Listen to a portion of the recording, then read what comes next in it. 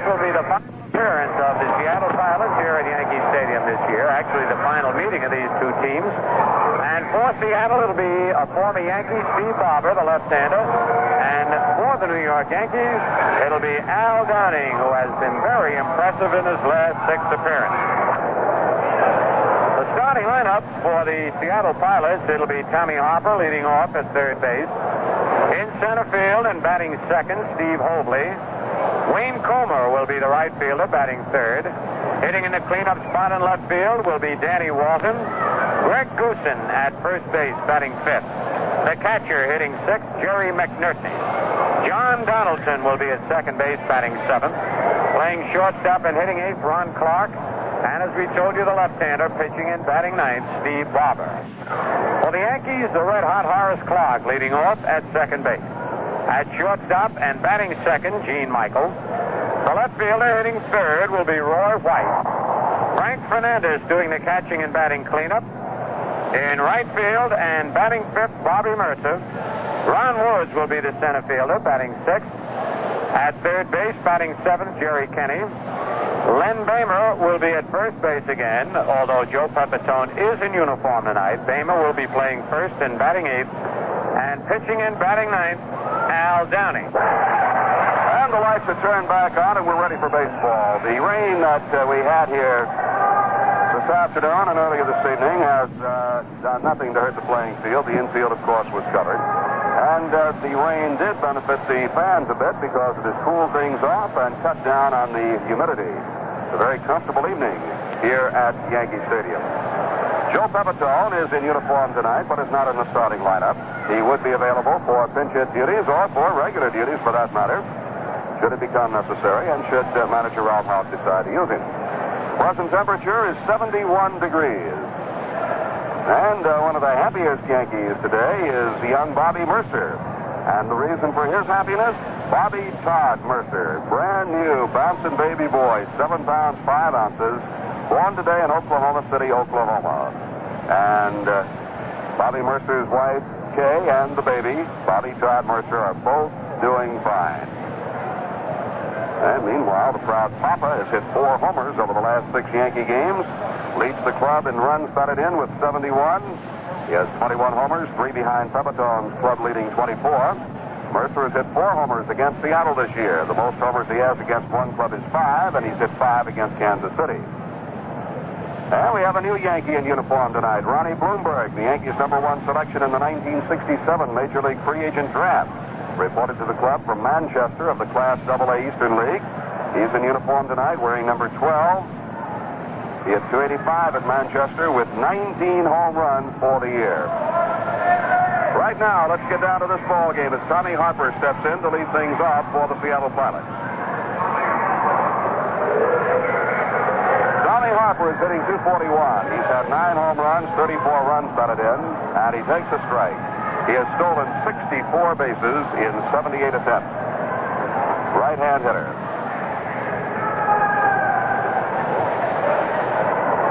Drag one to Tommy Harper. Al Downing looks in to Fernandez, has the sign. Here's the next pitch. A fastball is in for a called strike, and it's 0-2.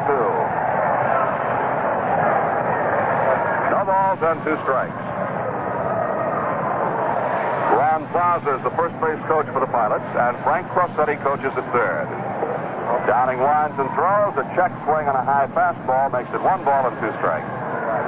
On deck is Steve Hobley, the center fielder. The Yankees have White in left, Woods in center, Mercer in right.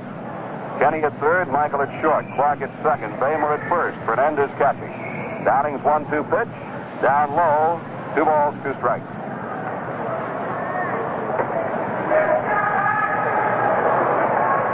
2-2 the count on Tommy Harper.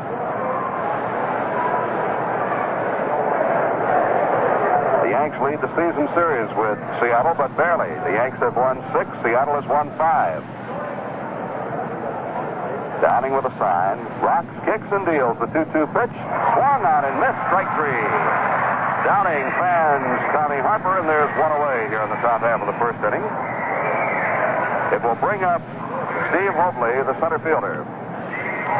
Hobley is a left-hand batter. He is hitting .279.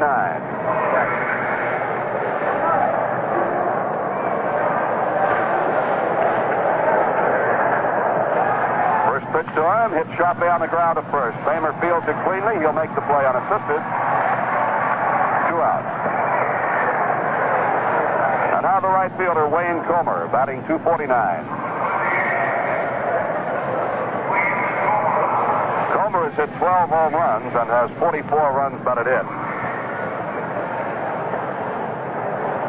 The home run leader on the club is Don Mincher with 22.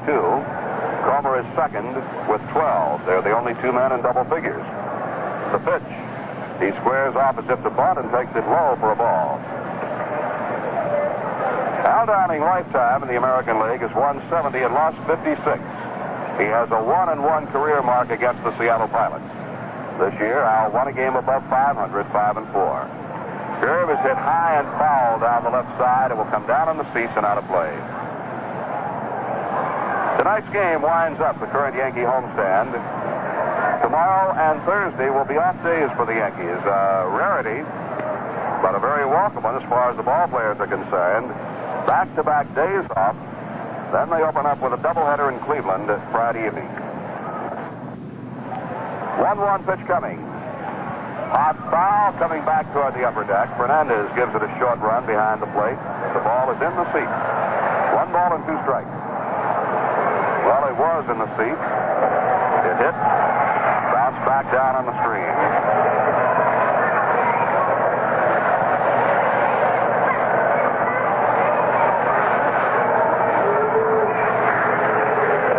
Downing takes the sign again from Frank Fernandez. Left-hander winds, kicks and deals. Swing and a miss, strike 3. Downing strikes out Comer and retires the side in order. Nothing across for the Seattle Pilots. And at the end of the top half of the first, it's Seattle nothing and the Yankees coming to bat. Now here's a real smart idea for the real hot weather. A big summertime pack of Fields Real Draft Beer. You get a dozen 12-ounce cans in a nylon net bag. You can trail it off the side of a boat to keep your beer cool. Housewives, sportsmen, fishermen can use it for all sorts of things. What's more, those 12 cans are aluminum. They're fast to chilling, compact, they won't rust either. And you don't get a tinny taste with aluminum. Just the lighter, fresher taste of Fields Real Draft Beer. The taste that can't be beat. Ask for a summertime pack of Fields Real Draft. A dozen 12-ounce aluminum cans in a handy nylon bag. Speaking of aluminum, Fields is celebrating its success in the 1969 beer taste test by giving away 6 15-foot aluminum Polar Craft boats. If you haven't entered the Fields aluminum boat sweepstakes yet, listen in for the details on these New York Yankee broadcasts. It's so easy, and you could be a winner.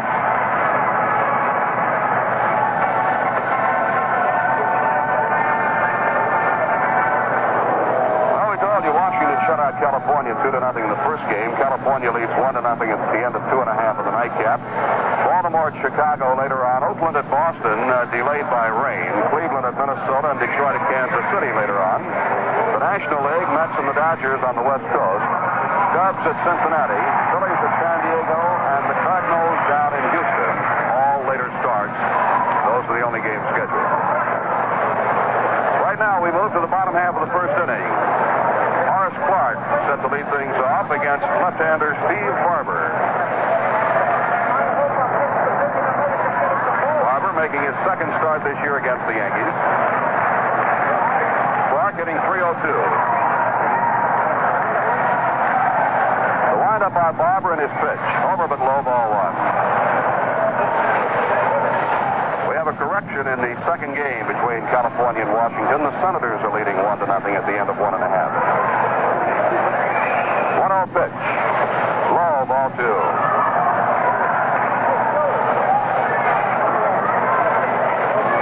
Barber has 109 victories in the American League. He has lost 93. 15 out of 11 lifetime against the Yankees. He gets a strike in on Clark to make the count 2 balls and 1 strike.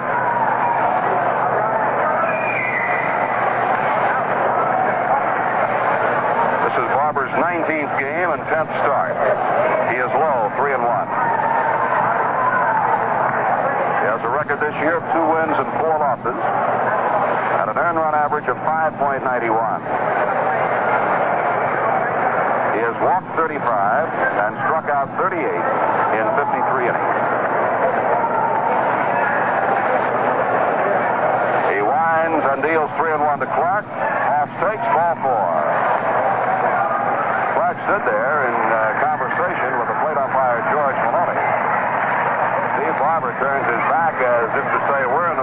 that pitcher been.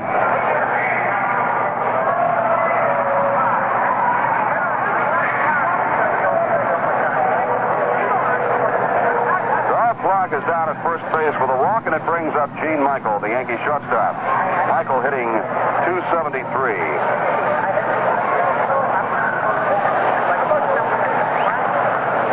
Barber off the stretch. Goosen holding Clark on. The pitch is in for a call strike on Michael, batting right-handed. Plate umpire tonight is George Maloney, Ed Runge at first base, Jim Odom at second, and Larry Barnett is at third. Takes the sign again, set just below the belt. Wheels and deals a fastball that's low, and the count is a ball and a strike to Gene Michael. There is no score in this ball game, bottom half of the first inning. Sort of hang loose when Barber's pitching. He's hit 6 batters this year.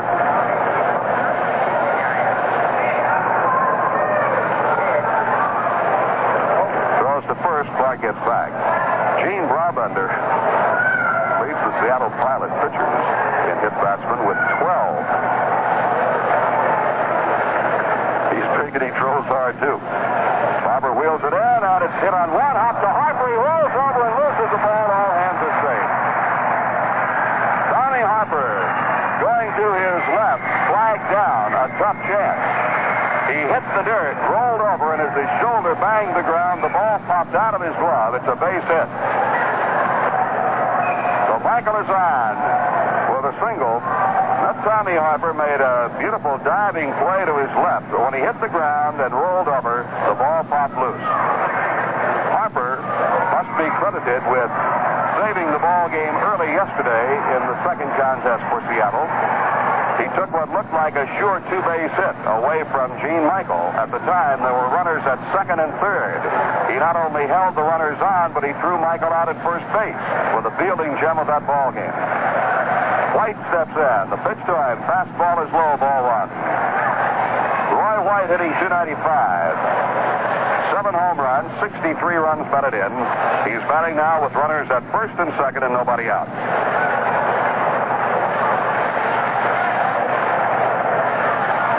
Sets, brings it. Strike call, and it's 1-1.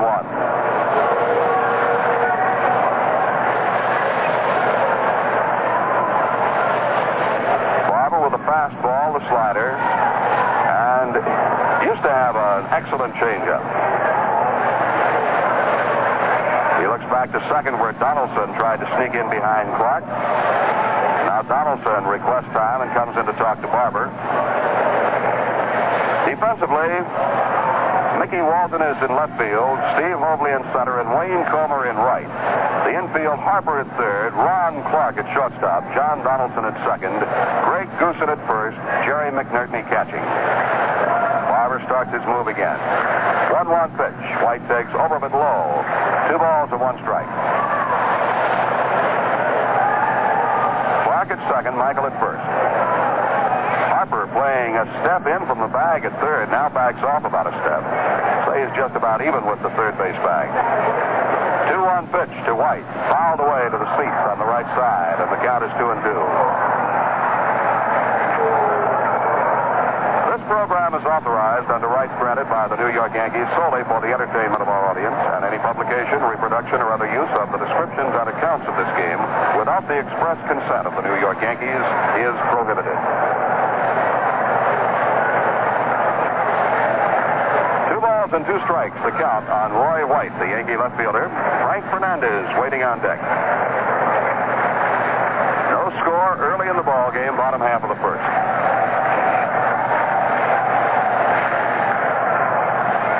The stretch by Barber, and the 2-2 pitch. White hits it in the air to center field. Mobley back and to his right. Under it, Clark tags at second. Mobley makes the catch. Throw coming to third base, and Clark is in standing. The throw was a bit off the mark, or they might have had a play. Third baseman Tommy Harper had to go to his left and leave the bag going toward left field to take the throw, or they might have had a play on Clark. Michael held it first.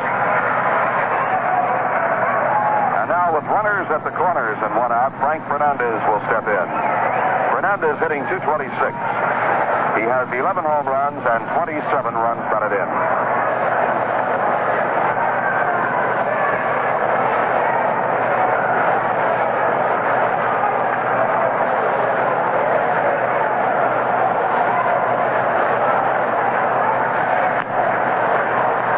Playing in tight again now at first base.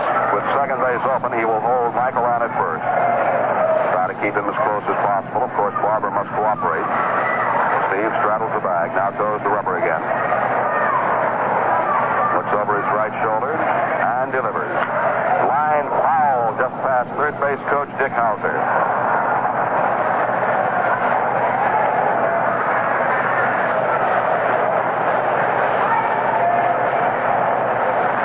And a strike to Fernandez.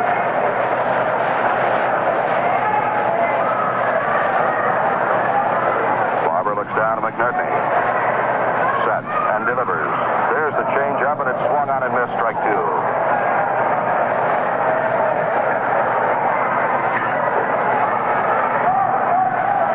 Yes, sir. It's cooled off to 71 degrees after that little bit of rain. Some water in the outfield, but I don't think enough to hurt the fielder's chances. Here's the pitch. Curveball. Breaking pitches in. Probably a slider, unless Barber has developed a curve this year.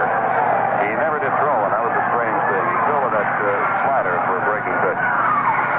Fernandez is out on strike. Bobby Mercer steps Williams. Mercer, brand new daddy.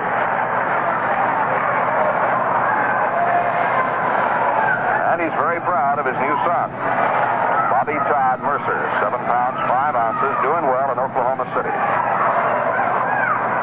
Mercer takes a strike, knee-high, got the outside part of the plate. Bobby is hitting .258 with 21 home runs, and he leads the Yankees in runs batted in with 71.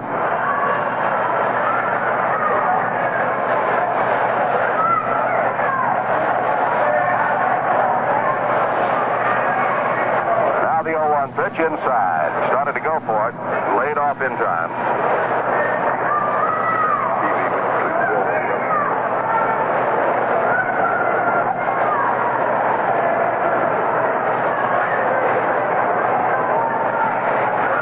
One ball, one strike. Runners at first and third, 2 away. Here comes foul back.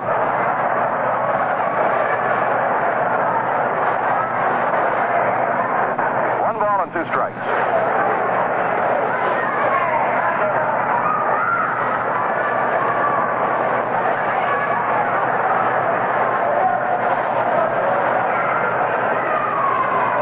Barber takes a moment out here to rub up a new baseball.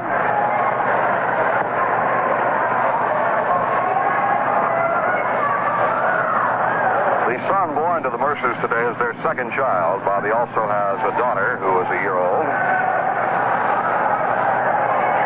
1-2 pitch. Foul back. The count rides at 1 ball and 2 strikes.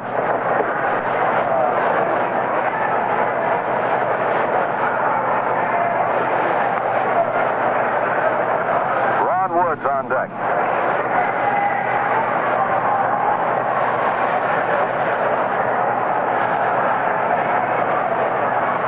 Looks down the lane again. Now starts the move. 1-2 pitch coming. It is lined out into right center. Coming hard for it is the center fielder Mobley. He's got it. And the side is retired. For the Yankees, no runs, a base hit. There were no Seattle errors and 2 men are left on. At the end of 1, Yankees nothing and the Pilots nothing. As we go to the second inning, the left fielder Danny Walton will lead things off. Looking ahead a little bit on the Yankees schedule, a big series coming up with the Boston Red Sox, starting off with a doubleheader on Friday night, September 12th, starting at 5 o'clock, a twilight doubleheader, and single games on Saturday the 13th and Sunday the 14th. The Yankees hopeful of overtaking the Red Sox for a third-place finish. Those 4 games could have a lot to do with it. Danny Walton hits the first pitch on a line out into left center field. It's in for the base hit. Flagged down on 1 hop by Ronnie Woods. And Walton is on with a leadoff single.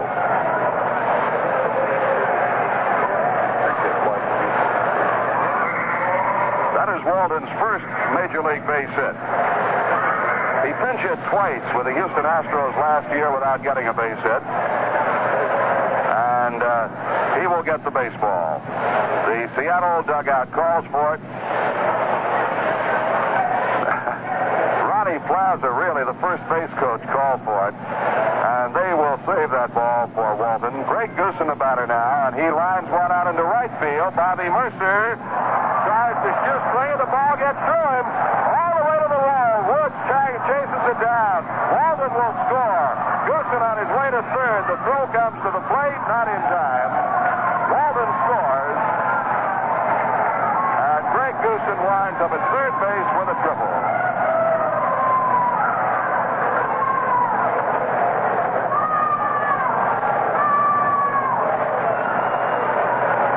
Not only has his first major league hit, he scored his first major league run.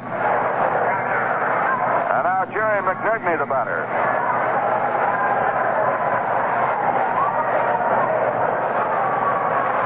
Two hard shots. Mercer tried to shoestring that last one on. It got through him all the way to the wall at the base of the auxiliary scoreboard.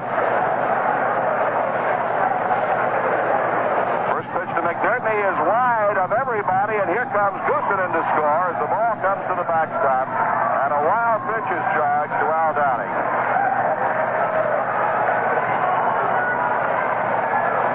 So the Pilots quickly have 2 runs across here in the second inning.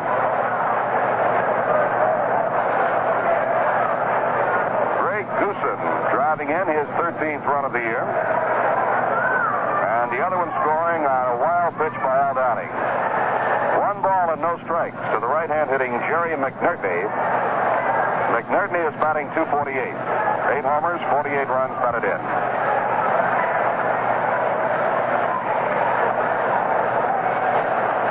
Downing's next pitch to him.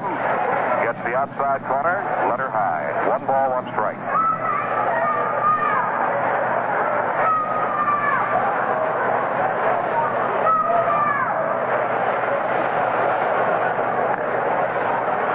Nobody out. The wind-up, the pitch on the way.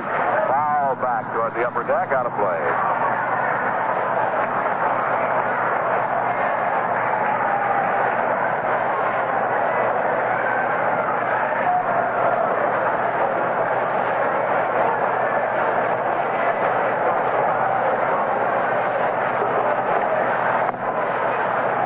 One ball and 2 strikes. Starts his move. Left-hander fires it, and it is swung on and missed. So McNerney strikes out. That is the 3rd strikeout for Downing. The batter will be the second baseman, John Donaldson. Donaldson is hitting .260. Left-hand batter. He missed some action with a broken toe during the season. It's a pitch on a 1-hop to Kenny at third. Jerry throws him out at first base, and there are 2 away. We heard during the course of tonight's press conference downstairs some very high words of praise for Jerry Kenny. General Manager Lee McPhail said that with the exception of Brooks Robinson, he thought Jerry Kenny was the best defensive third baseman in the American League and in the Major League. First pitch is fouled back by Ronnie Clark, the shortstop. Ralph Houk was asked if he would agree, and he said most certainly he would. 1 strike pitch coming. It is high and outside. 1 ball, 1 strike. Ron Clark hitting .210. I think that's quite a tribute to Jerry Kenny. He had never played third base until he moved over there this year from center field. 1-1 pitch now to Clark. Strike to his call.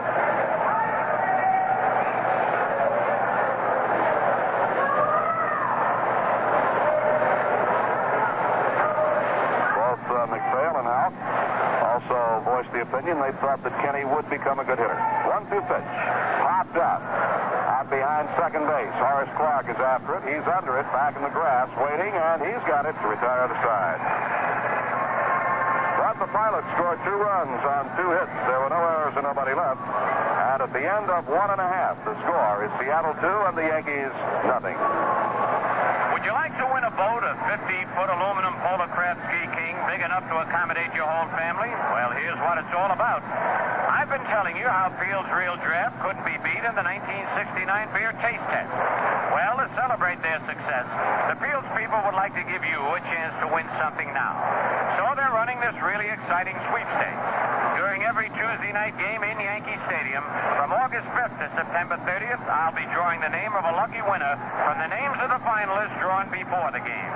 There'll be 6 games and 6 winners. There's nothing to buy, no jingles to write. All you do is put your name, address, and phone number on a postcard. Mail it to Field's Aluminum Boat Sweepstakes, Box 85, Brooklyn, New York, 11207. That's Field's Aluminum Boat Sweepstakes, Box 85, Brooklyn, New York, 11207. That's Field's Aluminum Boat Sweepstakes, Box 85, Brooklyn, New York, 11207. The sweepstakes is void where prohibited by law, and you've got to be 21 or older. You are? Then come on, take a chance, and good luck.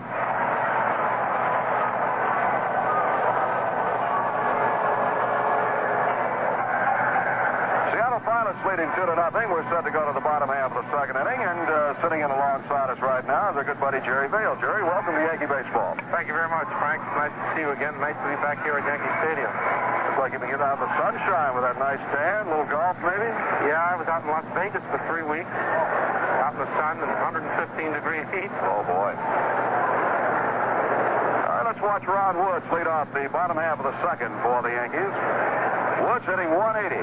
He can go and get that ball in center field, but he's going to have to work on his hitting. Barber winds and delivers, and Woods takes down low, ball 1.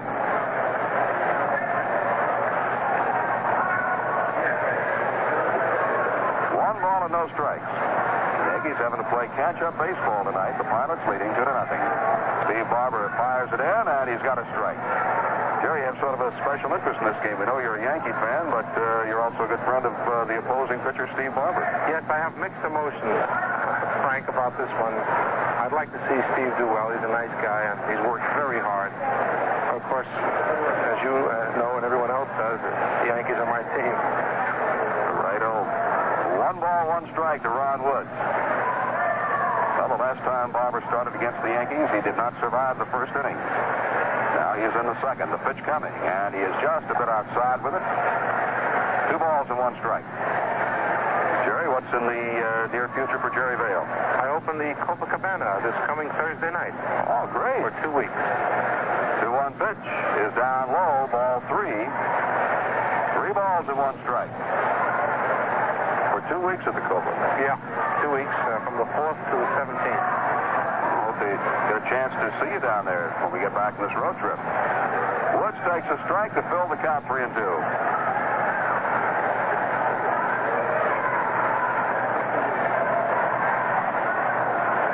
Barber looks down, has the sign from McNerney. Payoff pitch to Ron Woods. Hit high in the air to shallow center. In comes Hopley, still coming. He's under it now. Makes the catch, 1 down, and right now in New York Yankee baseball, we pause for station identification. This is your guy, High Agents. Join me afternoons from 3 to 7 for a little bit of something else, right here on WGY Radio 81, Schenectady.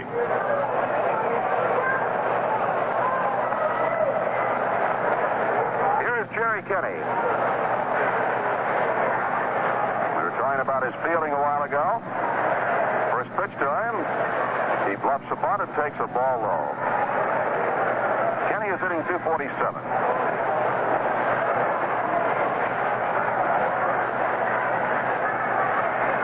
1 ball and no strike pitch to him. He bluffs the bunt again and takes inside this time. I'll tell you, I was rather gratified to hear what Lee McPhail and Ralph Houck said about Jerry Kenney, his play at third base, because I'll tell you, I've said it several times on the air. From sitting up here and looking down, he has made all the plays. He has the very fine reflexes that a third baseman must have. 2-0 pitch to him. He looks at a strike this time. 2 balls and 1 strike.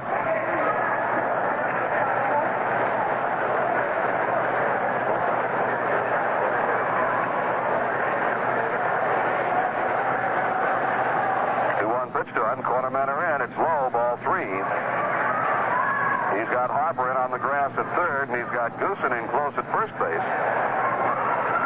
You can draw those infielders in a bit. Give yourself a better chance when you swing away. Now the 3-1 offering. He bluffs the bunt and takes a strike, too. And Kenny on every pitch now is shortened up on the bat handle. Full count, 3-2, and Harper moves back. Len Bamer on deck. 3-2 pitch. Strike. 3 is called, and Kenny can't believe it. Jerry Kenny having a few words with plate umpire George Maloney as Steve Barber picks up his second strikeout of the ball game. There are 2 down, and Len Bamer steps aboard. Len Bamer is hitting 164.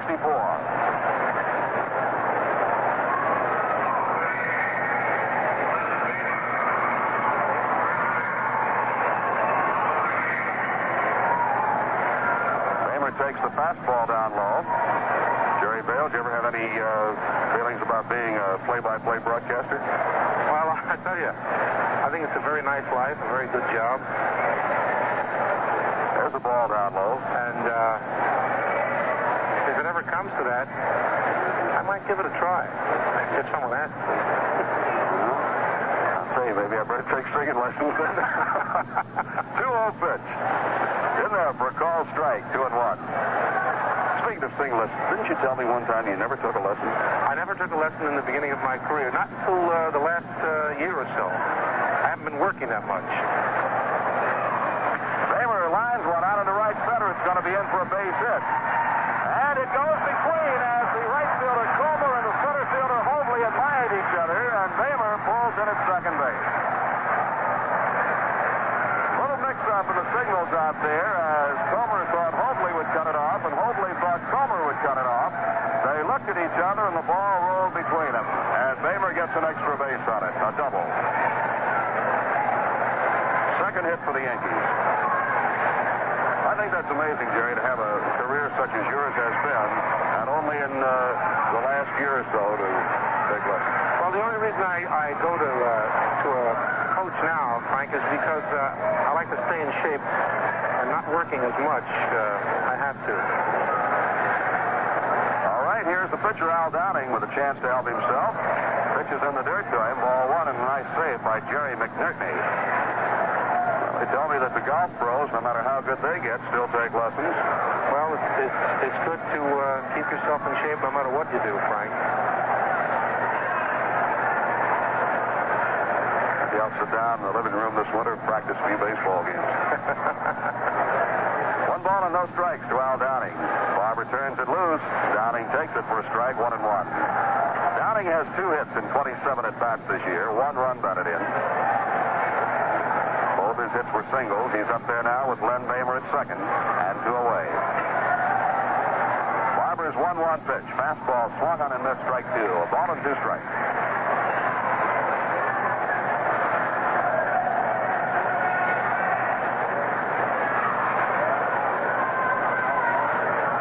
Pilots leading 2-0. Barber working on Downing. 1-2 pitch on the way. It's high. An off-speed pitch, 2-2.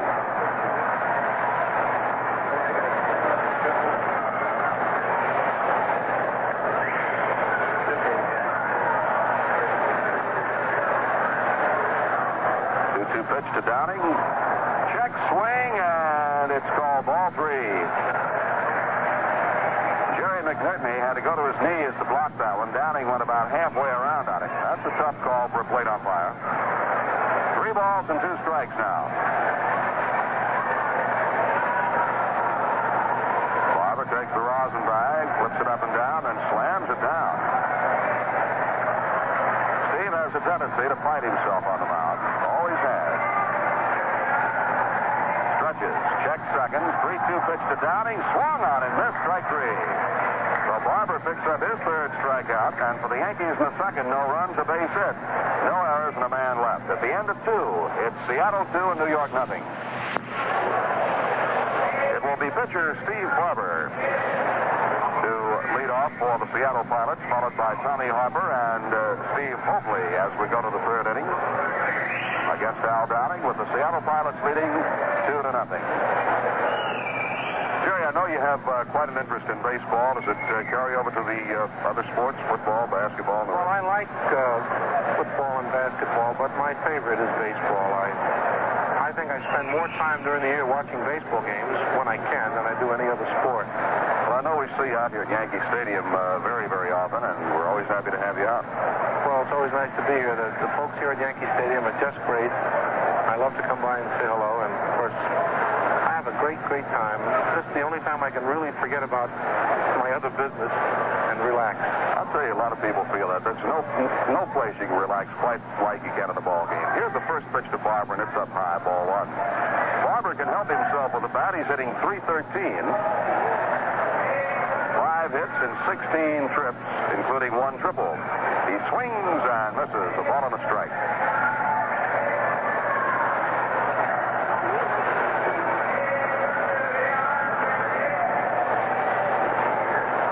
Downing winds, kicks and delivers. Inside to Barber. 2 balls and 1 strike.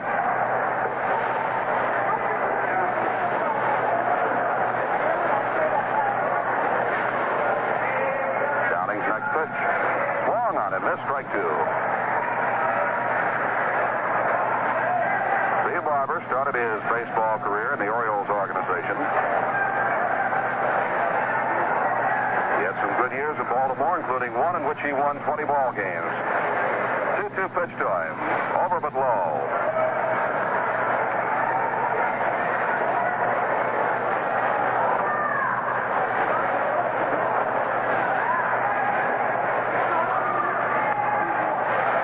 Payoff pitch now. Swung on it. Missed, strike 3. So Barber strikes out. And for Al Downing, strikeout number 4.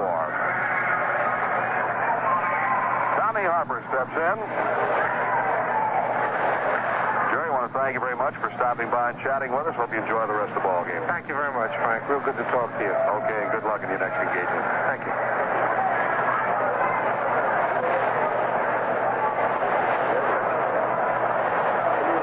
Downing deals, and it's got the outside corner on Harper. Strike 1.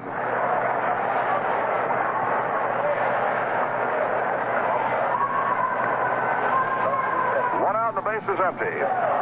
Bouncer right back to Al. He flags it down on 1 hop. Throws over to Bamer in plenty of time. And that is all for Tommy Harper.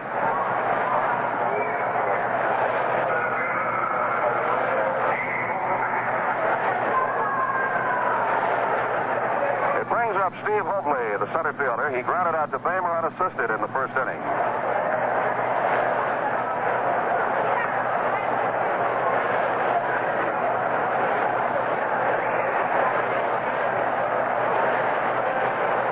Comer out on deck. Downing's pitch, taken for a strike.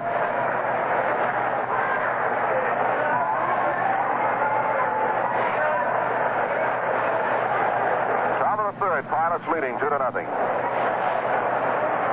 Downing turns it loose again, and he's high and away with this one. 1 ball, 1 strike.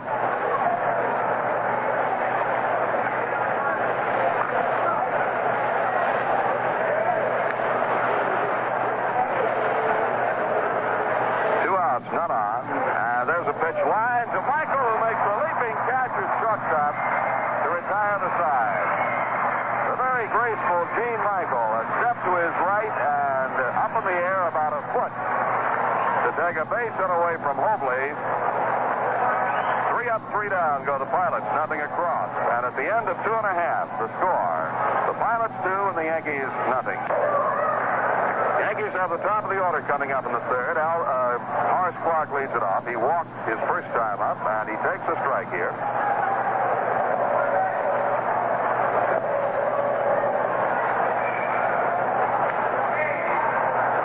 Barber turns another one loose, and he's low this time. 1 ball and 1 strike.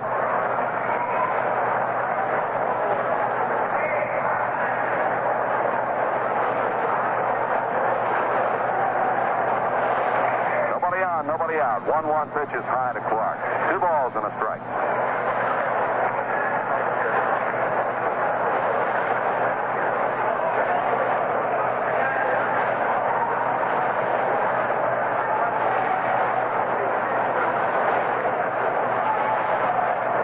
Pitch. Way outside, ball 3. Cincinnati tonight, the Cubs and the Cincinnati Reds had to finish off an early season suspended game, and evidently it is over now. The Cubs winning it 5-4. There's a low pitch ball four, and Clark draws his second walk of the ball game.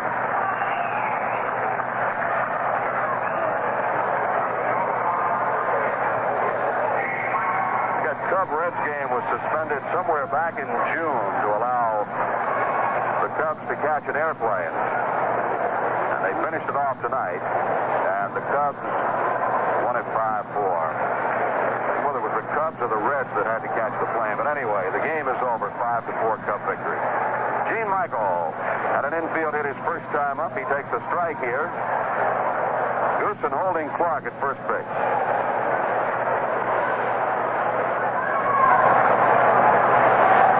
The Hoss has 24 stolen bases. He's been thrown out 12 times.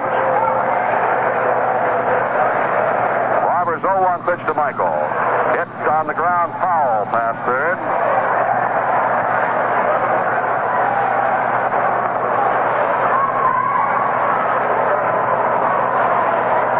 At the end of 3, the Senators lead the California Angels 3-0. Washington won the first game 2-0. Leads away from first, draws a look from Barber. The pitch to Michael. He checks his swing and fouls it back. That was a Barber changeup. It was high. Michael started to go for it, then tried to stop the swing, but made contact. The count holds 0-2.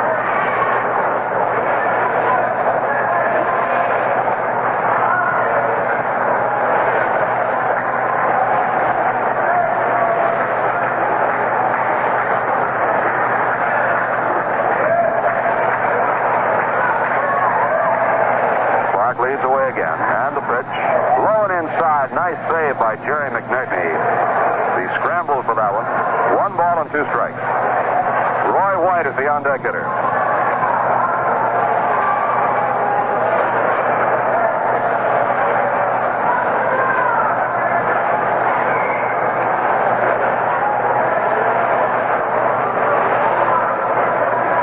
Barber looks Clark over. Clark goes, pitches, hit on the ground slowly to the right side, fielded by the second baseman. Donaldson. His throw to first is in time. Clark was running on the pitch. Gene Michael reached for one outside, tried to hit it into right field, but Donaldson got to it and threw him out. Clark is at second, 1 down, and Roy White, the batter. White flied out to the center fielder. Steve Hobley, his first time up.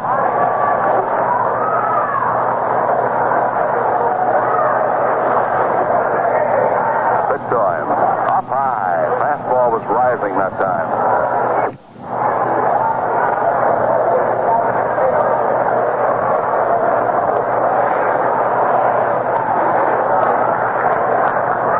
Pilots ahead 2-0. Bottom half of the third inning.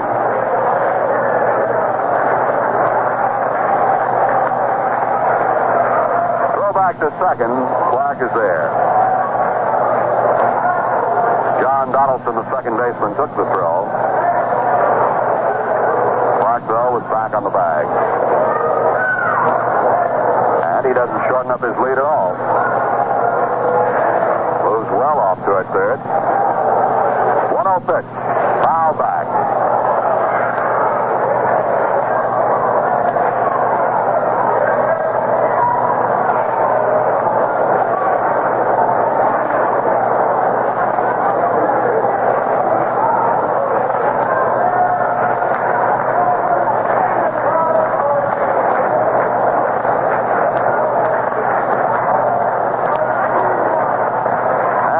Pitch coming. Swung on and missed. Ball and 2 strikes.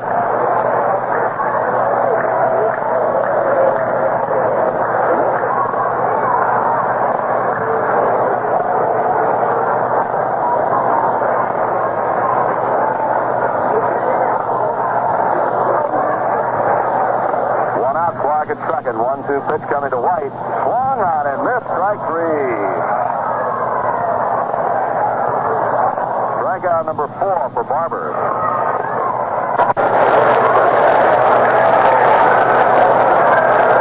As we look look up toward the lights now, we notice a slight drizzle falling.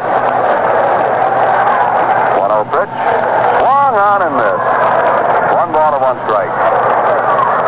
Not enough to stop play in this ball game, but a very slight drizzle has started to fall.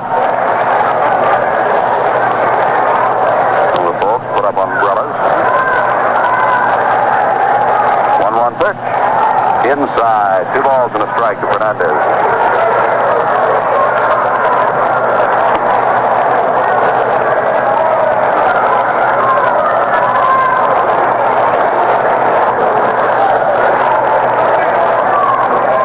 Leading 2-0. 2-1 to Fernandez.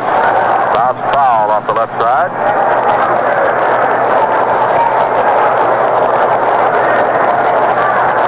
Two balls, 2 strikes. Plate umpire George Maloney wants to look at that baseball before it goes back into play. He gives it back to McNerney. Bobby Mercer on deck. Frank Fernandez with a 2-ball, 2-strike count.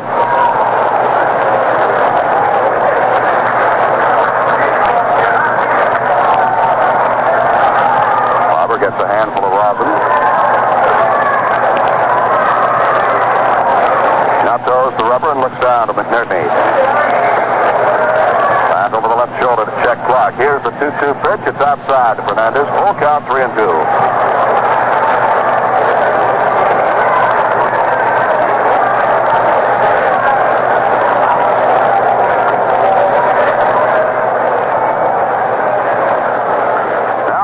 Pitch will be coming. And it is low and outside. Ball 4. Fernandez walks.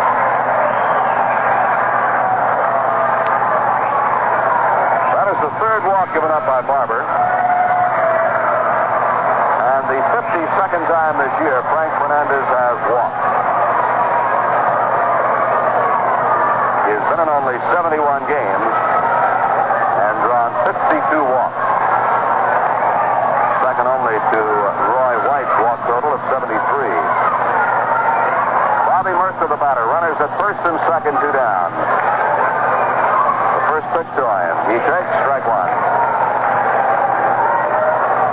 The second baseman, John Donaldson, is back deep against Mercer.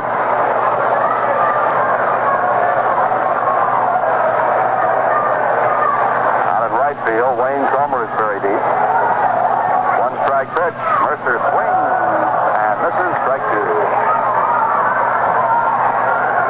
The center fielder, Steve Hobley, over toward the alley in right center field, and he is way back there.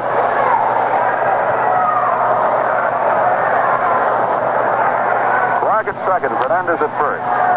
2 outs and 2 strikes on Mercer. Barber turns it loose outside. Waits pitch 1-2.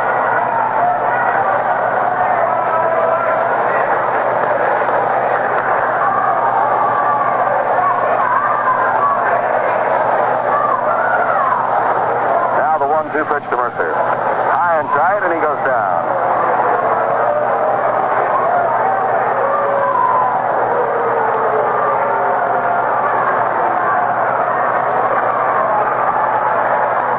Count evens, 2 balls, 2 strikes.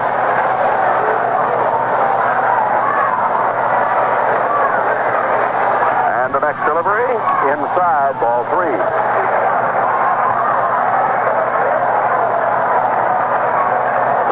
Runs out on Mercer. 3 balls, 2 strikes. And with 2 outs, Clark and Fernandez will be moving with the pitch.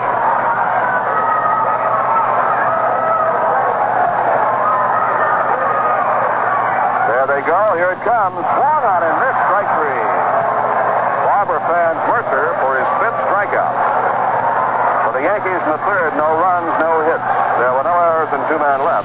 At the end of 3, it's Seattle 2 and the Yankees nothing. On the scoreboard, Washington blanked California 2-0 in the first game. Senators lead 3-2 at the end of 4 in the nightcap. Baltimore nothing, Chicago nothing. McNally against Peters. That's at the end of 1. Oakland at Boston delayed by rain. Detroit did not score in the first inning at Kansas City. Mickey Lolich against Roger Nelson. In the National League, Cubs over the Reds 5-4 in a game suspended on June 15th. Louis leads Houston 2-0 at the end of one. Taylor against Griffin, and those are the only scores. In announcing tonight that General Manager Lee McPhail and Field Manager Ralph Houk had both signed new 3-year contracts. Yankee President Mike Burke said, and we quote, "This is not an unexpected announcement, I am sure. Ralph and Lee and I started out together 3 years ago to rebuild the Yankees into another championship team. We charted a course, knowing it would take time and patience, and sometimes a thick skin to withstand a certain amount of needling. We see clear evidence now that our Go Young policy was the correct one. We have boys in our organization now at the major and minor league levels who will write the next chapter of greatness in Yankee history." We continue to quote, "We simply must follow through vigorously and intelligently with what we started. The extension of Ralph's and Lee's contracts is a part of our considered plan to build another winner. All of us got out of bed every morning with that one thought, that one objective in the front of our minds. And, like Burke said, in my book, Ralph is the best all-around manager in baseball. Lee is the complete general manager." Those comments from President Mike Burke of the Yankees in announcing tonight that Lee McPhail and Ralph Houk had contracts running through 1972. And now as we go to the 4th inning of this ball game, ready to move in and tell you all about it, here is Jerry Coleman. Jerry? Okay, Frank Messer, and the first batter for the Seattle Pilots. The right fielder, Wayne Comer, and the first pitch to Comer is outside for ball 1. Pilots are leading 2-0. Downing ready. The next one is low and inside. 2-0. 2 balls, no strikes. Wayne Comer, right-hand batter, struck out in the first inning. Downing has given up only 2 hits, and he struck out 4. But the single and the triple and the wild pitch cost him. Fastball right in there. 2 balls, 1 strike.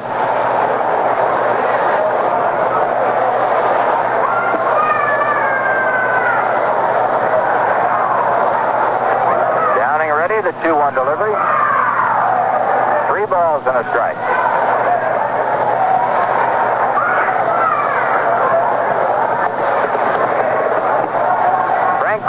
Coaching at third base. Ron Plaza at first. Downing into the windup. The 3-1 pitch to Comer. On the ground in the hole is Michael at short. He's got the time. And the throw is wide, but a great play by Bamer. Nails Wayne Comer.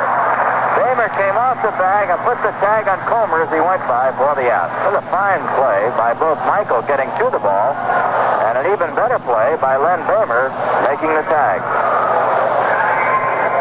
We have 1 away here in the top of the 4th, and that'll bring up Danny Walton, the young rookie who got his first major league hit in the 2nd inning and scored ahead of the triple by Greg Goosen, and Goosen later came in on the wild pitch. Danny Walton, right-hand hitter, takes one on the corner for a strike. This young man looks like when he hits the ball, it'll go.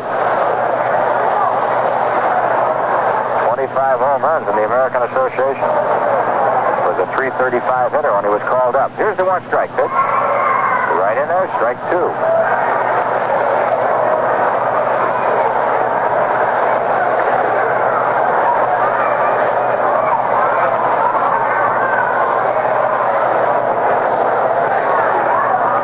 Downing ready. The 2-strike pitch to Walton is low. A ball and 2 strikes.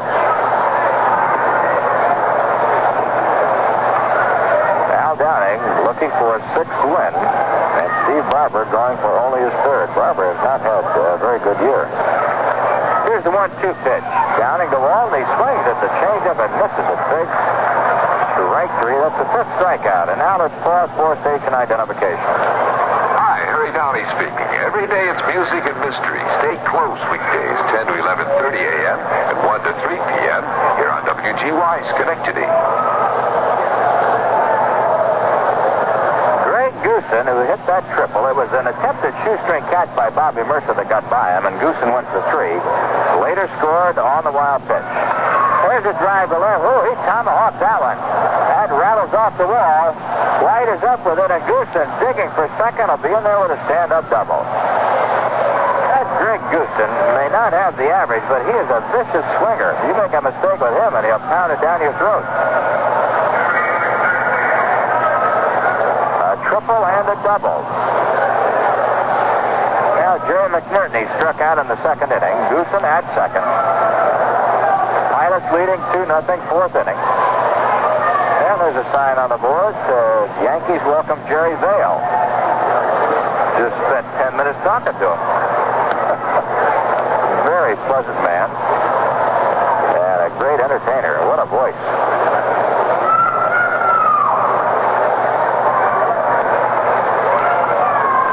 McNerney takes strike one. We just get word that the Oakland-Boston game has been postponed because of rain. They were playing it in Boston. That, of course, was to be the final game between these two ball clubs. They may have to play it tomorrow. Last time we'll see each other. The one-strike pitch. McNerney takes it high and outside, 1-1.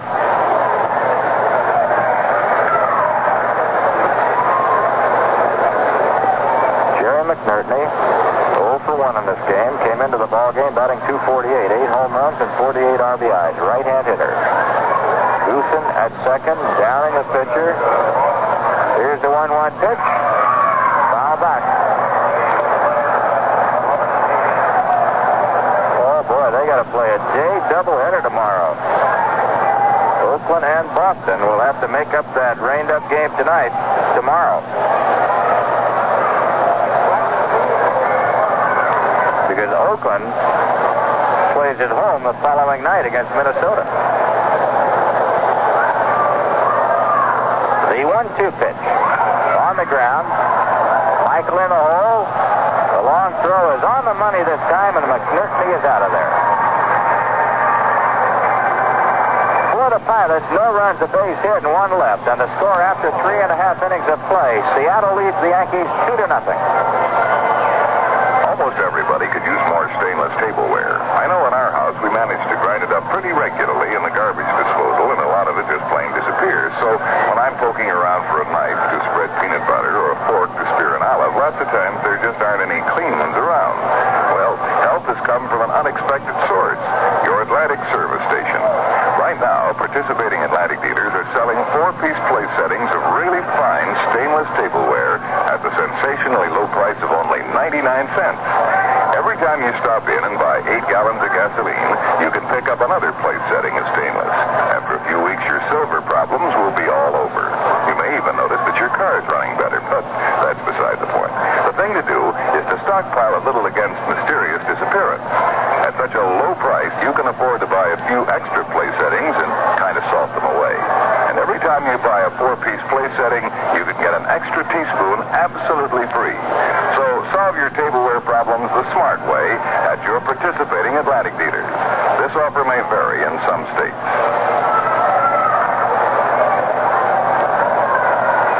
Pilots leading the Yankees in this ball game 2-0, moving into the fourth.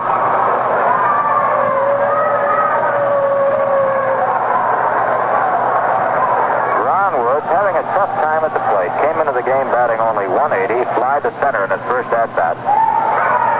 Pitch to Woods is on the corner for strike one.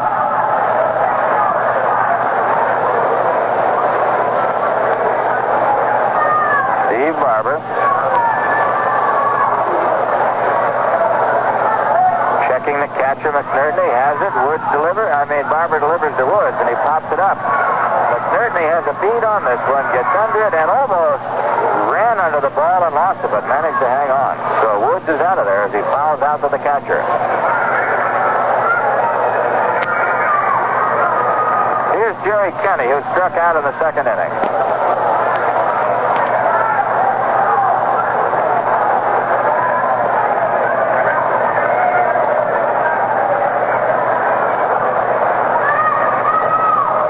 The infield very shallow.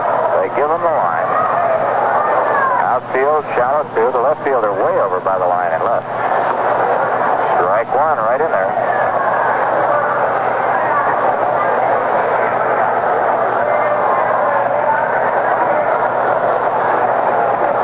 Kenny choking up on the bat.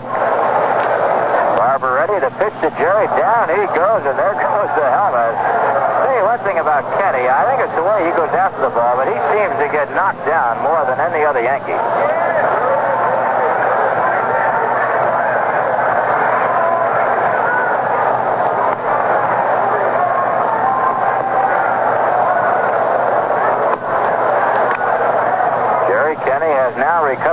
composure and goes back into the batter's box.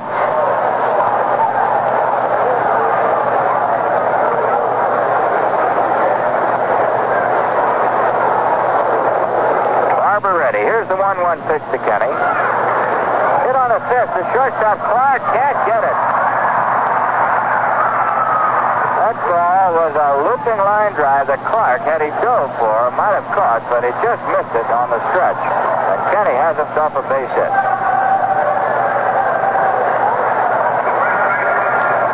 He also broke his bat on that one. Now here's Len Bamer, who doubled in the second inning.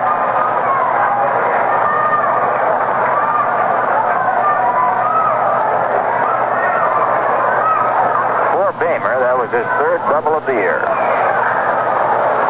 The Yankees have had runners on in every inning against Barber, but have not been able to capitalize on it. They're trailing 2-0 in the bottom of the fourth.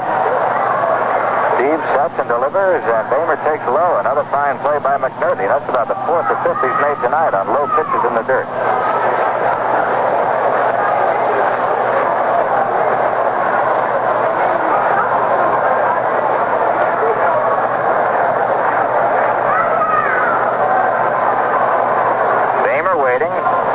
Working slow.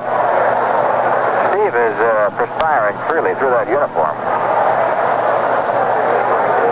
Pitch to Bamer, fouled off on the right side. That one landed right in the president's box here at Yankee Stadium.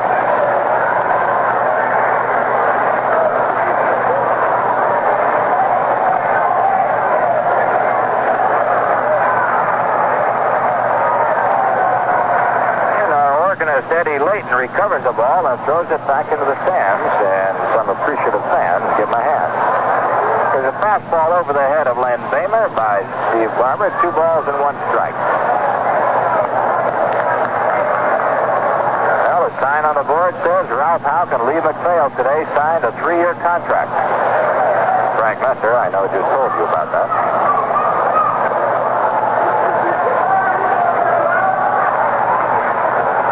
Drive. Barber has it. Kenny is doubled up and the side is retired. That play went 1-3. For the Yankees, no runs on the hit, nobody left, and the score after 4 full innings of play, it's Seattle 2, New York nothing. Say, would you trade 4 pieces of silver for 4 pieces of steel? Now, before you answer that, maybe you ought to hear about the steel. It's stainless steel tableware in a beautiful 4-piece place setting, now available at participating Atlantic dealers when you buy 8 gallons of gasoline.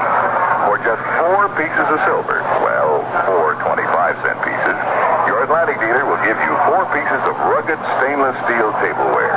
Knife, dinner fork, salad fork, and teaspoon. And just because he's feeling generous these days, he'll toss in an extra teaspoon absolutely free and give you a penny back for good luck.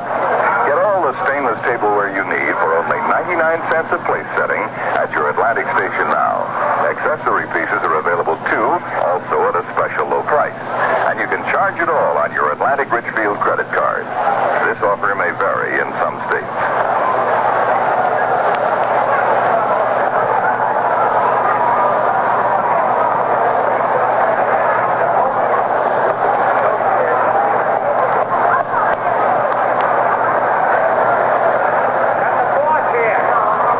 Fifth inning. Pilots leading the Yankees 2-0. Coming to the plate for Seattle will be John Donaldson, Ron Clark, and Steve Barber.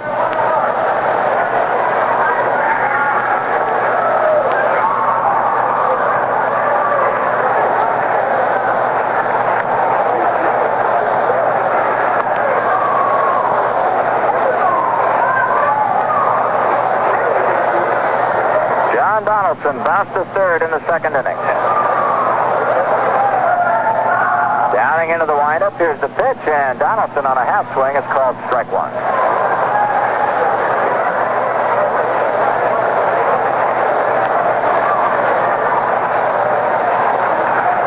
Ground ball in the hole. Michael backhands it. The long leaping throw, not in time, and Donaldson has an infield hit. Good play by Gene. He had no chance to get the speedy John Donaldson. So Donaldson gets himself a scratch single. Fourth hit off Al Downing. Now here's the shortstop, Ron Clark, who bounced to second in the second.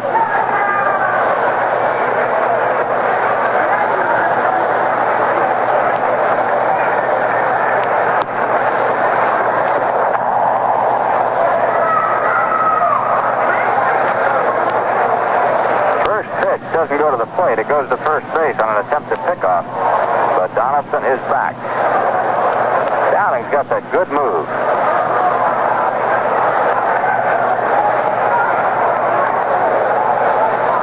Curve is inside now to Ron Clark. Ball one.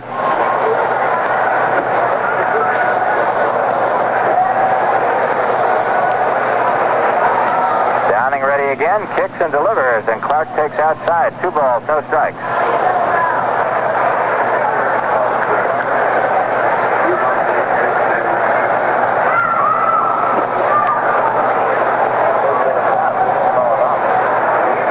The 2-0 pitch, swung on a miss, strike one.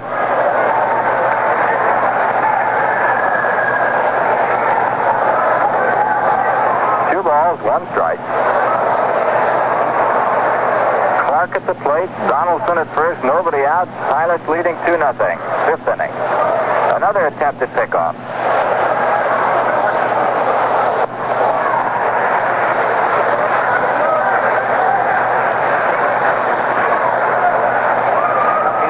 Balls and 2 strikes now. Check swing foul by Ron Clark.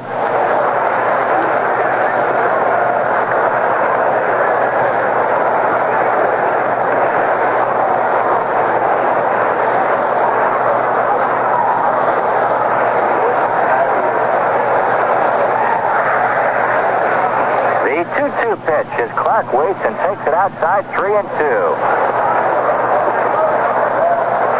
Let's see what manager Ralph House does here with Clark at the plate. Donaldson at first. Let's see if they try to pick Donaldson off. Downing kicks.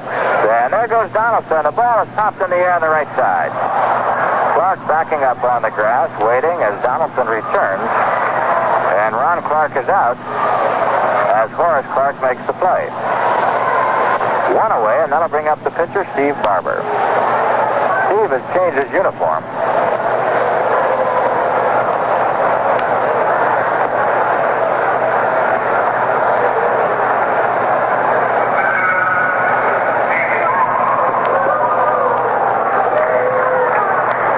In the 6th inning, the Senators still lead California 3-2. Second game of the doubleheader. Washington won the first one 2-0. Throw to first, Donaldson back again. Downing taking a bead on John Donaldson.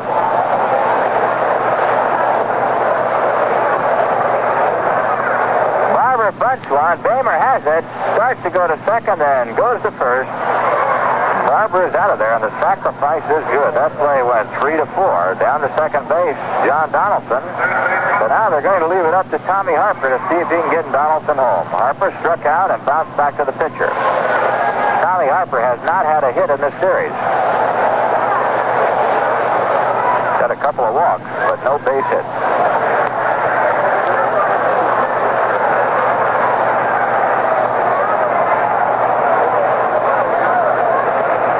Harper, a right-hand batter against the left-handed Al Downing. Tommy leads the majors in stolen bases with 64. Fred stands waiting. Downing kicks, delivers, and there's a fastball missing outside for a ball. Donaldson at second base, 2 outs. Ron Plaza yelling something down to Donaldson, the first base coach for the Pilots. Frank Crissetti coaching at third for the Pilots. Here's the 1-0 pitch to Harper on the corner, strike one, 1-1.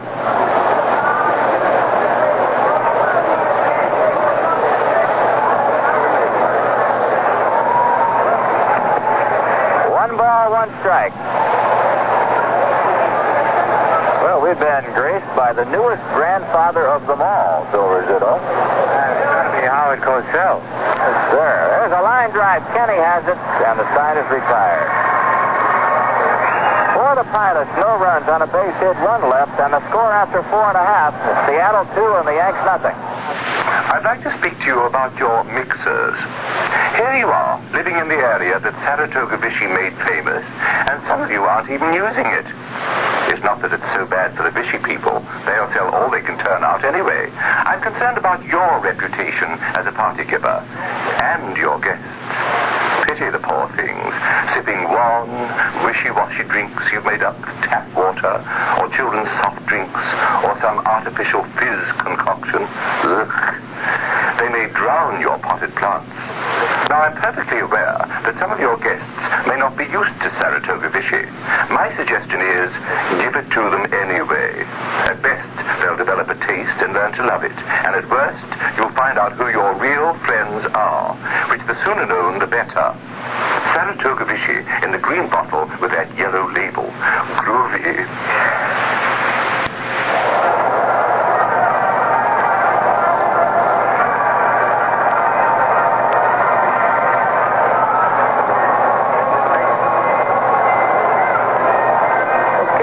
Set to go here in the bottom of the fifth inning. Pilots are leading the Yankees 2-0.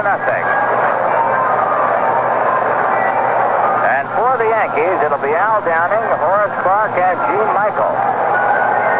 While we have a minute with Downing going up there, I've got to ask Howard Cosell how he felt when his lovely daughter Jill presented him with a lovely grandson. I was more uptight than when my wife presented me with my daughter Jill. I was the most uptight guy in the history of the human race. Okay, Howard, that's wonderful. Here's Al Downing. Ball went outside, and I presume mother and child doing just great. Just great, Jerry, and so many people have told me of the very lovely and kind things you said yesterday as the pitch comes in, and it's a strike to Al Downing. I just can't thank you enough. You're a great and very dear friend and have been for so many years. Well, you know, Howard, that little gal Jill was about 4 years old when I first met her, and look what's happened. You have to bring up the fact that we are both archaic as Downing fouls the pitch off into the right field seat. Okay, Howard. Thank you, Chair. That's right. Al Downing now, 1 ball, 2 strikes. The Yankees trailing 2-0. We're in the last of the fifth.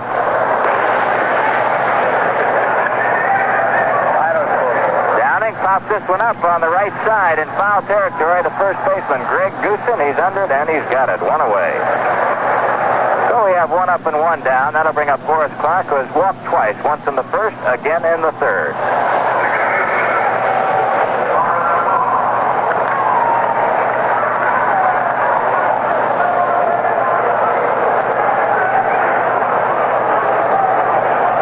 Batting from the right side, the Yankees' first 3 hitters, Clarke, Michael, and White, all switch hitters and all batting right-handed against the left-handed Steve Barber.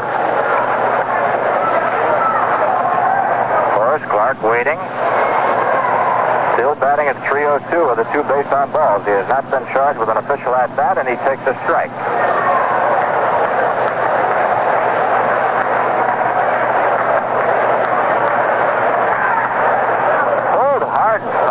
The lower railing on the left side by Clarke. No balls, 2 strikes to Horace. He got out in front of a slow curveball and actually turned around on it, and the ball was hit like a bullet almost into the Seattle Pilot dugout.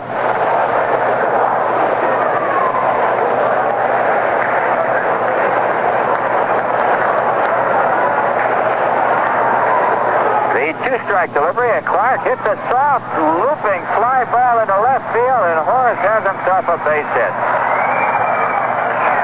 Horace Clarke continues red hot. He just came up with his 160th base hit of the year. And that ties Horace for his major league high as far as hits are concerned. Horace Clarke is going to surpass every offensive record he's ever had this year. He's really going to do a job. Now Gene Michael.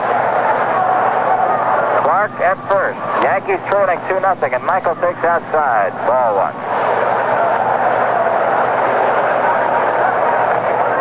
Clarke has hit at a .333 clip over his last 6 games.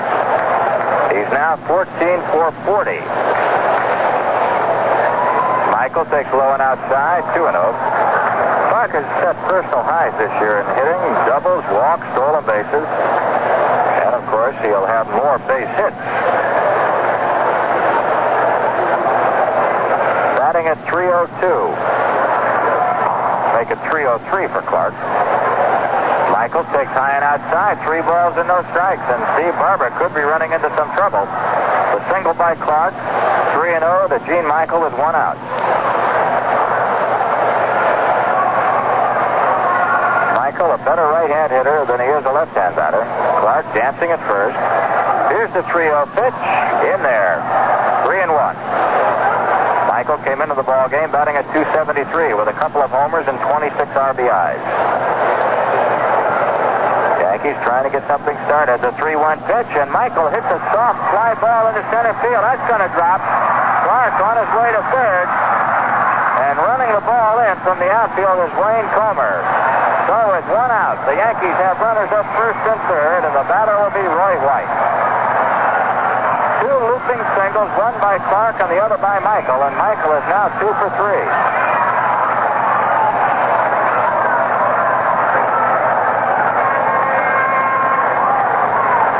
Roy White flied to center and struck out. He's waiting now as Barber is rubbing up the ball. The Yankees with a tying run on are trailing 2-0. The Yankees have just come up for their 5th base hit.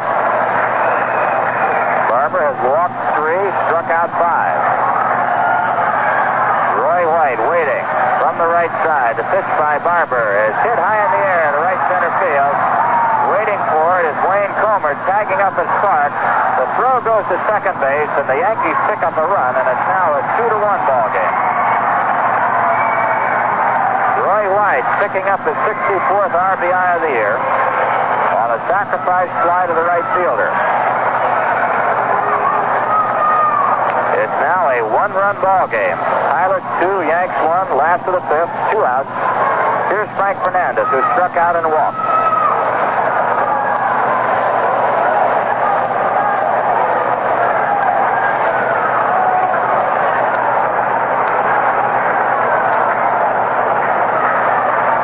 Fernandez takes one right in there for a strike.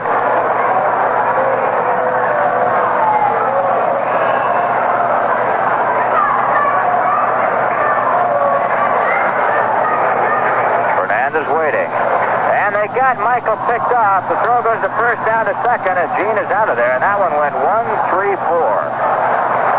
Michael was picked off attempting to steal. Went from the pitcher Barber to the first baseman Goosen to Donaldson covering at second, and the side is retired. For the Yankees, 1 run, 2 base hits, nobody left. The score after 5, Seattle 2, Yankees 1. While we have a moment, in the first of a doubleheader, the Senators beat California 2-0. Frank Howard hit his 43rd, and he trails Reggie Jackson by only 2 right now. In the second game, Washington 3, California 2, with the Senators batting in the bottom of the 6th, and the game has been held up because of rain. Baltimore leads Chicago 1-0 after 2.5. McNally against Peters. Oakland at Boston, postponed because of rain, and they'll play a doubleheader tomorrow. First game starting at 11 o'clock. Cleveland failed to score on the top of the first, playing the Twins in Minnesota. Keon against Hall. Kansas City leads Detroit 3-0 after 2.5. Lolich against Nelson. That's the American League. The Yankees are trailing the Pilots 2-1, starting the 6th, and waiting for the first pitch is Steve Hoveley as Downing drops a curve in there for a strike.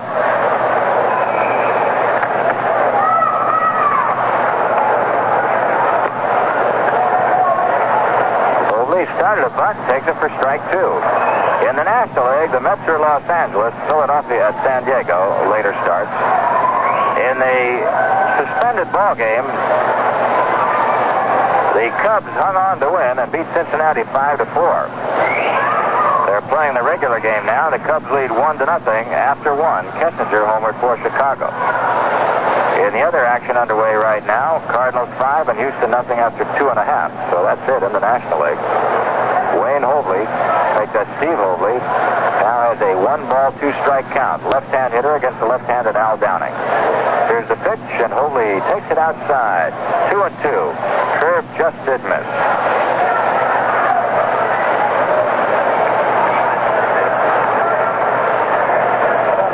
The 2-2 pitch to Hoveley. Curve is in there, strike 3, and he just walks away. A booming curve. curveball, number 6 for Downing in the strikeout department tonight. First time that a man has taken a called third strike. The first 5 were on swinging strike 3s. Now Wayne Comer steps in. He struck out and bounced to short. Right-hand hitter swings and misses at the first pitch. Strike 1.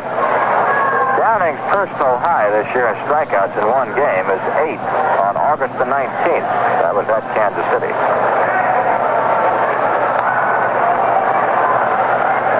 The 1-strike pitch. Comer takes it for strike 2 on a foul tip. Sort of a check swing. Just hits the bat.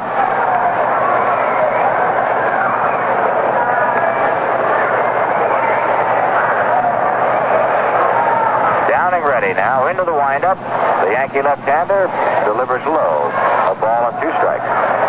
Manager Ralph Houk in the press conference that announced the 3-year additional contracts to both Lee McPhail and manager Ralph Houk said that Downing was certainly the most pleasant surprise they've had this year, with his arm getting well and coming back into the form they've known for many years. There's a foul off on the right side, and the count holds at a ball and 2 strikes. So Al Downing back on the beam, and what a job he has done. He's won 4 and lost just 1 since being inserted into the Yankee regular starting rotation on August the 2nd, and has had a 1.11 earned run average in that time. Given up only 6 earned runs in 48 2/3 innings before tonight. Fastball misses inside to Wayne Comer. 2 balls and 2 strikes.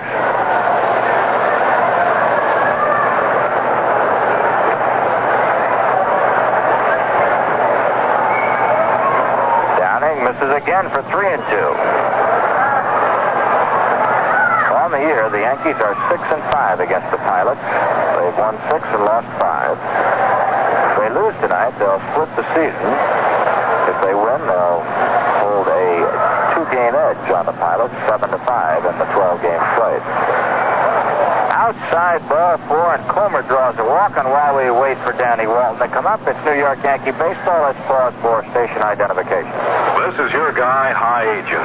Join me afternoons from 3 to 7 for a little bit of something else, right here on WGY Radio 81, Schenectady. Wayne Comer gets the first walk from Downing, and now Danny Walton, who's 1 for 2, swings at a curve and misses strike 1. This young power-hitting right-hander for the Pilots. He's seeing some pitching like he's never seen before. He had a fine year in the American Association, but he will have to adjust to a lot of these top major leaguers now. Fastball on the corner, strike 2. Danny Walton got his first major league base hit in the 2nd inning. He's 1 for 8 so far since being recalled from Oklahoma City. Waiting, Downing kicks and fires. There's a high drive, right center field. Bobby Mercer, with a beat on this one, is waiting and makes the play. 2 down. Now here comes the man who's given Downing a lot of trouble. He tripled to drive in a run and later scored on a wild pitch. So he drove in 1 and scored 1 of the 2 runs that the Seattle Pilots have right now as they lead in this game 2-1, and then they doubled in the 4th. So he's 2 for 2 tonight.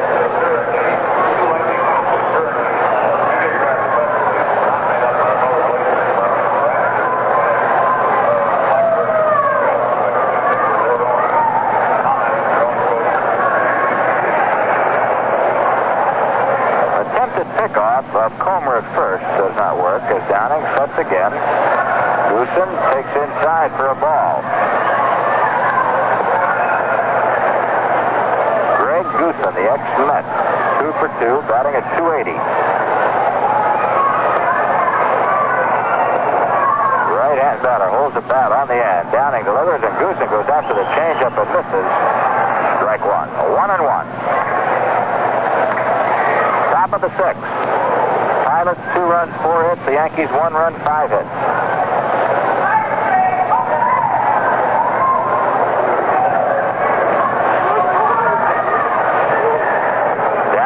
Again. Goosen swings and misses. Flips the fastball by him at the belt for a ball and 2 strikes. This big guy, you've got to get him off stride or he can hurt you.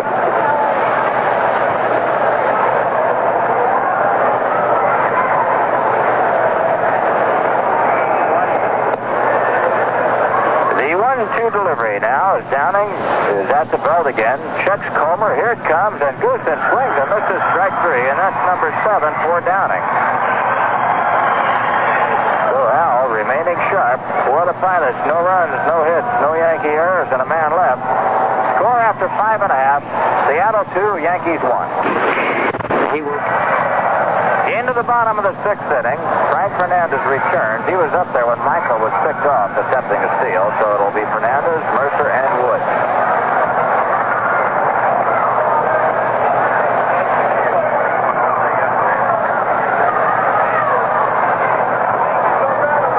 Barber all the way for the Pilots. Al Downing all the way for the Yankees. A tight one with the Pilots leading now 2-1. Bottom of the 6th.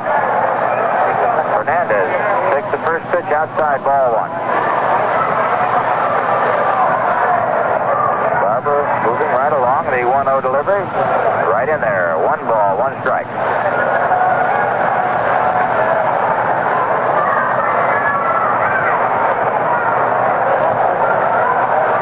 Struck out and walked. Harper at third, guarding the line tight. Outfield deep, pulled to the left as Fernandez takes a changeup outside. 2 balls and 1 strike. Frank is catching his, well, at least he's playing in his 72nd game. He's played a couple of games in right field. There's a swing and a miss by Frank. 2 balls and 2 strikes.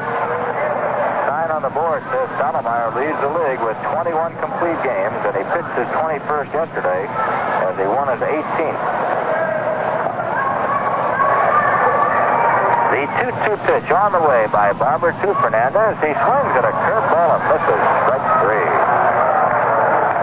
Strikeout number 6 for Steve Barber.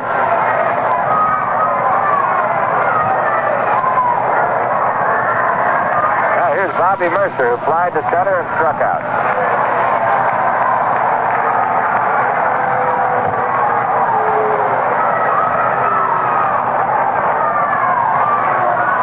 Mercer waiting as Barber goes into the windup, and there's a half swing called strike 1. And Bobby questioned the call of the plate umpire, George Maloney.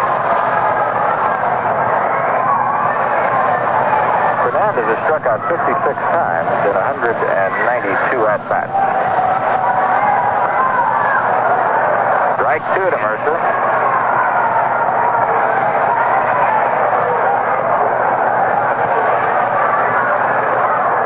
But Frank has the same number of strikeouts as he has walks. The 2-strike pitch to Bobby. A sailor that misses outside. It was really a sharp slider. Moved away from Mercer for a ball and 2 strikes. Barber ready again. Mercer waits. Curve in the dirt, 2-2.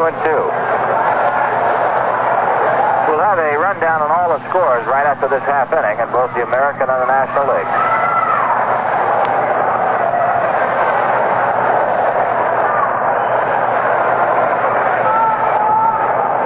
Now Barber takes his cap off, wipes his brow, pitches up his belt, gets the sign. Mercer waiting, swinging that bat, digging in. Steve Barber ready. Here's the 2-2 pitch to Bobby, and it's a curve that's outside, and that's the one that Steve Barber wanted. He just missed the corner. 3-2 now to Mercer. On deck, Ron Wood.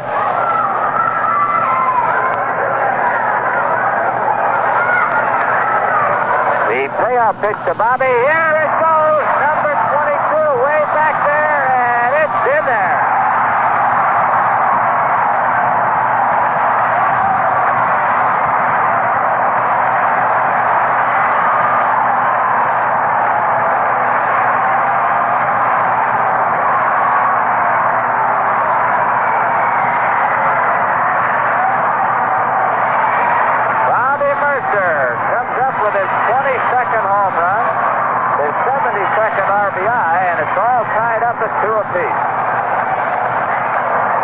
Bobby has hit 5 home runs in his last 7 games.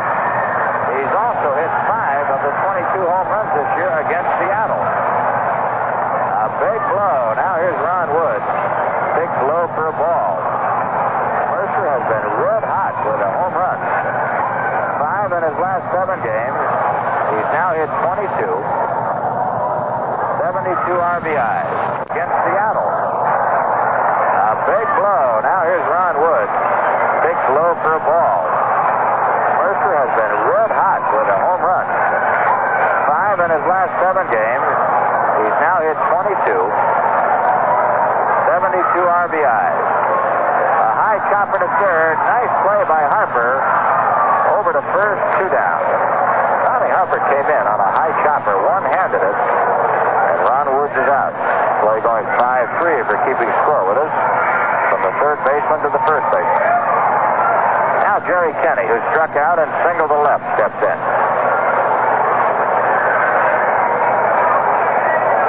Mercer's 22nd ties it up. This young man really swinging that aggressive, tough bat at the plate. Kenny takes a strike.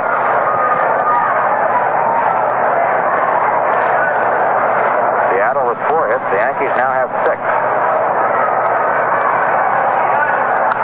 A high chopper to the second baseman, Donaldson. He's got it. Over to first, and Kenny is out of there. Well, the Yankees 1 run on the home run by Mercer is 22nd. Nobody left. The score after 6 full innings of play, Yankees 2 and the Pilots 2.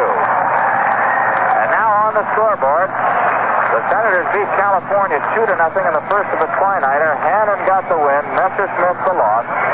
May and Frank Howard's 43rd, homered for Washington. In the second game, Washington 3, California 2 after 5.5, with the Senators batting in the bottom of the 6th. The game has been held up because of rain. After 4 innings, Baltimore won, the White Sox 0, McNally against Peters. Oakland at Boston delayed and postponed because of rain. Cleveland and Minnesota failed to score after 1.5, Tion against Hall. Kansas City 3, Detroit 2 after 4. Tresh and Northrup have homered for the Tigers. In the National League, in the suspended game, the Cubs hung on to win it 5-4 over the Cincinnati Reds. The winner was Nye, the loser Arrigo. Popovich for the Cubs, Maloney and Tola for Cincinnati hit home runs. In the second game, it's the Cubs 1, Cincinnati 0 after 1.5. Jenkins against Cloninger. Kessinger hit his 4th of the year for the Cubs in the first. In the other game underway in the National League, Cardinals 5, Houston 1 after 3.5.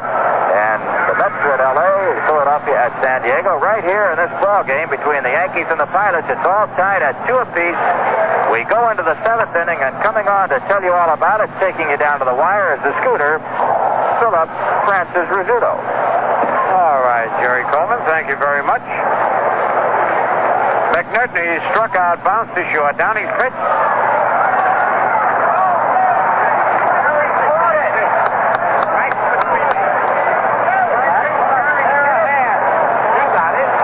Patricia made a beautiful play with his Phil Rizzuto glove. I hate to say it, but I gave Gary a glove with my name on it. You can't miss him with that glove. Nice play, Gary. There's another foul in the seat. 0-2.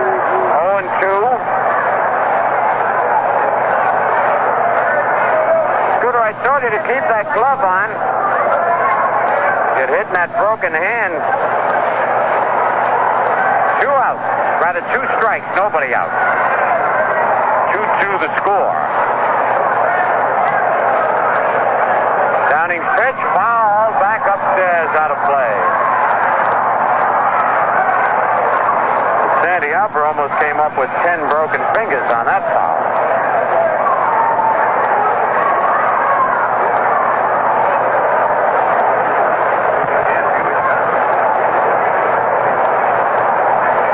Still 2 strikes on McNerney. Downing's pitch just missed the inside corner. 1 ball, 2 strikes. Pilots scored 2 in the second. The Yankees 1 in the 5th. And in the 6th, Bobby Mercer picked up his 22nd home run of the year. Let's see, how many does that give the Yankees now? 83. There's a ground ball hit to third. Jerry Kenny has it. Fires to first. 1 out.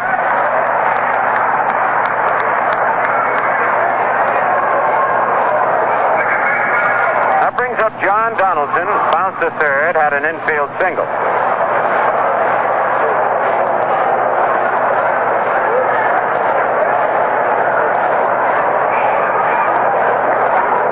Donaldson, a left-hand batter. Downing's pitch is inside, ball one.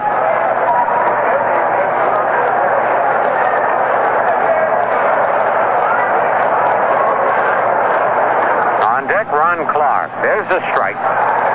1-1.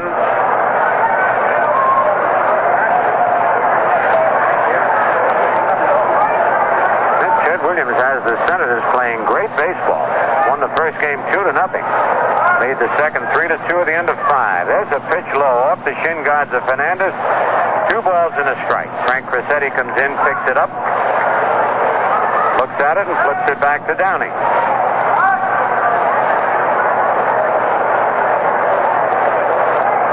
Forget those red-hot Washington Senators come into Yankee Stadium the 17th and 18th of September, Wednesday and Thursday nights.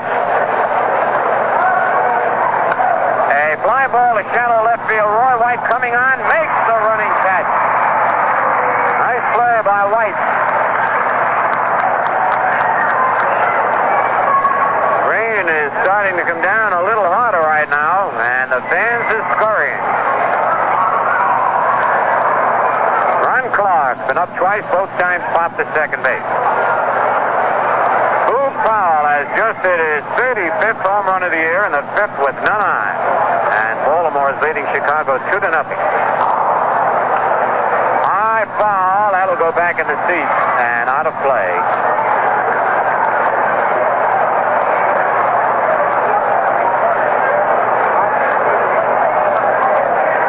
Had quite a bit of rain earlier this afternoon.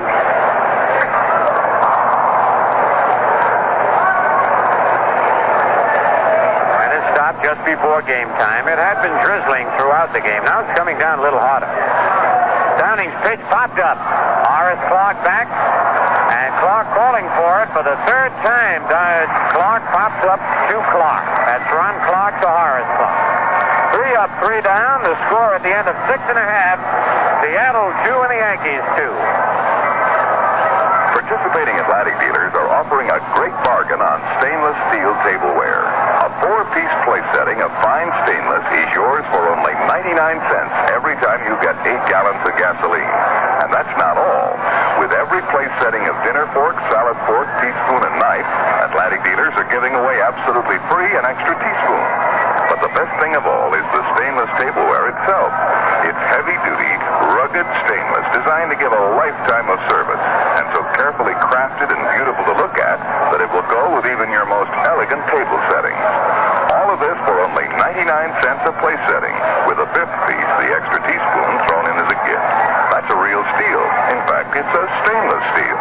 So take advantage of it soon. Matching accessory pieces are available too, and you can charge everything on your Atlantic Richfield credit card. What are you waiting for? This offer may vary in some states.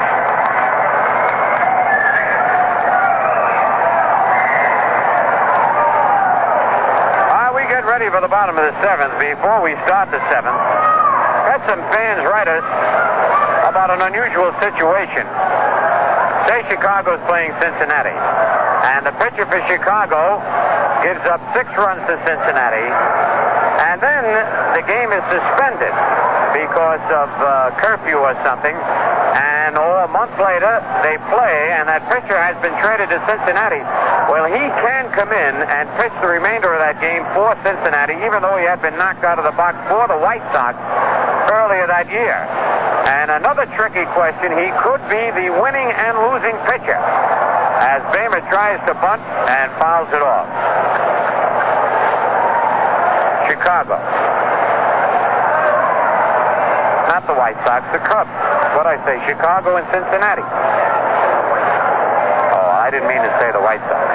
But actually, he could be the losing pitcher, giving up 6 runs to Cincinnati. We'll have to figure this one out later, but Len Bamer fouls one over our heads. And out of play, strike 2. Bamer has doubled and hit into a double play.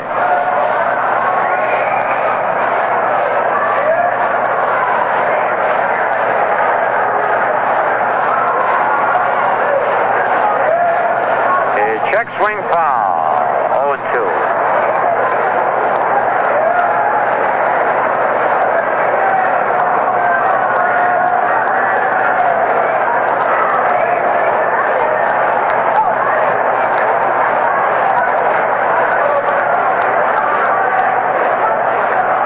Two-strike pitch.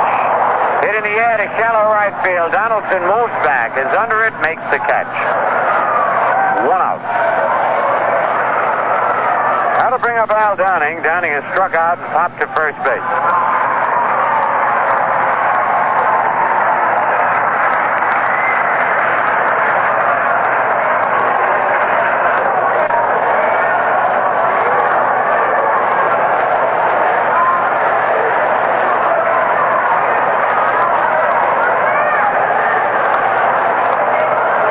A base hit up the middle. Oh, Downing hit that ball right on the button. A solid single to center field.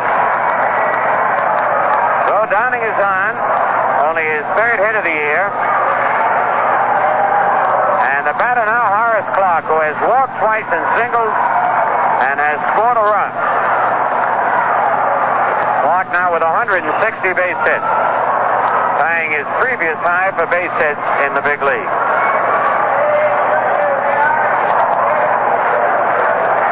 2-2 ball game here in the bottom of the 7th. Now the rain is just about stopped. Barber's pitch is hit in the air to center field, but right there, Steve Hobley, he's got it, and it's 2 outs. That brings up Gene Michael, who's 2 for 3. Gene singled in the first, bounced the second and the third, singled in the 5th.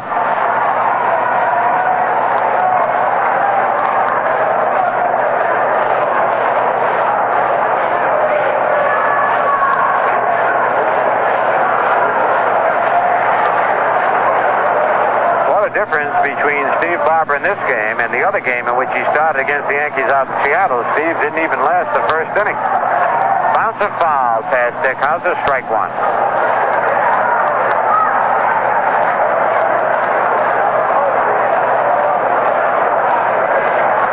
When Barber was having his good years for Baltimore, he was really rough to hit, as he has been tonight.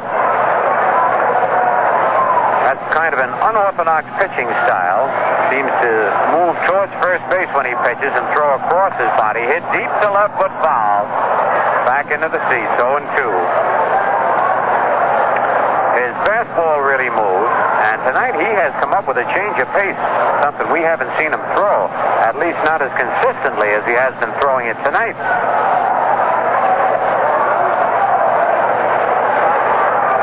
Nothing in 2. The pitch, strike 3. Michael is out of there. Strikeout number 7 for Barber. For the Yankees, no runs, a base hit, no errors, a man left. At the end of 7, it's Seattle 2 and the Yankees 2. Strawberry Chevrolet, we care about your car. From big out to trade-in, we never very far. With acres of Chevys, we need it when we say we back our Secret Service at Strawberry Chevrolet. Now you can go to town in style. This is Ted Vaughn inviting you to visit Salisbury Chevy Town. So big that it has streets named after individual Chevy models. So new that every street is filled with new 1969 Chevys. Yet you get good old-fashioned hospitality at Salisbury Chevy Town. Nobody walks. You ride up Camaro Lane, down Impala Avenue, over Caprice Row, around Chevy 2 Drive, through Covered Wagon Trail to Chappelle Court in a colorful courtesy cart, and select your new Chevy at your leisure. Then you really go to town because Salisbury makes it so easy to own the Chevy you want. Walk, drive, or fly to Salisbury Chevrolet at Schenectady County Airport, Route 50, Scotia. Well, Gus Gill is coming up to bat for Steve Barber. And as we told you, Barber did a real fine job. He worked 7 innings.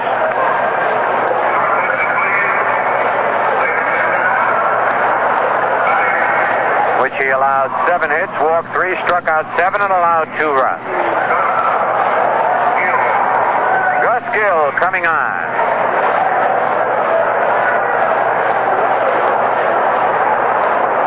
Looks like Barber was pitching very well. Downing's pitch is popped up. Back of the plate. Fernandez got a shot at it. Coming back to the screen. He's there. Makes the catch just in front of the screen. One pitch and one out.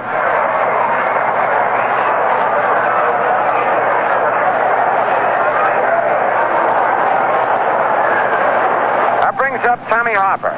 Harper is struck out. Hit to the box and line to third.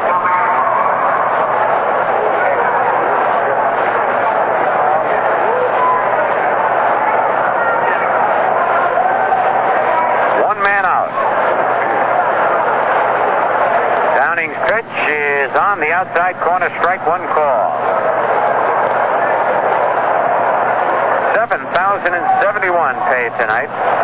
Weather, as we told you, had been threatening all day and had a lot of rain, held the crowd down. There's a pitch outside, 1-1.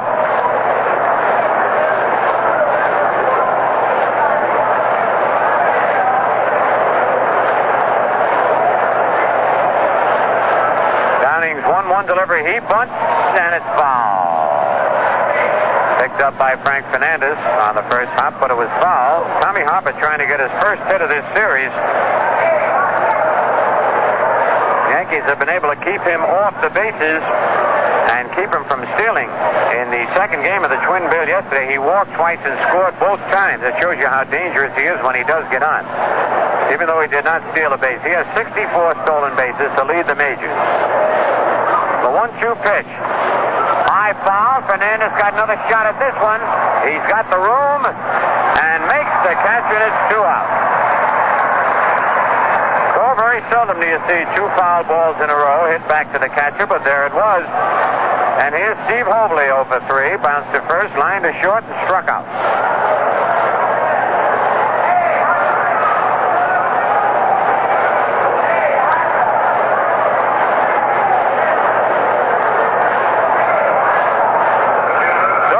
Nobody on. 2-2 the score. Top of the 8th. Downing's pitch in there. Strike one call.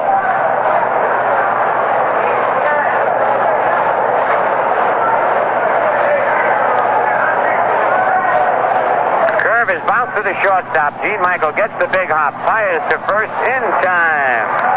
And another 1-2-3 inning for Al Downing. At the end of 7 1/2, it's Seattle 2 and the Yankees 2. With all the hoopla about Saratoga Vichy, Saratoga Ginger Ale does tend to get upstaged, which is a pity, because in its own mellow, unassuming way, Saratoga Ginger Ale is quite as distinctive a product as its better-known sister, or brother, if you prefer. It's a richer, more flavorful ginger ale than all of its assembly line competitors. The reason is, I'm told, that the Saratoga people insist on only purest Jamaica ginger. In any case, you can see a subtle difference in the color, which is a proud, sunshiny gold, rather than an off-white or some murky amber. Why, in this era of play safe, please everybody products, do the Saratoga people make a ginger ale that's different? Well, when you're known for a product like Saratoga Vichy, it would hardly do to make a ginger ale like everybody else's.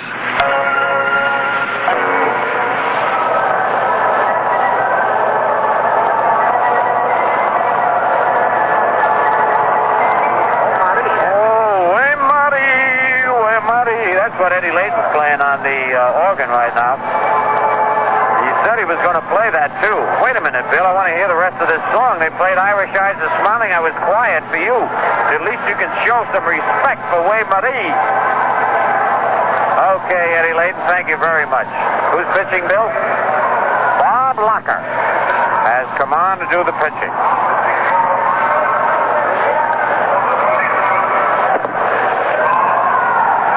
Locker takes over for Steve Barber. He'll be facing Roy White, Frank Fernandez, and Bobby Mercer here in the bottom of the 8th. Robert Autry Locker, born March 15th, 1938 at Hull, Iowa. He now lives in George, Iowa. Well, there's 2 cities I never heard of, Hull and George. But he's 6'3" and 195 pounds and cornbread. Is that the way you say it, Sandy? that's cow. Steers cornbread. Got a lot of wheat and corn out in Iowa, though. He's a graduate of George High and also a graduate of Iowa State University with a B.S. in geology.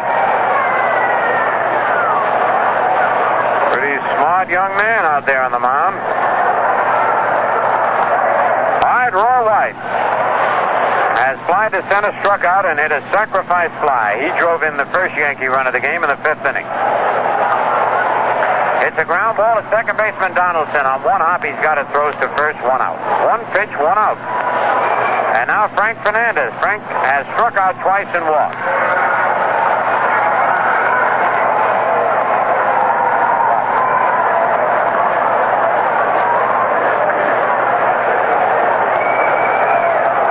Bob Locker was acquired from the Chicago White Sox on June the 7th of this year.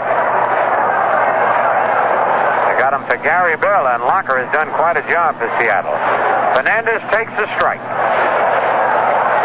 Frank had a rough time against Steve Barber. We told you Steve had 7 strikeouts. Pitched a beautiful ball game. This is swing and a foul back. 0-2.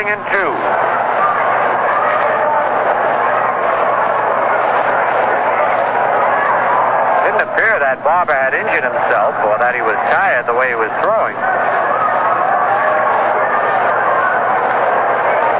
Now the 2-strike pitch. Ground ball hit the short. Off the glove of the shortstop, Ron Clark. And Fernandez will be on. And error charged to the shortstop, Ron Clark. That ball took a nice hop right up into the glove, and he had it, and then it just in slow motion rolled out of the glove and dropped in back of him. And here he is, Bobby Todd Mercer. No, this is Bobby Ray Mercer. The new baby is Bobby Todd. And Mercer has fly to center, struck out, and hit his 22nd home run of the year. That tied up the game in the 6th inning. Bobby now with 72 runs batted in.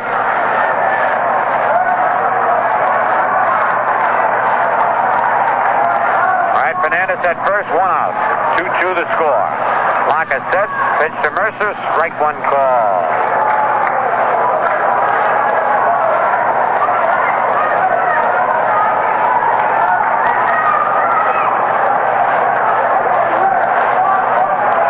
On deck, Ron Woods. Goosen is not holding Fernandez too close to first base. Locker set. The pitch, swing and a miss, at a good changeup. 0-2.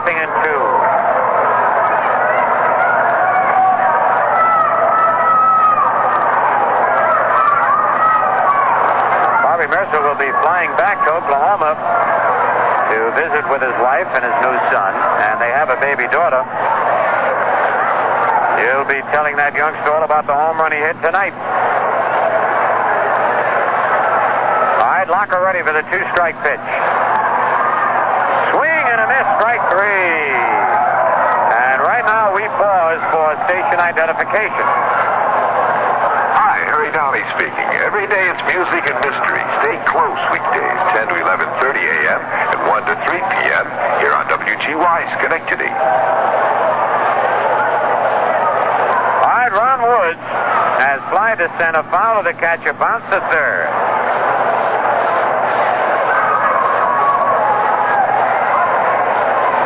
On deck, Jerry Kenney. Fernandez leads away. Pitch to Woods is low, ball 1.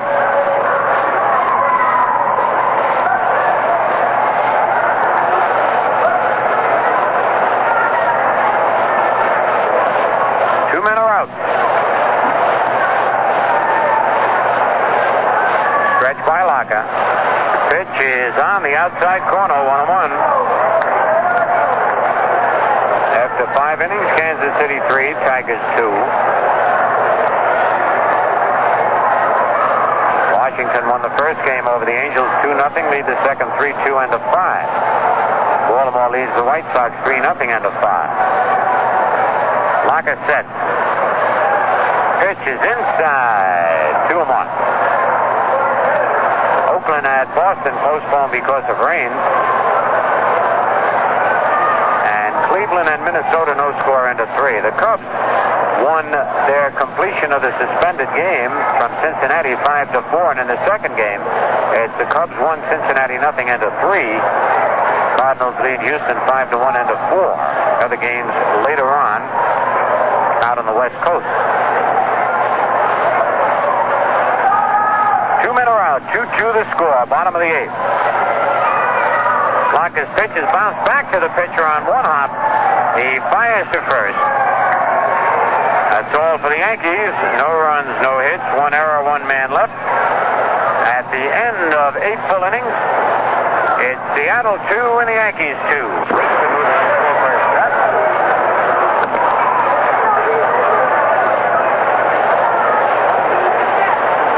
2-2 the score.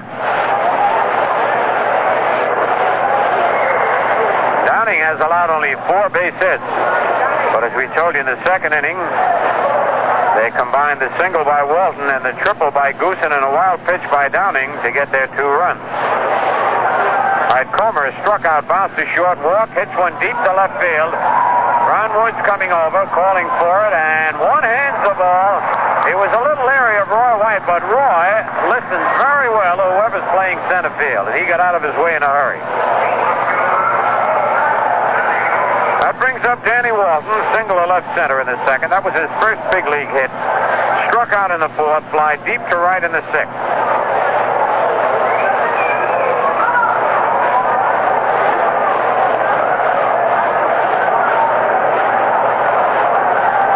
Nobody on. Downing kicks, delivers a drive deep to left field. If it stays fair, it's gone. And it's a home run for Danny Walton. And that young man had 25 of them in the American Association before being called up yesterday by Seattle. He puts the Pilots out in front 3-2.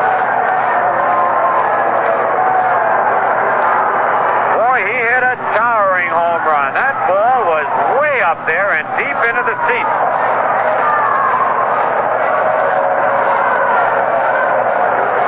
Here's Greg Goosen, who has tripled, doubled, and struck out. He fouls one off the end of the bat, strike 1. As we told you before, he got his first hit in the second inning, a single, and naturally that's his first major league home run. And with that stroke, especially in that Seattle ballpark, he's going to have quite a few home runs.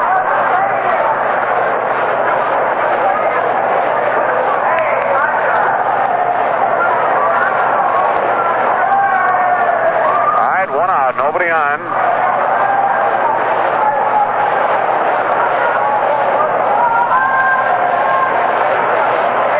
Downing's pitch low. 1-1.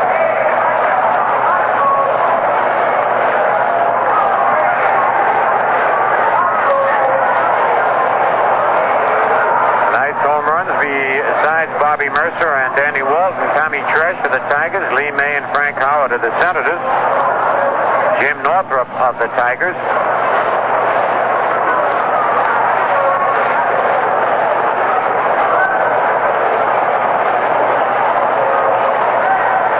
A bouncer foul down the third base line, 1 ball, 2 strikes. Crissetti comes in, flips it to plate umpire George Maloney, who flips it back to Downing.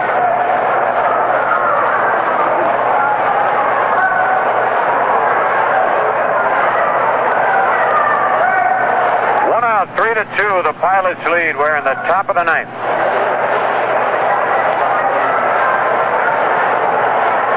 Downing kicks high and tight with a fastball, 2-2.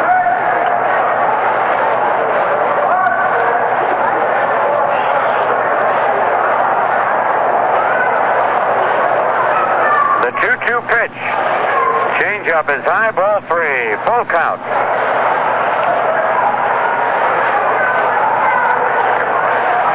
Fresh supply of baseballs brought up to plate umpire George Maloney.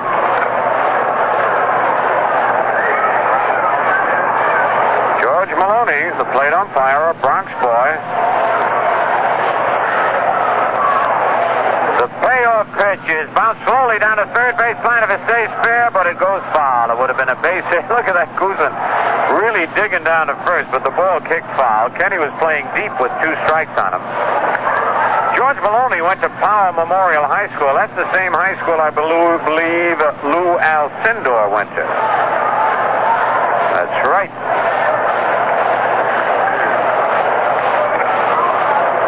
So Goosen just now getting back to home plate.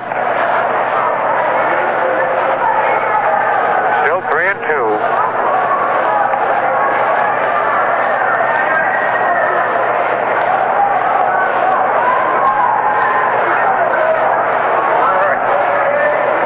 Once again, we'll have the 3-2 pitch. Downing winds. Here it is, and it's inside, ball 4. It's only the second walk given up by Al.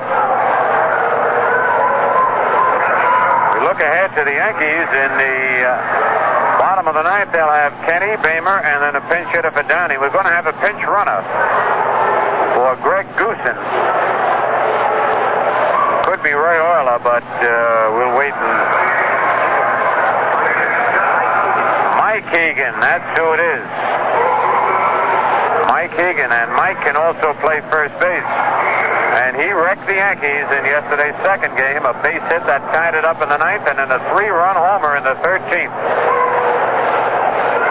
Bounce a foul. Strike 1.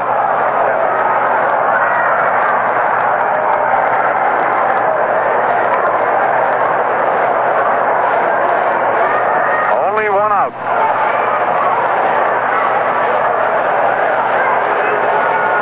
3-2, Seattle leads. Mike Egan, a good base runner, leads off first. Downing's pitch swung at and missed. Strike 2. Jerry McNerney struck out, bounced to short, bounced to third.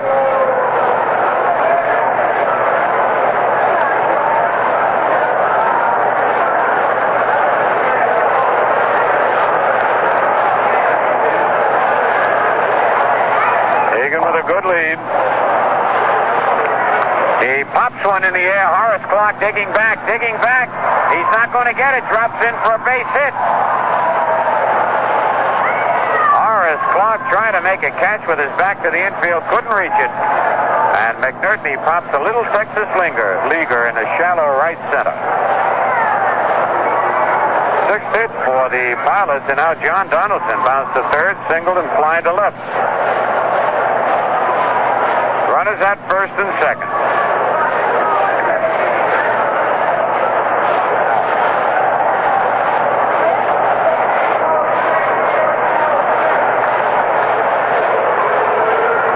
Runners lead off first and second. Pitch to Donaldson, strike ball.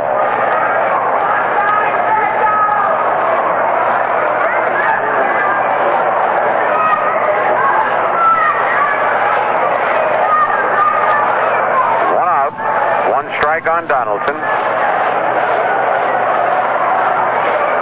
Downing set. Delivers a check swing, but it's in there. Strike 2.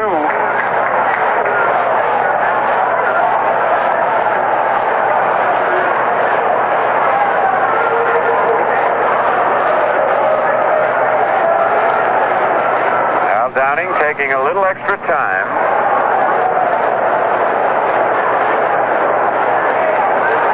The stretch.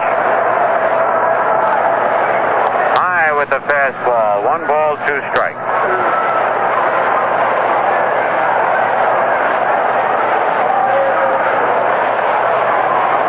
On deck, Ron Clark.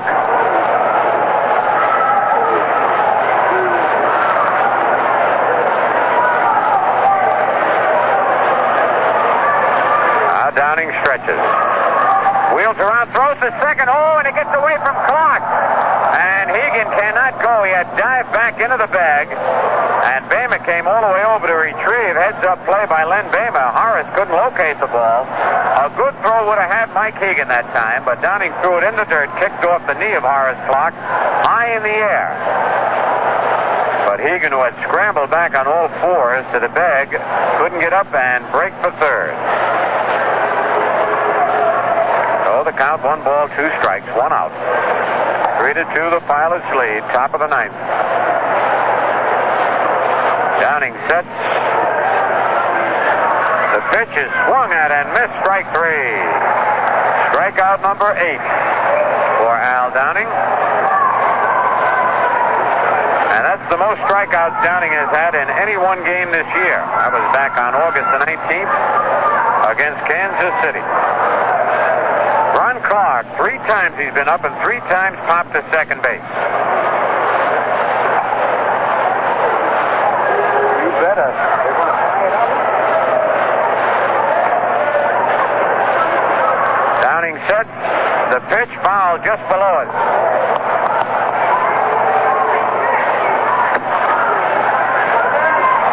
Strike 1.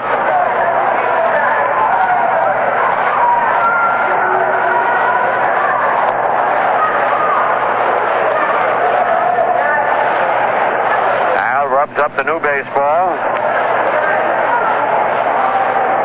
Egan leads off second. McNerney off first.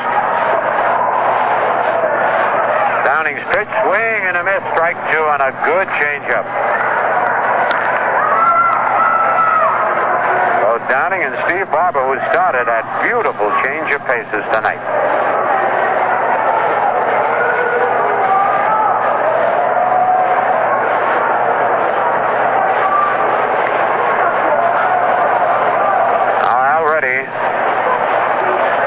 Delivers a fastball that's low, a ball and 2 strikes. And now Downing wants still another new baseball.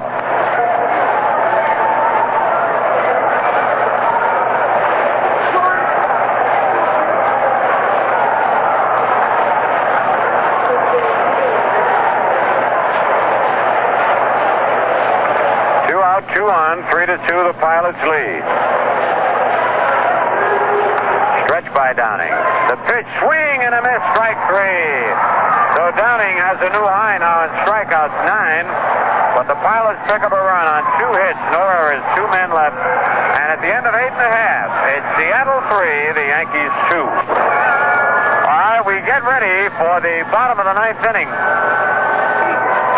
And Mike Hegan, who, as we told you, can play first and play it as well as anyone, stays in the game at first base.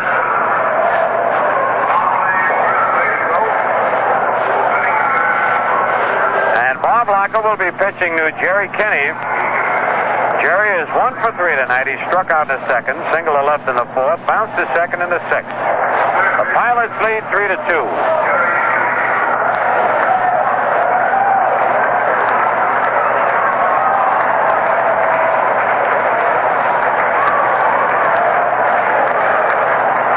All right, Tommy Harper comes way in at third base.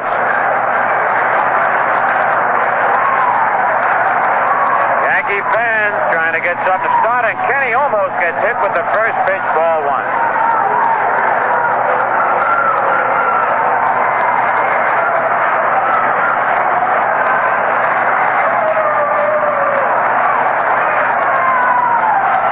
Locker ready again. Almost hits him again, ball 2. They're down around the knees, but both pitches have been way inside.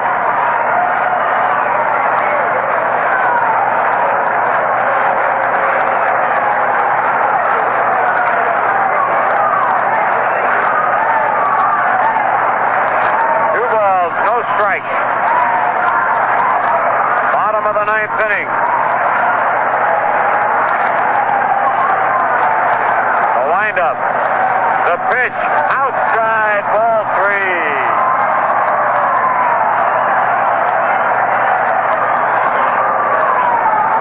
3-0 the count. 3-0 pitch in there. Strike ball, 3-1.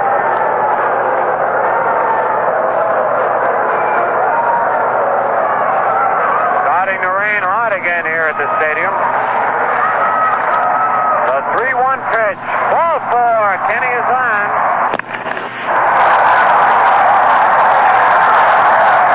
And Joe Pepitone is coming up to bat for Len Bama. Joe Pepitone, who was 3-0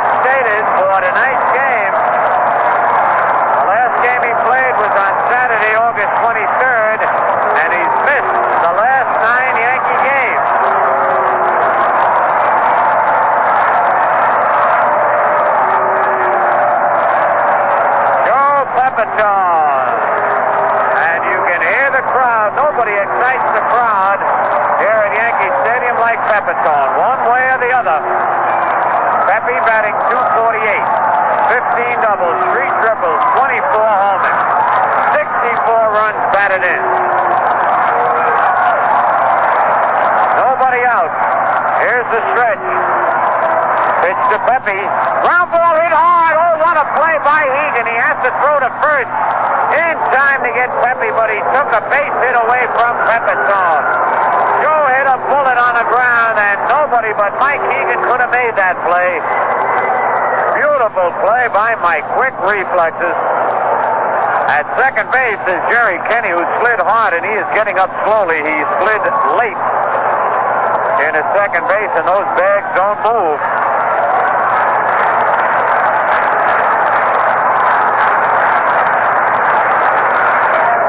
Jimmy Hall now coming up to bat for Al Downing.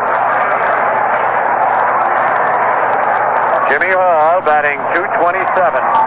Has 7 doubles, 5 triples, 3 homers, 26 runs batted in.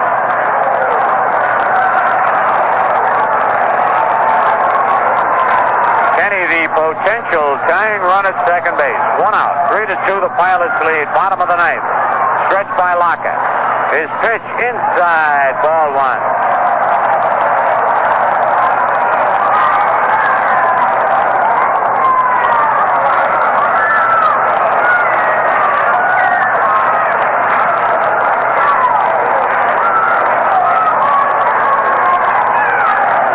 Man out. Locker gets the sign. Here's the stretch. The pitch is fouled back in the upper deck behind home plate. 1-1.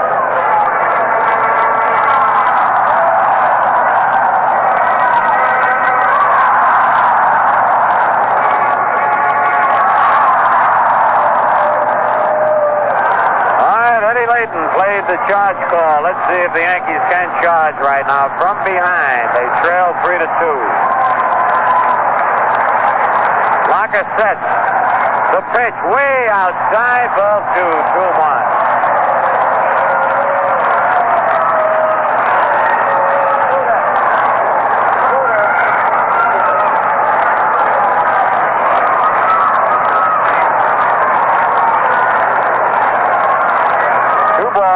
Strike. Locker sets. The pitch is popped up. The second baseman, John Donaldson, is under it. He's got it. There are 2 away. And with 2 out, the batter will be Horace Clark, who has walked twice, singled, and flied to center.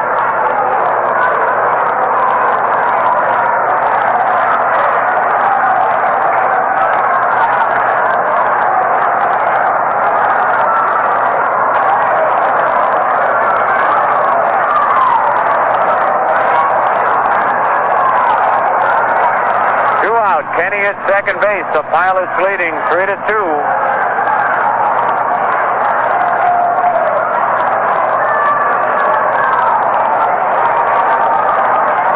Gene Michael is on deck without his hat.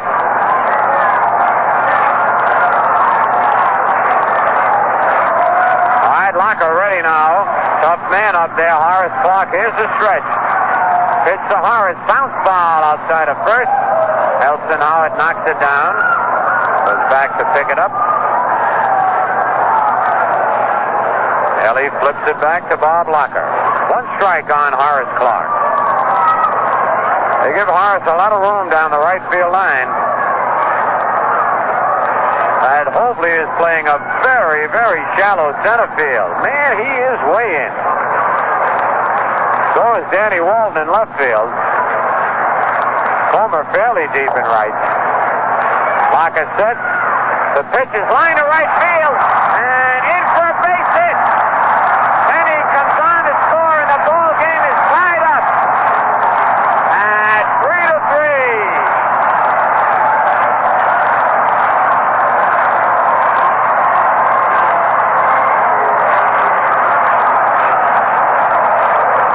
That was the first hit off Bob Locker since he came in to relieve Steve Barber.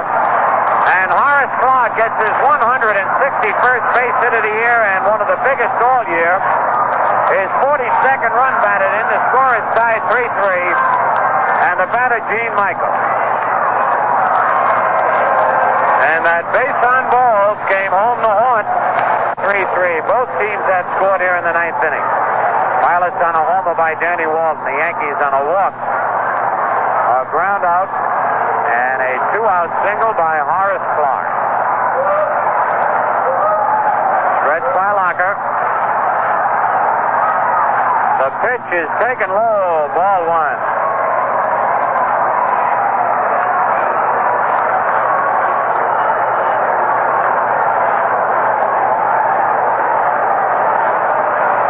The White Sox scored 9 runs in the 6th inning. Baltimore pitching.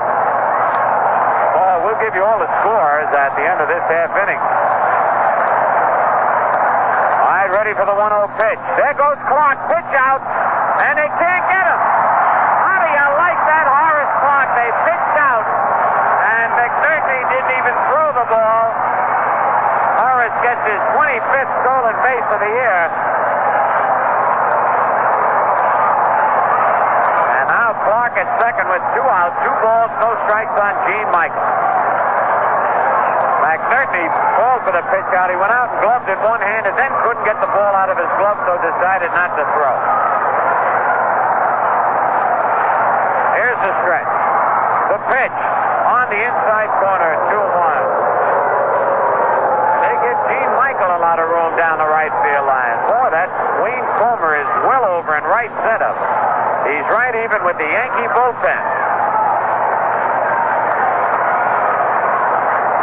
Locker sets.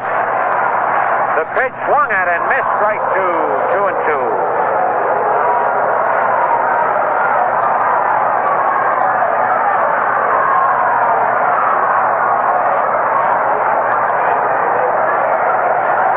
On deck, Roy White.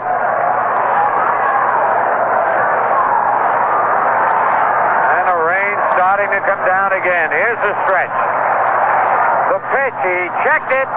They're walking off the field, the Pilots, but plate umpire Maloney said no, ball 3.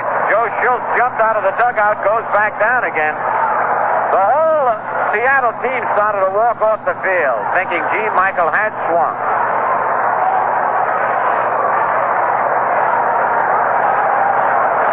Full count. 3 balls, 2 strikes, 2 outs. 3-3 the score, bottom of the ninth. The Cubs now out in front of Cincinnati in the second game, 4-0.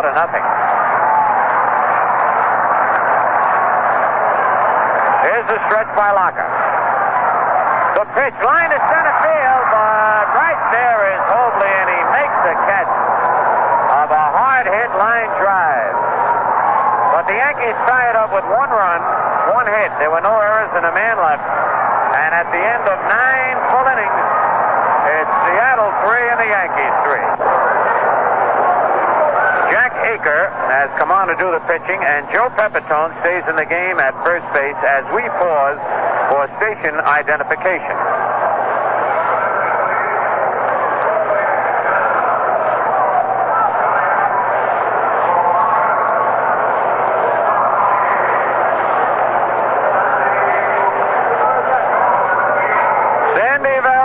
Will bat for Bob Locker with Jack Aker on the mound for the Yankees.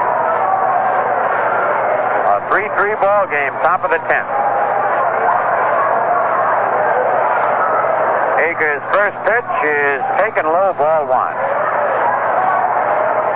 Aker with the Yankees has won 7, lost 3, and has had 8 saves with a 1.89 earned run average.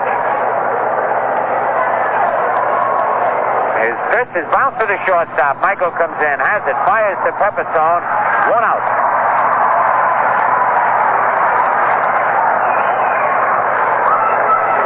That'll bring up Tommy Harper. Tommy 0 for 4, struck out, hit to the box, line to third, foul to the catcher.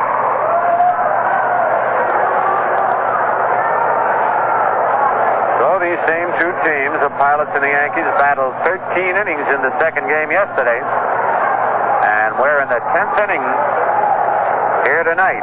Pitch to Hopper is low, ball one.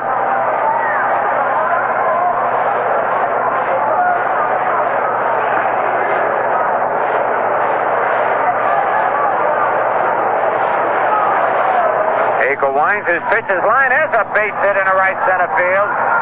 And Bobby Mercer up with it, fires it in, and Hopper's on with his first hit of the series, a line shot to right center. Now here is the Major League's leading stolen base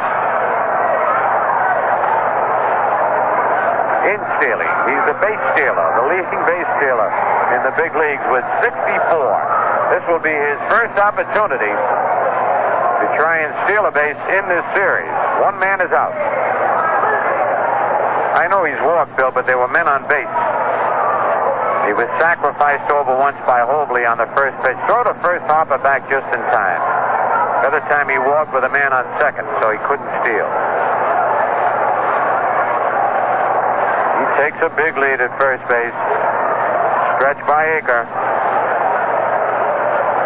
The pitch is swung at and missed, strike one.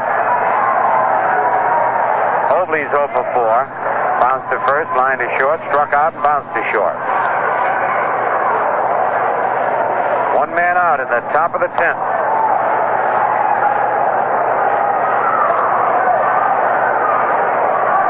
Aker sets. The pitch is swung at and missed, strike two. Well, Hopper didn't try to go on the first two pitches.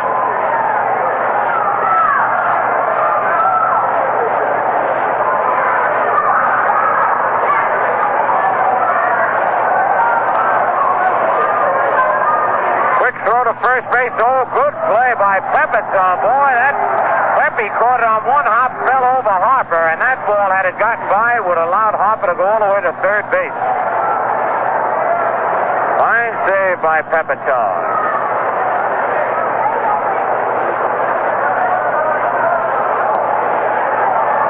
A foul at the plate, and Harper was going that time. Boy, does he get a quick jump.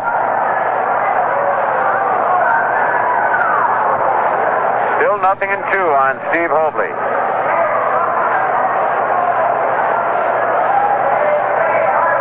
Pepitone fell quite heavily on Tommy Harper. Tommy rubbing the right leg. All right, one man out, 3-3 to score. We're in the top of the 10th.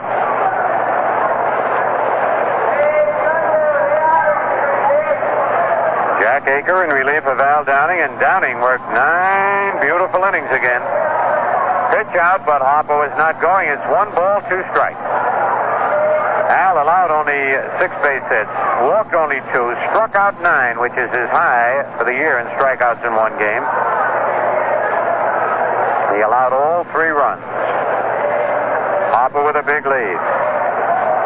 Ready for the 1-2 pitch. He's going. The pitch is low. Fernandez' throw is low, and he's out at second. And Gene Michael again caught that ball on a short hop, and he makes as quick a tag at second base as any shortstop you'd want to see. Fernandez had to get rid of the ball in a hurry. He threw it low, but Michael scooped it out of the dirt and put the tag on Tommy Harper. 2 outs. 2-2 the count.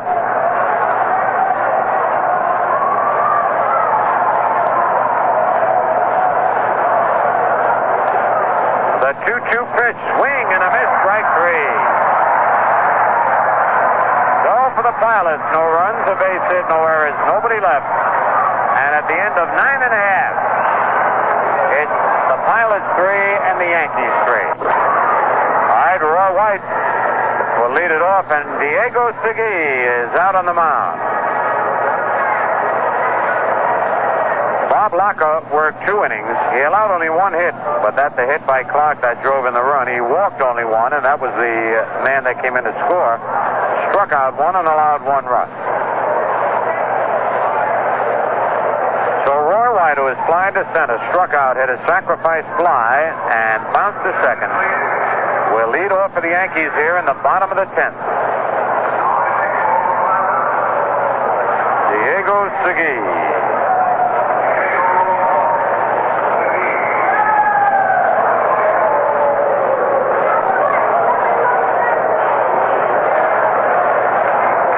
making his 52nd appearance of the year. He has won 9 and lost 5.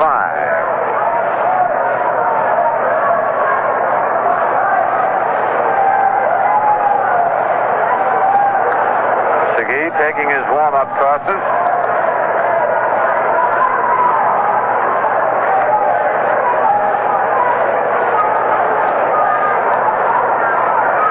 Not quite through yet. Rain comes down and stops. Segui's full name is Diego Pablo Segui.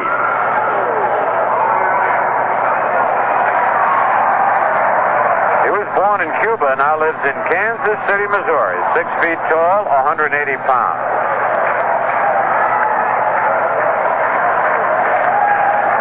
Roy White batting left-handed against the right-handed Segui.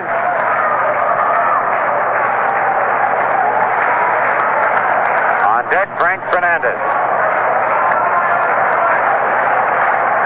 Roy takes the pitch high, ball 1.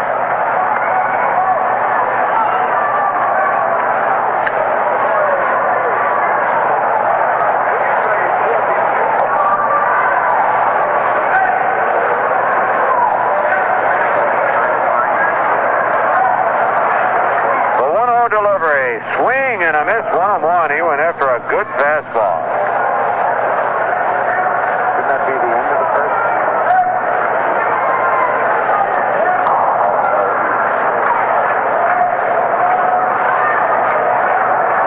One ball, 1 strike on Roy White. 3-3 the score, bottom of the 10th. Segui winds. Pitch swung at and missed. Another good high fastball. 1 ball, 2 strikes. Now, Segui has a very good forkball.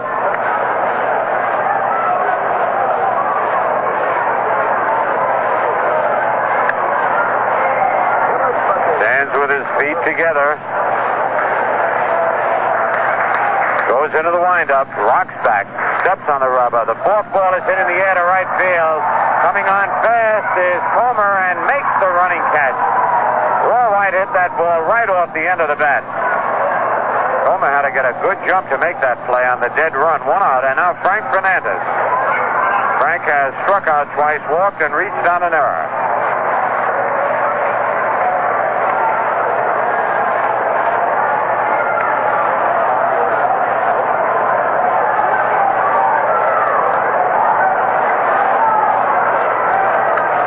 On deck, Bobby Mercer.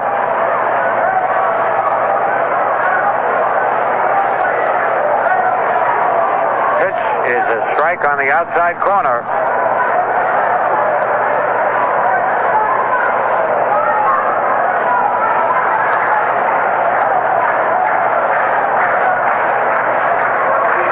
Segui flips the ball around in his glove. The pitch outside. 1-1.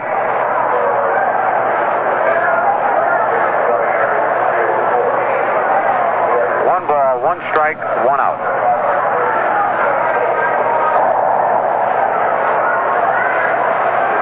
The 1-1 pitch is in there, strike 2.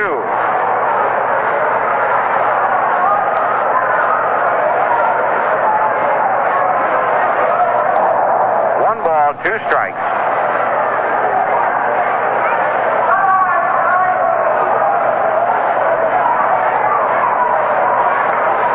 Lined up by Segui. The kick, the pitch is high, and it's even at 2-2.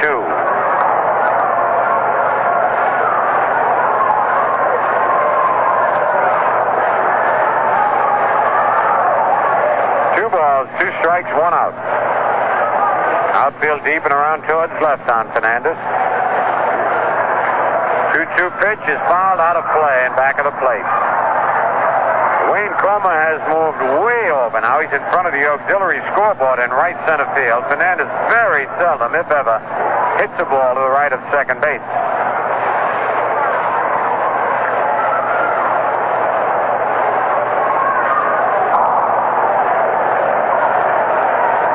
Two balls, 2 strikes.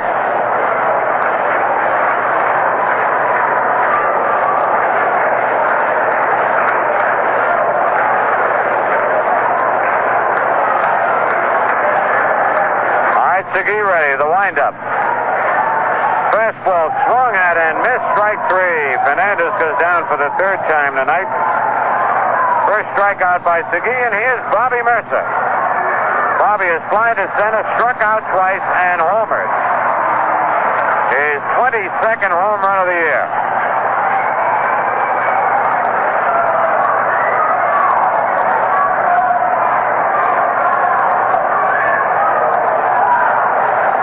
Bobby would love to hit one now so he doesn't miss that plane to Oklahoma. And now McNerney goes out to talk with Segui.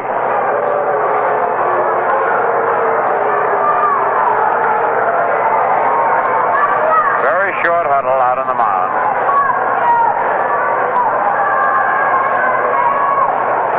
It's got to be a short huddle. McNerney doesn't know too much Spanish.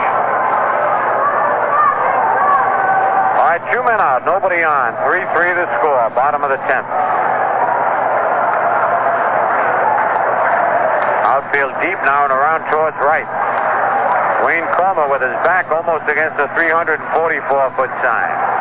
Mercer takes the pitch outside, ball one.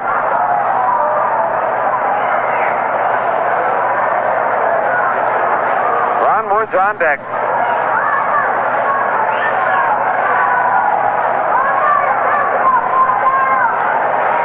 Segui's next pitch, swing and a miss, 1-1. Bobby couldn't hold up on the forkball.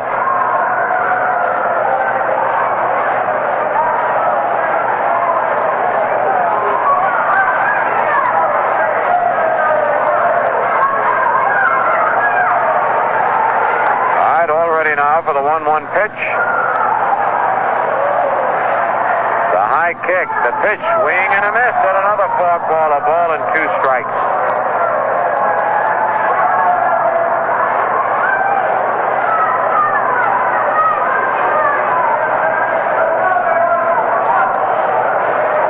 Gotta have long, slender fingers to throw a forkball with a wide span between the forefinger and the middle finger of whichever hand you're pitching with.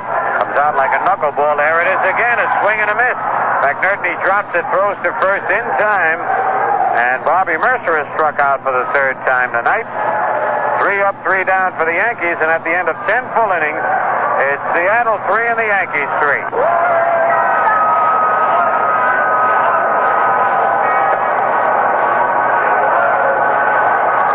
Jack Aker will be working to Wayne Comer, Danny Walton, and Mike Hegan in the top of the 11th. Comer has struck out, bounced to short, walked, and flied to center.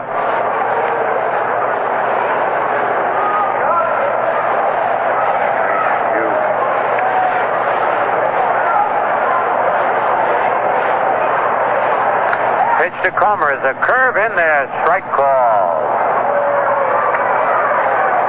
This Aker's got to be tough on right-hand batters.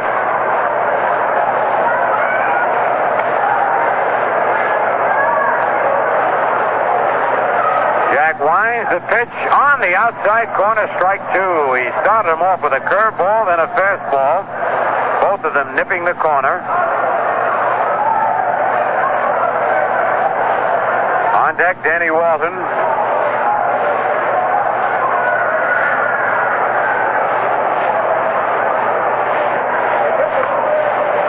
Aker's pitch is a curve a little bit low. It had part of the plate, but dipped below the knees.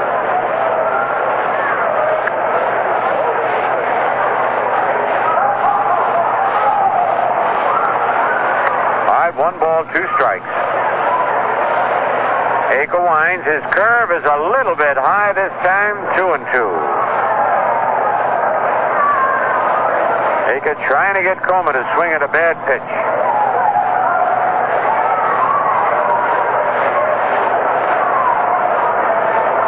The 2-2 delivery. Swing and a miss, strike 3. Jack Aker picking up his second strikeout. And that brings up that young man, Danny Walton, who has singled and homered. He's also struck out and fly to right. Getting his first 2 hits in the big league. right-hand batter with good power. On deck, Mike Hegan. Akers pitch to Walton, swing and a miss, strike one.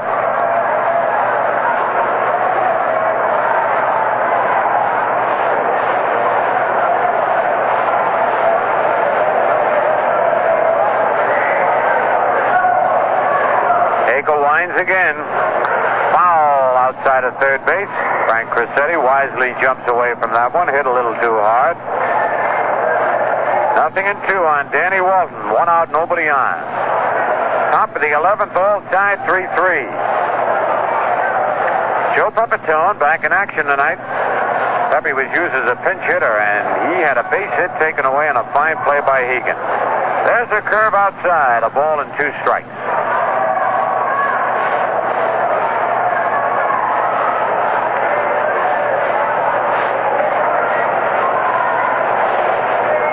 Aker into the windup.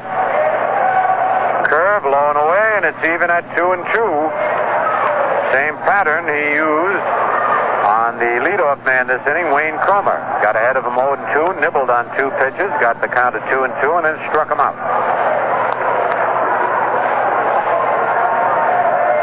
The pitch, hard ground ball, nice play by Kenny. One hands it, fires to first, they got him. Fine play by Jerry Kenny. 2 out. The batter now, Mike Hegan.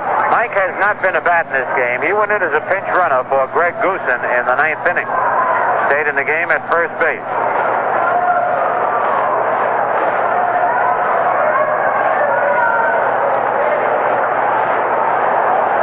Two out, nobody on.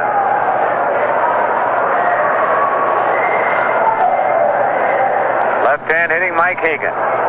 Akers pitch low and away, ball 1. Jack will try and keep that ball away from Hegan if he possibly can. Mike hit that tremendous home run off Steve Hamilton yesterday. The 1-0 pitch, swing and a foul tip, 1-1.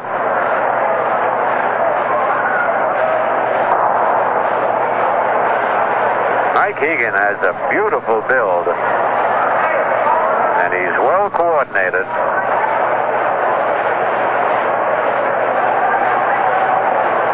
One ball, 1 strike, 2 out. Outside, 2-1.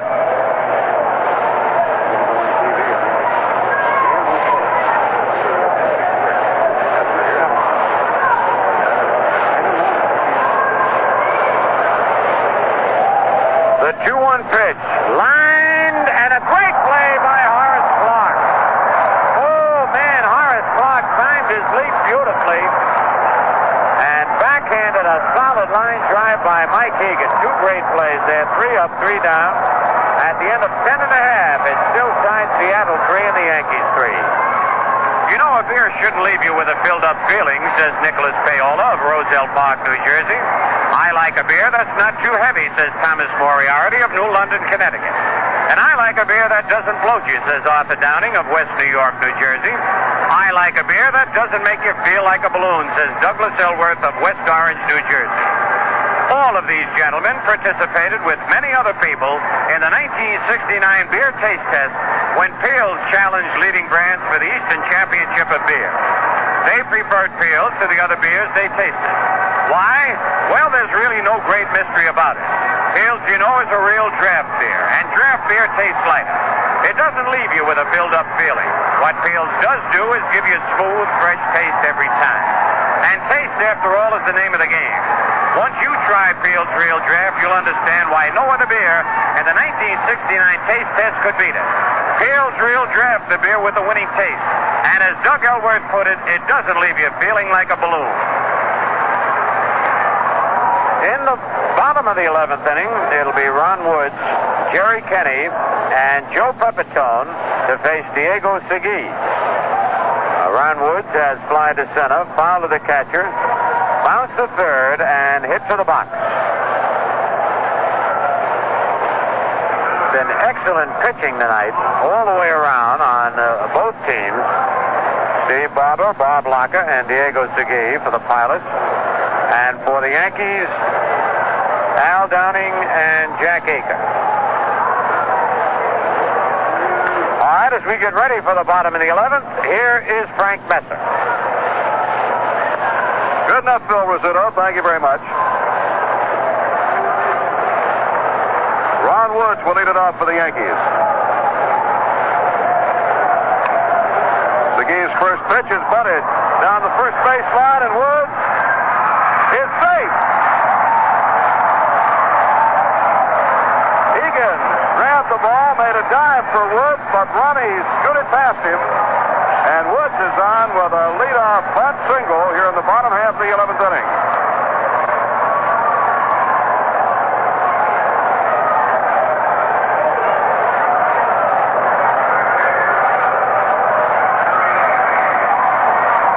Jerry Kenny.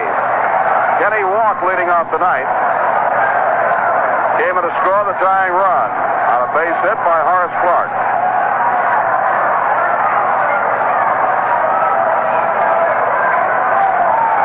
Egan holding against Woods at first base. The Yankees have their ninth hit in the game. There's a throw to first, and Woods is back. Harper in on the grass down the line at third, looking for a bunt from Kenny. Pepitone is on deck. Here's the pitch. Kenny bunts it toward the mound. Segui has it, throws to first, where Egan takes the throw, and Woods goes to second on the sacrifice.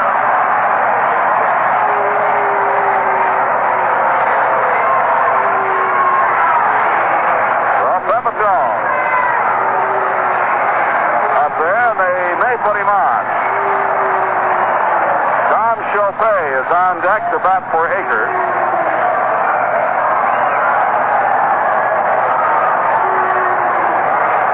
Pepitone grounded out to the first baseman. Egan unassisted in the ninth inning. That ground out, however, moved Kenny to second base, where he was able to score on Clark's single. Pepitone will be walked intentionally.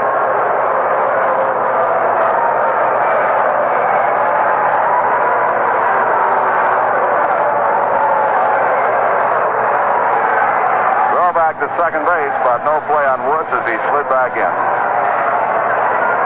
Now ball two to Pepitone.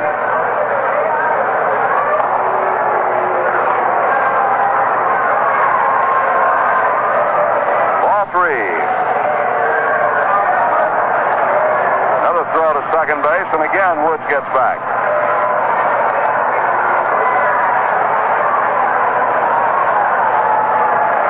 McNerney threw, and now Segui throws to second. Both times Woods safe. 3-0 pitch, and it's outside again, ball four, and Pepitone draws an intentional walk and moves down to first base. And now Tom Chopay batting for Jack Akers. Chopay, a left-hand hitter.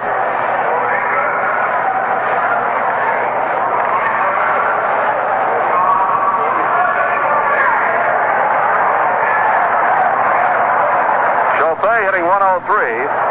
Joe Schultz comes out. Schultz meeting with McNerney, Segui, and now the shortstop Ron Clark at the mound.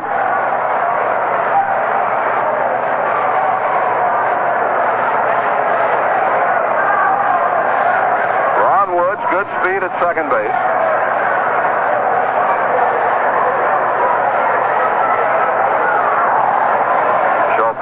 Trying to get him home. Horace Clark comes out on deck. 3-3 ball game in the bottom half of the 11th inning.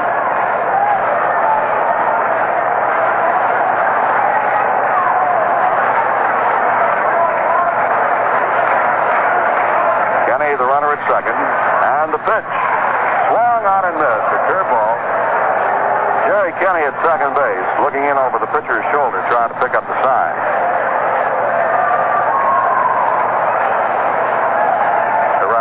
Ron Woods at second base, looking over Segui's shoulder.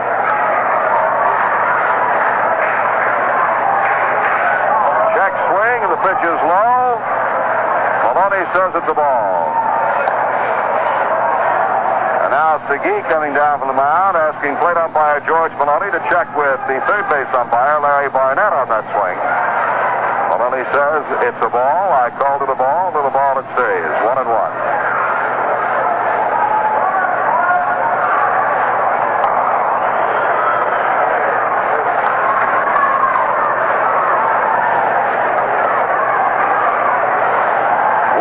second. Pepitone at first, edge away. And the pitch. Hit on the ground, slowly towards second. Fired to the shortstop for one, back to first, no double play. Donaldson to Clark, forces Pepitone. Chauffeur beats the relay at first base. Woods goes to third, and right now on New York Yankee baseball, we pause for station identification. This is your guy, High Agents. Join me afternoons from 3 to 7 for a little bit of something else, right here on WGY Radio 81, Schenectady. The batter is Bobby Mercer.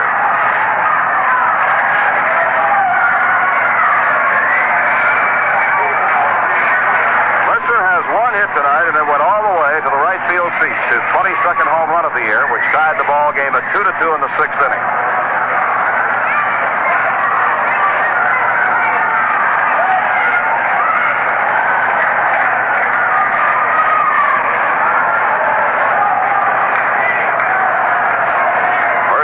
The bat back and forth waiting. And the pitch to him. Inside. Ball one.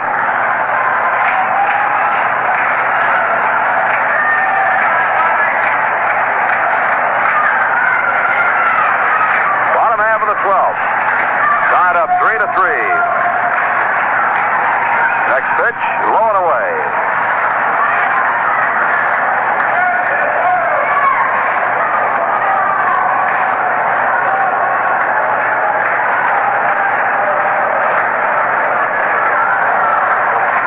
Leads at first. Egan is backed off. The 2-0 pitch to Mercer. Strike one is called, and the count is 2-1.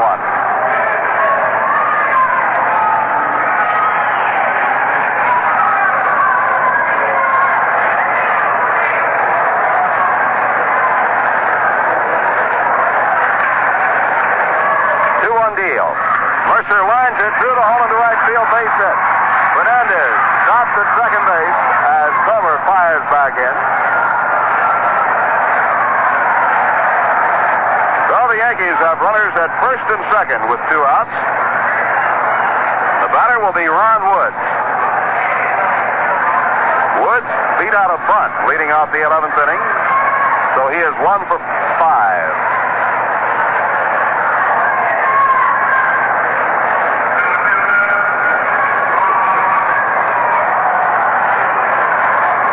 McNerney goes out to talk to O'Donohue.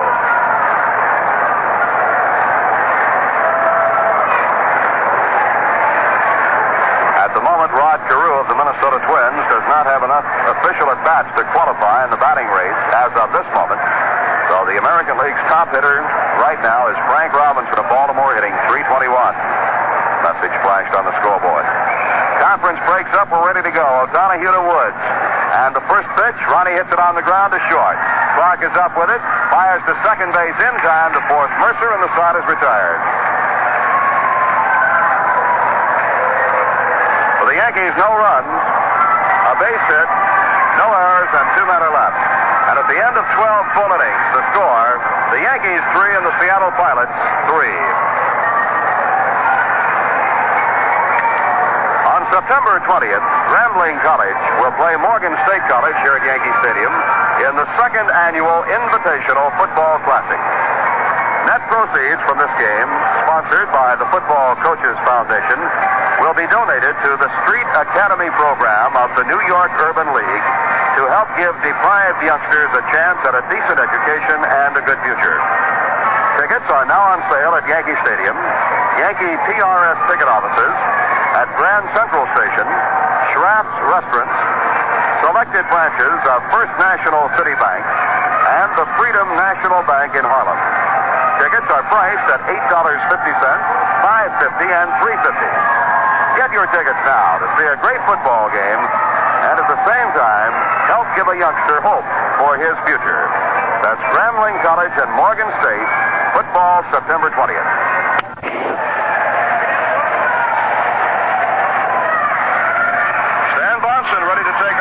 Pilots in the top half of the 13th inning, and he'll be facing the top of the batting order. Tommy Harper to lead it off.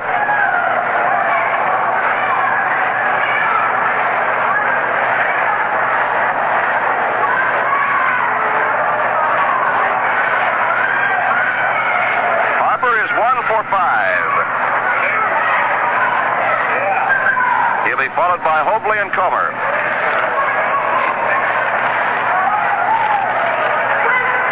First pitch is fouled back on the screen, strike one. Harper is struck out, hit back to the pitcher, line to third, fouled out to the catcher, and singled. After his single in the 10th inning, he was thrown out trying to steal second. Fernandez to Michael. Bonson deals again. Curve ball over the outside corner, strike two. 0-2 on Tommy Harper.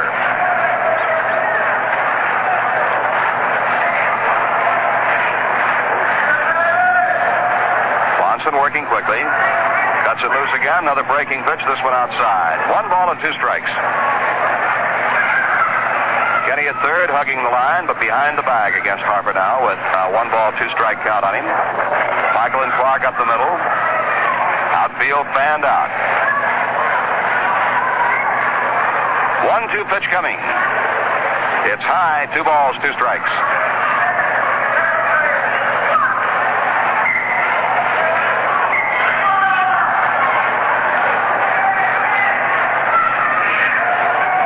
Bonson kicks and deals, and Harper fouls it back into the upper deck. Count holds 2-2.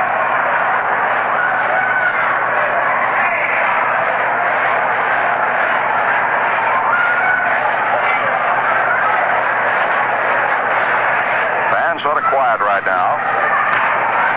As the 2-2 pitch comes in, it's low, ball 3. So the string runs out between Bonson and Tommy Harper.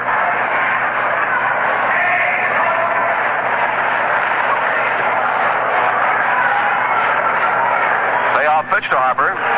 Popped up, out into shallow right. Clark, Pepitone, and Mercer all digging, and Clark makes the catch. Good running catch over the shoulder by Horace Clark. Harper is retired. 1 away, and the batter will be Steve Hobley, the center fielder. He has gone 0 for 5, striking out twice.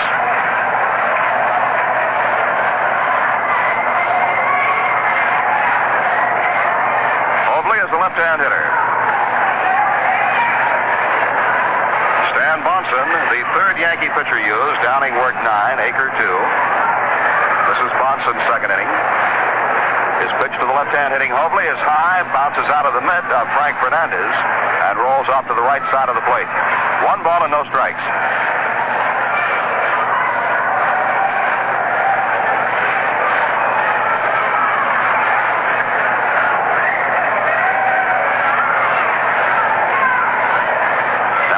Delivery. Foul to the upper deck on the third base side. Hit upstairs, bounced back down. One of the fans down there was ready for it, made the catch. A ball and a strike to Hobley.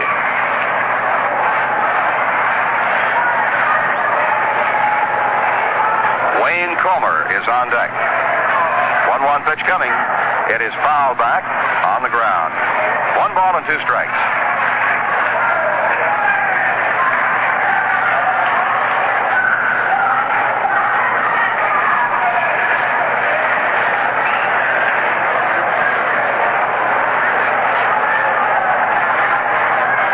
The base is empty. Top half of the 13th inning. Bonson's 1-2 pitch. Foul back again to the upper deck. Behind the plate this time.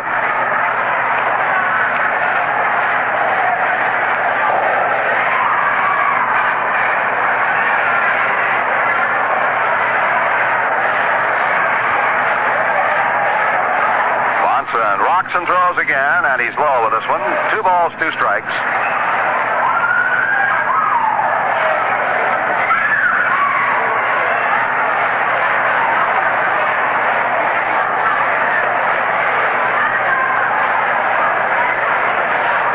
Delivery. Fastball fouled back.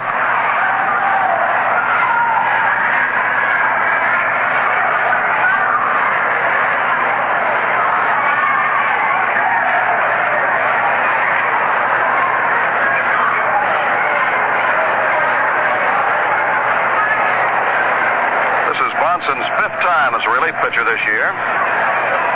He misses high and outside ball 3, and the count is full 3-2. Donaldson has started 30 games. He's won 7, lost 13. His next pitch, fouled back again right in front of the press box. Count holds at 3-2.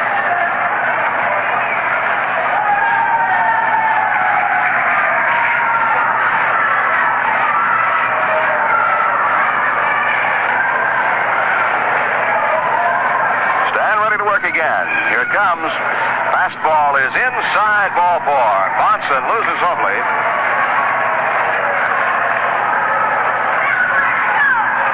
That is the first walk given up by Stan Bonson. Third walk issued by Yankee pitching. And now Wayne Comer, the right fielder, a right-hand batter. Comer is 0 for 4. Drew 1 walk from Al Downing. Downing also struck him out once. Akers struck him out once. Bonson's pitch to him, taken for a strike called.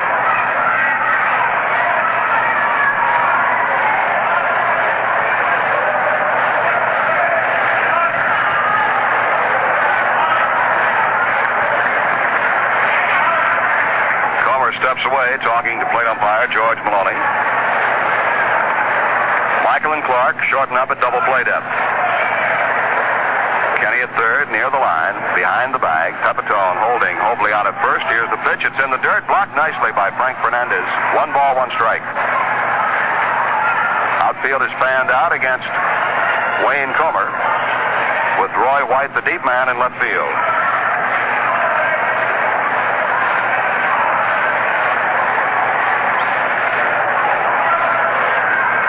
By Bonson. The 1-1 pitch. Breaking pitch is low, and it's 2 balls and 1 strike. Danny Walton, the left fielder, is on deck.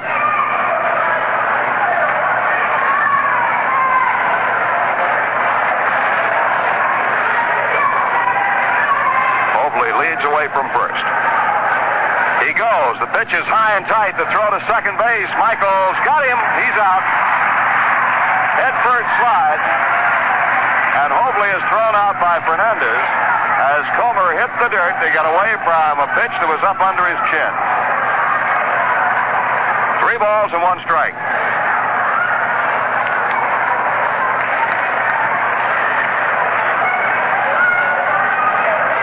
Second base runner that's tried it on Fernandez. Second time he's thrown 1 out. 3-1 now to Wayne Comer with the bases empty and 2 away.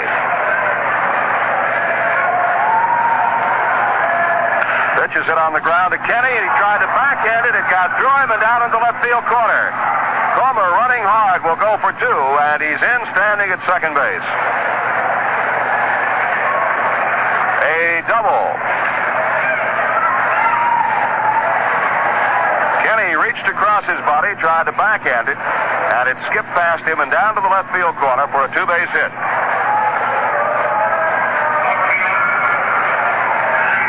Throw with 2 outs, and Comer at second. Danny Walton moves in.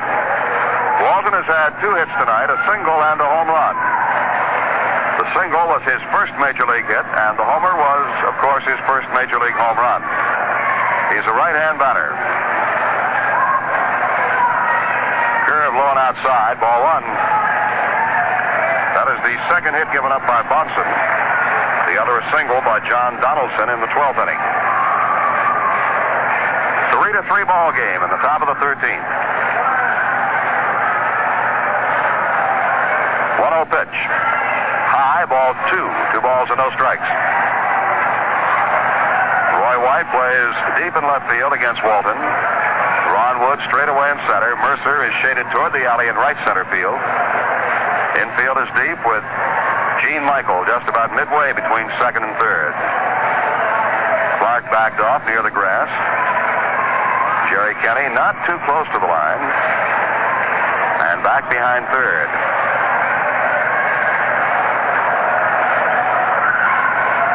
2-0 pitch coming. Strike gets the outside corner. 2-1.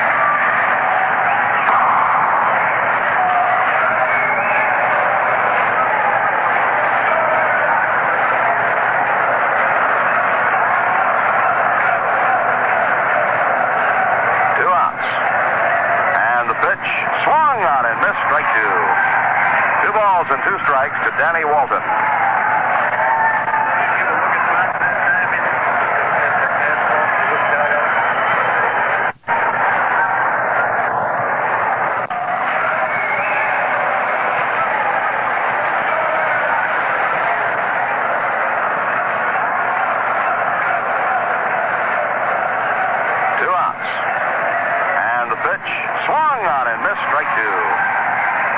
And 2 strikes to Danny Walton.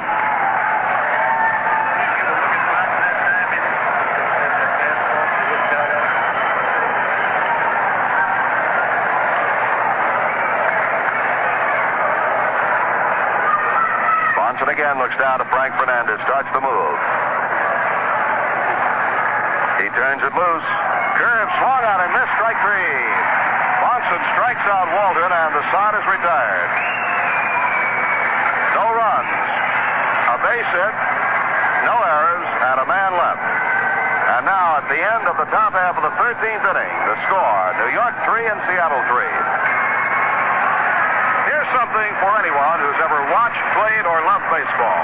A chance to relive all the great moments and sounds and excitement of 100 years of baseball. It's the official Centennial record album marking the 100th anniversary of professional baseball, and yours for just $3. To get your copy, you just send $3 with your name and address to New York Yankees Baseball Centennial Record Album, Post Office Box 500, Revere, Massachusetts. That's New York Yankees Baseball Centennial Record Album, Post Office Box 500, Revere, Massachusetts. But we suggest you do it now. It's the chance of a baseball lifetime to relive many of the thrills of the first 100 years of professional baseball.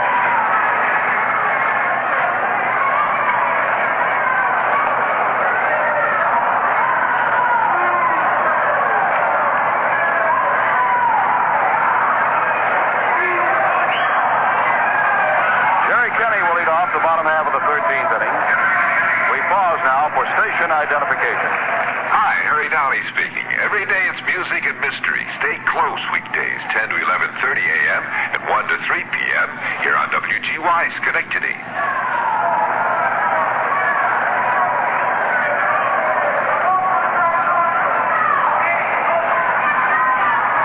Jerry Kenny steps in against John O'Donohue. Kenny is 1 for 3.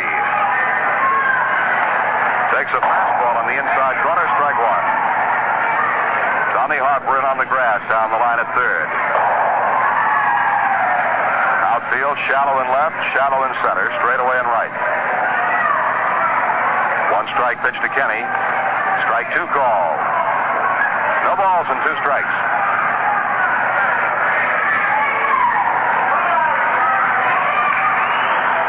Joe Pepitone is on deck.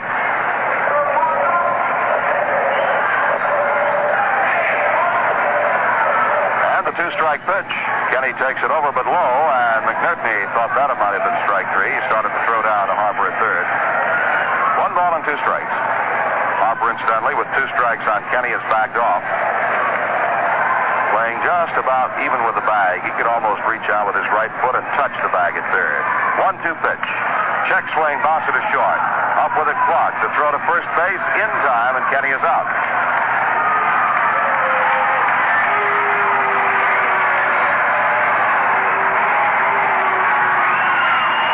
That brings up Joe Pepitone for the 3rd time tonight.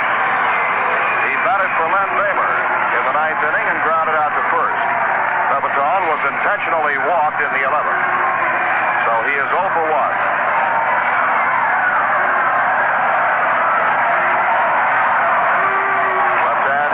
Left-hand pitching.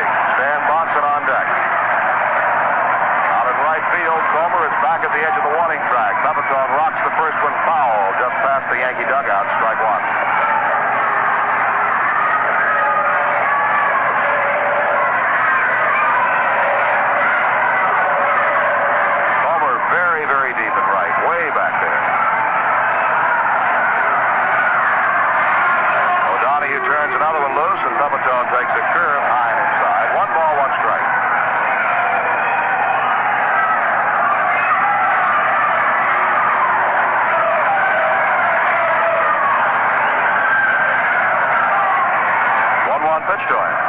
Another curve inside. 2 balls and a strike.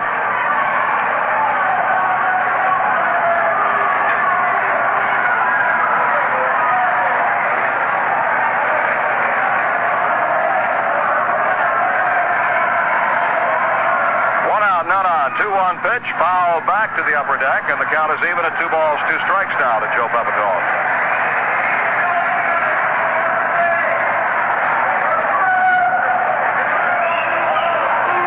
3-3 in the bottom of the 13th inning.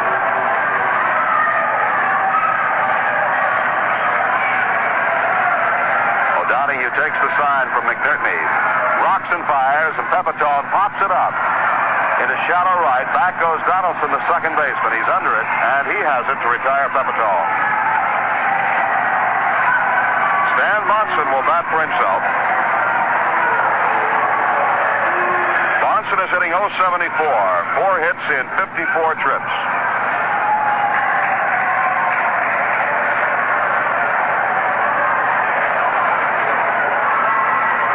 Monson leads the Yankees in sacrifices with 8.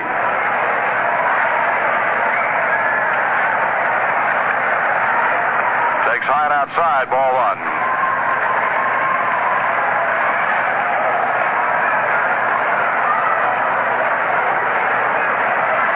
Should Monson draw a walk, it would be his second of the year. He has struck out 30 times. Fouls this one as he took a big rip at it. 1 ball, 1 strike.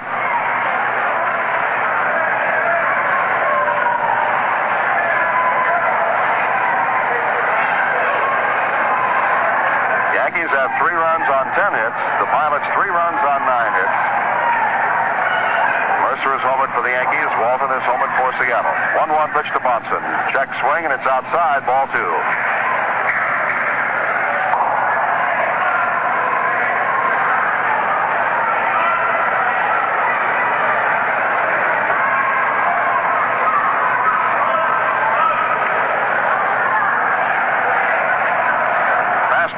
Swung on and missed, and the count evens. 2 balls, 2 strikes. Out in Dodgerland, the Mets are leading 1-0 at the end of 2.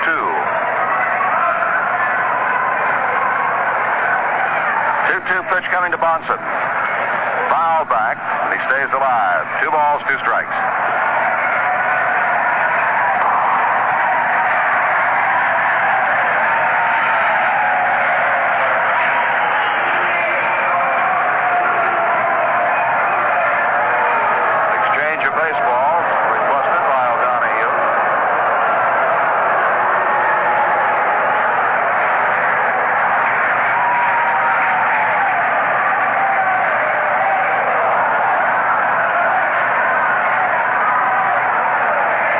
The 2-2 pitch again. High, ball 3. Full count, 3-2 on Stan Monson. Horace Clark is on deck.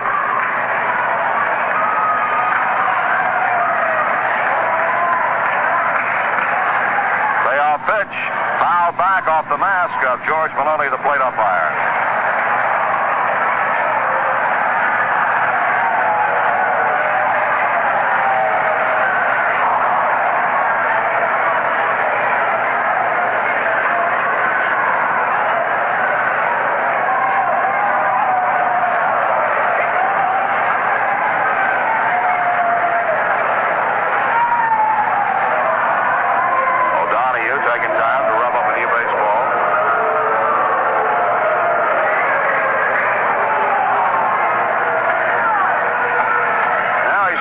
Set to go. And the 3-2 pitch again. Swung on and missed. Strike 3. Now Monson strikes out, and the Yankees go down in order. Nothing across, and at the end of 13, it's the Yankees 3 and Seattle 3. Almost everybody could use more stainless tableware. I know in our house we manage to grind it up pretty regularly in the garbage disposal, and a lot of it just plain disappears. So when I'm poking around for a knife to spread peanut butter or a fork to spear an olive, lots of times there just aren't any clean ones around. Well, help has come from an unexpected source, your Atlantic service station. Right now, participating Atlantic dealers are selling 4-piece plate settings of really fine stainless tableware at the sensationally low price of only 99 cents. time you stop in and buy 8 gallons of gasoline, you can pick up another place setting in stainless. After a few weeks, your silver problems will be all over. You may even notice that your car is running better, but that's beside the point. The thing to do is to stockpile a little against mysterious disappearance. At such a low price, you can afford to buy a few extra place settings and kind of salt them away. And every time you buy a 4-piece place setting, you can get an extra teaspoon absolutely free. So solve your tableware problems the smart way at your participating Atlantic dealers. This offer may vary in some states. All right, 3-3. And ready to tell you all about it for a little while, here's Jerry Coleman. Jerry? Okay, Frank. Hope we don't see you back here again.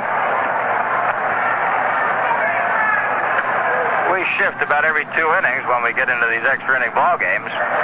For the Seattle Pilots going up against Stan Bonson, it'll be Mike Hegan, Jerry McNerney, and John Donaldson. We're moving into the top of the 14th inning. All tied 3 apiece. The Yankees have 10 hits and the Pilots have 9.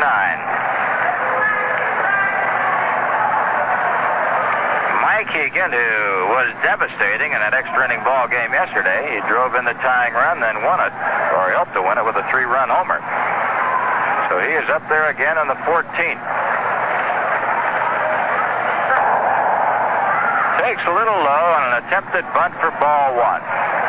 Kenny tight and guarding the line at third. Michael fairly shallow at short. Clark has moved back and has shifted hard to the right side. Pepitone guarding the line at first as Bonson lets the next one go, and it's in there for a strike. Stan Bonson, in his 5th relief chore of the year, he started 30 times. This is his 35th appearance all told. Bonson into the windup. Hegan waiting. Here's the 1-1 delivery. Curveball swung on a miss for a strike. 1 ball, 2 strikes. The longest Yankee game this year was a 15-inning affair at Kansas City on May the 30th. The Yankees won 5-4 in that one.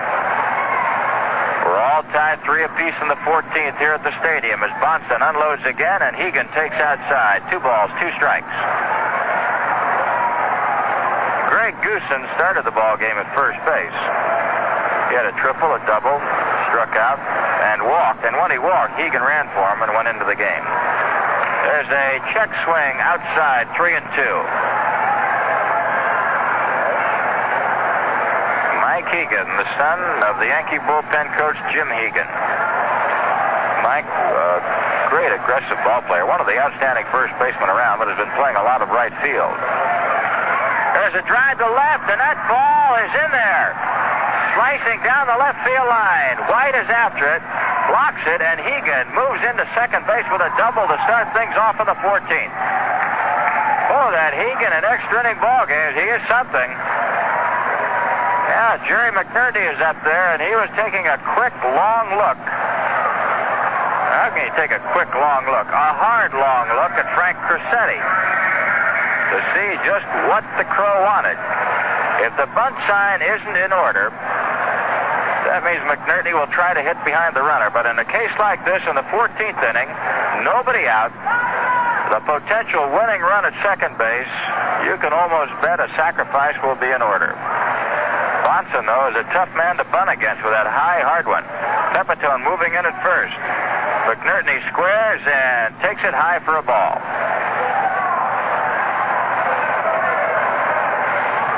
Now McNerney taking another look at Crissetti. Sometimes a manager will switch around.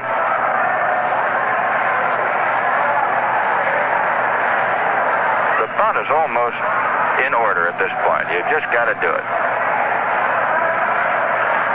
In the air, foul back, 1-1. Jerry McNerney squared around, got under the ball. Now another long look at Frank Crissetti.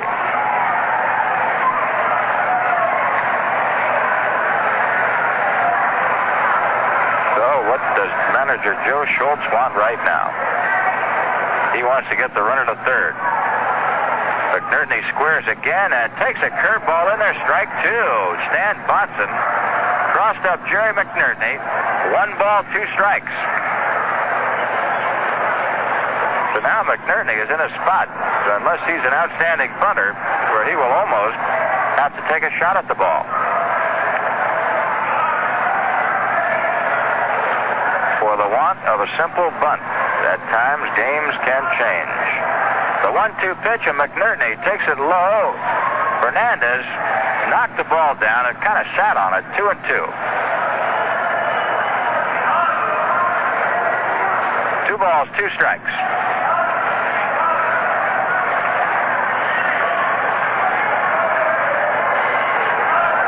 Seattle 3, the Yankees 3, both teams with 10 base hits. The pitchers of record: Stan Boston for the Yankees, John O'Donohue for the Pilots. Boston ready once again at the belt, checks the runner. The 2-2 pitch swung on a fouled hard on the left side. The count remains 2-2.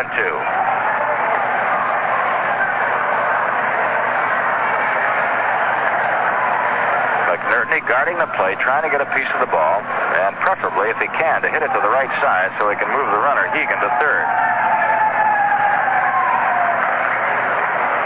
On deck, John Donaldson.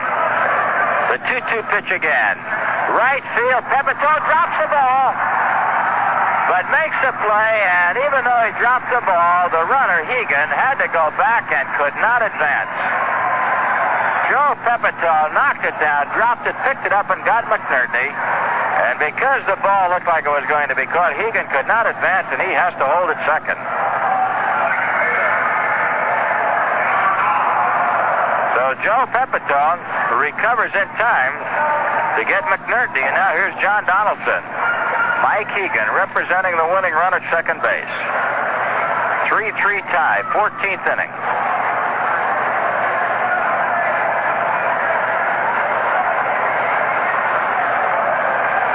Johnson at the belt, sets and delivers, and Donaldson hits one on the ground to Clark at second, who gobbles this one up. The throw is in time. Over to third base goes Mike Hegan. And the batter now was to be the shortstop, Ron Clark, but it looks as though we're going to have a pinch hitter for Clark.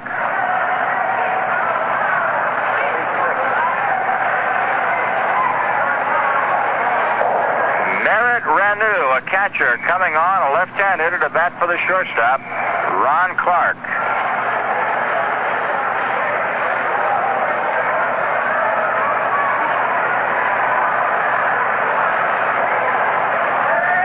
Houston beat the Cardinals in extra innings, 7-6. Here is Merritt Thomas Renew, a catcher, 31 years old, born in Albany, Georgia.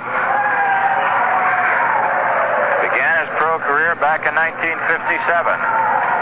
Played briefly for Houston, Chicago, and Milwaukee, California, and now with the Pilots. At third base, Mike Hegan. Merritt Renew, pinch hitting for the catcher, or for the shortstop, Ron Clark. 2 out. Bonson waiting into the windup now. The first pitch to Renew is hit into center field, a base hit. One pitch and a solid single by Renew. And the Pilots once again take the lead in the bottom of the 14th inning. Merritt Renew just stroked that fastball solidly into center field, and Seattle moves out in front again. For Renew, he was batting at .230. That's his 18th base hit in his 75th at-bat. Now John O'Donohue, the pitcher, comes on. Renew at first base, 2 down. Seattle leading 4-3. The first pitch is right in there for a strike. That ball was really pickled. Renew stroked it beautifully. It was a pitch belt high away, and he got a hold of it. There's a swing and a miss by O'Donohue for strike 2. Looking ahead to the Yankees, it'll be the top of the batting order. Clark, Michael, and White going up against John O'Donohue. Stein Bonson ready again. At the belt, checks the runner, the 2-strike pitch. A chopper up the middle, Clark behind second, makes the play, touches the bag, and the side is retired. For the Pilots, 1 run, 2 base hits, 1 man left. The score after 13 and a half innings of play, it's Seattle 4 and the Yankees 3. Say, would you trade 4 pieces of silver for 4 pieces of steel? Now, before you answer that, maybe you ought to hear about the steel. It's stainless steel tableware in a beautiful 4-piece place setting, now available at participating Atlantic dealers when you buy 8 gallons of gasoline. For just 4 pieces of silver, well, 4 25-cent pieces, your Atlantic dealer will give you 4 pieces of rugged stainless steel tableware. Knife, dinner fork, salad fork, and teaspoon. And just because he's feeling generous these days, he'll toss in an extra teaspoon absolutely free and give you a penny back for good luck. Get all the stainless tableware you need for only 99 cents a plate setting at your Atlantic station now. Accessory pieces are available too, also at a special low price. And you can charge it all on your Atlantic Richfield credit card. This offer may vary in some states.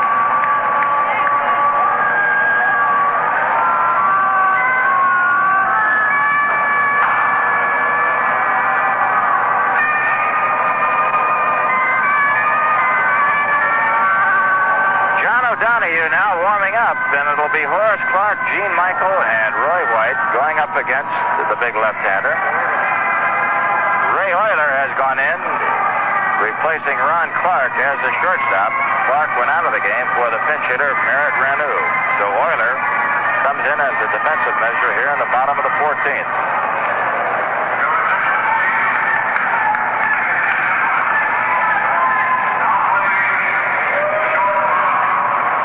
Clark so far in this ball game walked twice, singled twice, fly to center, and bounced to first, and it was White's single in the 9th inning that tied it up. Clark's single in the 9th inning that tied it up. That kept this ball game going as we have it right now into the 14th.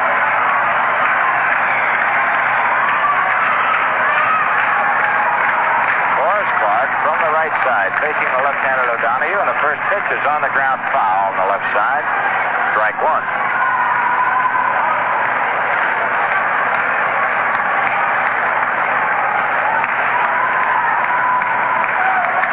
John O'Donoghue, long, lean left-hander, waiting, gets the sign from his catcher. Clarke waits. The pitch is fouled off in front of us for strike 2. Clarke's the kind of a guy you like to get on. He's got the speed.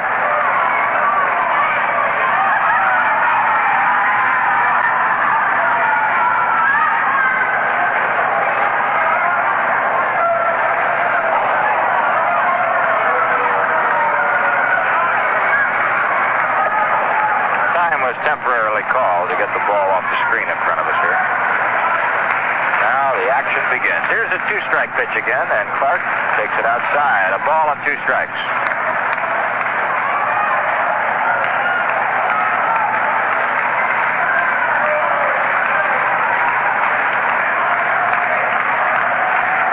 Clarke drills one to left field. He's got his third base hit of the night, and the 5th time he's been on. Horace Clarke opens up the bottom of the 14th with a line single to left field. Oh, is he hot. Clarke is 3 for 5 officially on the night, but he's also walked twice. So he's been on base 5 out of the 8 times he's been up there. Now it's Gene Michael coming in. But before he gets a chance to look at a pitch, here comes Joe Schultz out of the Pilot dugout.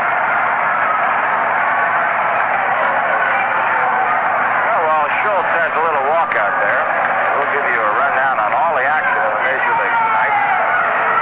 In the first of a twilight doubleheader, the Senators beat California 2-0. The winner was Hannon, and the loser was Messersmith. Home runs in that game. May his 8th for the Senators, and Frank Howard hit his 43rd. He's only 2 behind Reggie Jackson right now. We're going to have a pitching change, and that'll be all for John O'Donoghue. In the second game, called after 5.5 innings of play, it was the Senators 3 and California 2. The winner was Carlos, and the loser was McLaughlin. The White Sox jumped all over the Baltimore Orioles 10-3. Gary Peters got the win, and Dave McNally the loss. Boog Powell hit his 35th of the year for the Orioles. Oakland at Boston was postponed because of rain, and they'll play a doubleheader tomorrow, the first game starting at 11 o'clock. Minnesota 5, Cleveland 2. They're playing the bottom of the 8th. Keon, Hennigan, and Paul for the Indians. Paul and Woodson for the Twins. Kansas City beat Detroit 6-2. The winner was Nelson and the loser Lolich. Tresh hit his 11th and Northrop his 19th. The Mets won the Dodgers nothing after 3. Clendenin hit his 6th of the year in the first for New York as Gentry against Sutton. In the suspended game, Cubs 5, Cincinnati 4. The winner was Nye, the loser Arrigo. In the regulation game, Cubs 8, Cincinnati 2. They're playing the bottom of the 9th. Kessinger hit a home run for Chicago. Jenkins has been in there all the way for the Cubs. Big Gene Brabender comes on to do the pitching for the Pilots now. Philadelphia nothing, San Diego nothing after 2.5. Champion against Sisk. Final score, Houston 7 and the Cardinals 6. That was an 11-inning ball game. That's all the action we've got right now. And here at Yankee Stadium, the Pilots are leading 4-3. We're in the 14th inning. Clark has just knocked O'Donohue out of the line single to left field to open up the 14th. And big Gene Brabender will go up against Gene Michael, Roy White, and Frank Fernandez.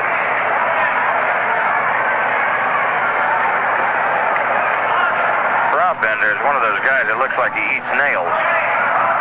He is really big. See what his record is. Brabender is appearing in his 34th game. He's won 10 and lost 11 and has a 4.35 earned run average. The Pilots as a team have an earned run average of 4.59, but I think you've got to take into consideration the park that they play in. You talk about a bandbox, Ebbets Field would look like Yankee Stadium alongside of Sick Stadium. And that was one of the smallest parks in baseball, Ebbets Field. But Sick Stadium is really tiny. Here's Michael. Clark at first. Brabender, who can't hold anybody on, sets, delivers, and Michael bunts it. Foul on the left side. Gene Brabender is a guy that, if you can run at all, you'll steal second base.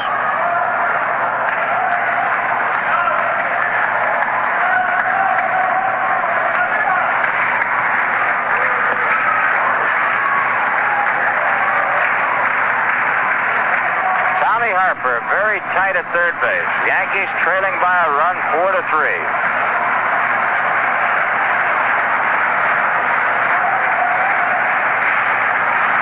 Brabender, the big right-hander, kicks, delivers, and Michael squares and takes outside, 1-1. Brabender wears those glasses. He's 6 feet 5.5, 220 pounds.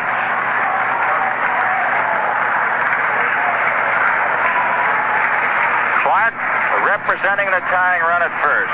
Keegan holding against him. Pilot infield, very tight, looking for a bunt. Ready for the double play ball. The 1-1 delivery. Michael swings and slices it foul. 1 ball, 2 strikes.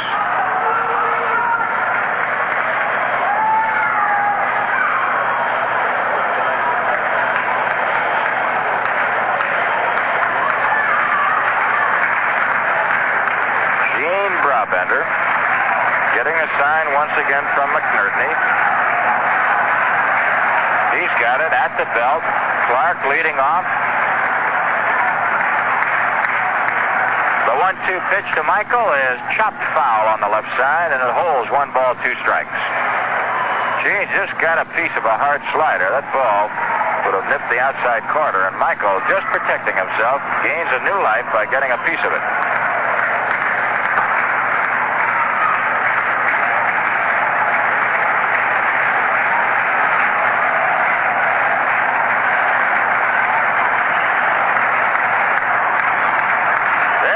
Clark.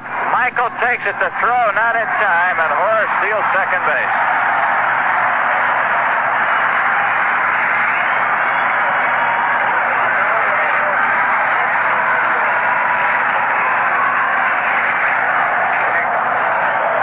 So Gene Brabender, who has a lot of trouble holding men on, is clipped for a stolen base by Horace Clark, his 25th. and it could be a big one. It's 2 balls and 2 strikes now to Gene Michael.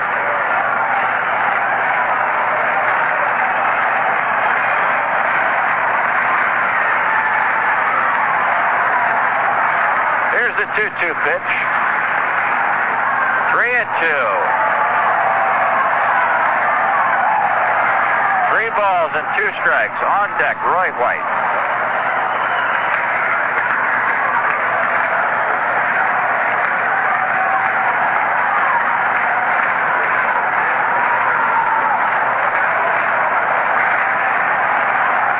Gene Brabender ready again. The payoff pitch. He sets. Michael waits. Here it comes. Gene hits it to the second baseman, Donaldson. The throw goes to first, but moving to third base with a tying run is Morris Clark. A stolen base, and now the ground out by Gene Michael moves Clark to third with only 1 away, and here's Roy White. So the Yankees scrambling back again, and the Seattle infield comes in tight.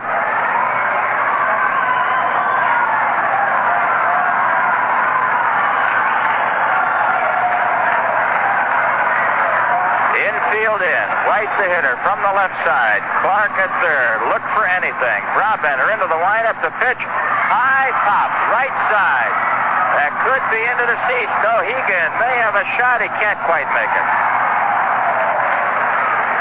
So with the count of 1 strike on Roy White, it's New York Yankee baseball. We pause for station identification.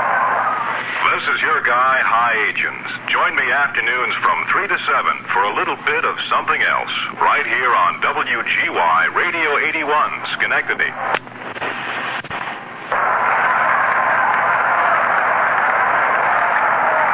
Gene Brabender, a 1-strike count on White. He's ready. Here's the pitch way outside. He sort of shot-footed that ball, a miss. It's 1-1. Mike Hegan, very tight at first. Donaldson the same at second. Harper shallow at third. They're looking for anything. 1 ball, 1 strike. Roy White swings that bat. Brabender into the windup. Here's the pitch. Foul back for a ball and 2 strikes. So that pretty much takes away the squeeze opportunity for the Yankees. Both teams have 11 base hits. But the Pilots are leading 4-3, and the Yankees have the tying run at third in the bottom of the 4th inning with only 1 down. Roy White waiting. Brabender winds, deals. There's a high pop behind the plate, and that's coming back on the screen.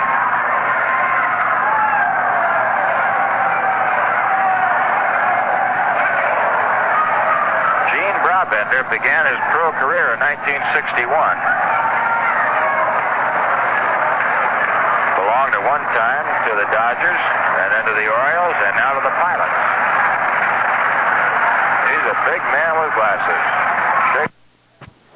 The 1-2 pitch to White. A 1-hopper. Donaldson has it. Clark is hung up between the plate and third.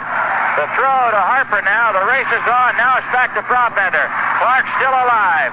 Brabender flips to Euler. And wait a minute. There's interference, and Clark will score.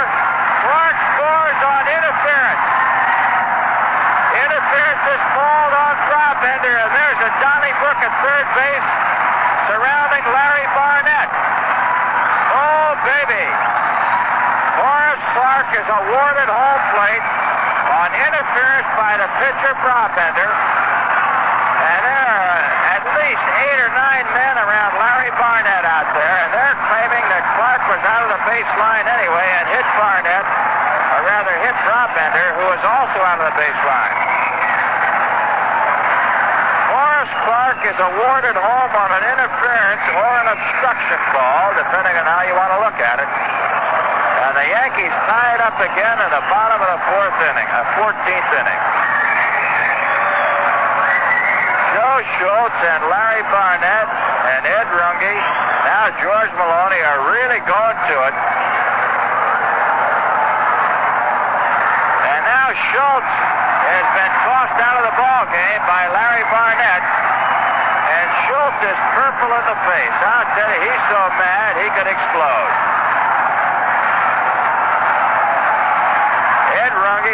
basically holding him off of Larry Barnett.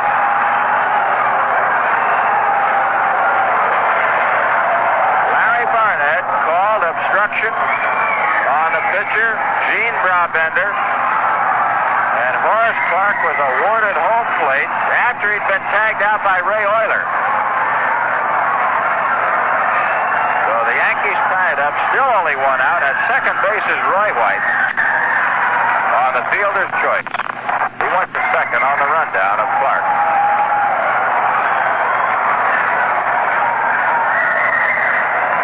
I never saw an umpire gather a crowd like that so quick in my life. The entire Seattle ball club was out there, and they jumped all over Larry Barnett. And Ed Runge, the senior man on this crew, went out there to calm things down. Schultz has been ejected from the game, but so far he has not budged an inch. He's still out there arguing.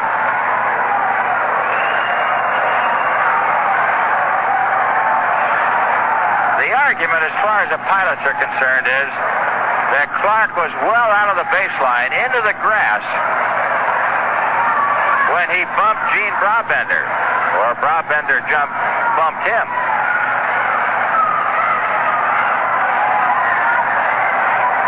But of course, this is the judgment of the umpire.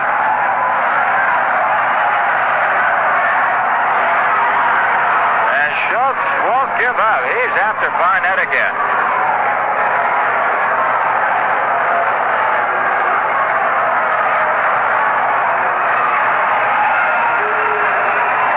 Schultz still standing out there. This thing has been going on for over 5 minutes. But I do know one thing, as it stands right now, the Yankees have tied this ball game up, and they have the winning run at second base right now, and Schultz and Barnett are still tangling out there.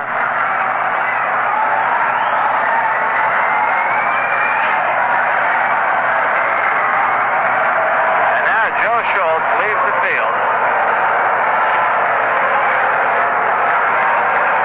Well, it was one of those plays. They got Clark in a rundown. Third base umpire Larry Barnett ruled that Gene Brabender was guilty of obstruction.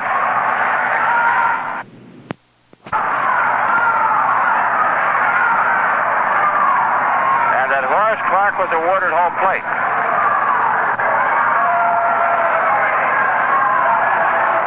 To see whether or not Brabender will be charged with an error.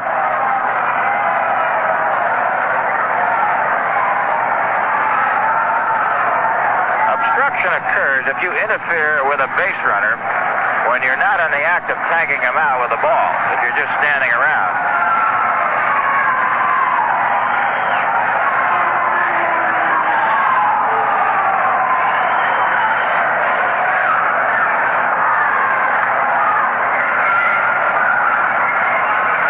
Frank Fernandez moves in with Roy White at second base, and we're all tied up again in the 14th inning.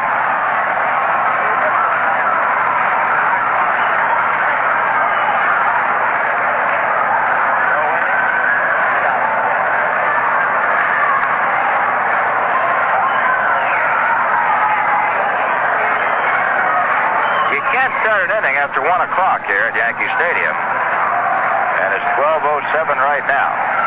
The way we're going, we may get to 1 o'clock. Here's Fernandez. White at second base. An attempted pickoff at second doesn't work.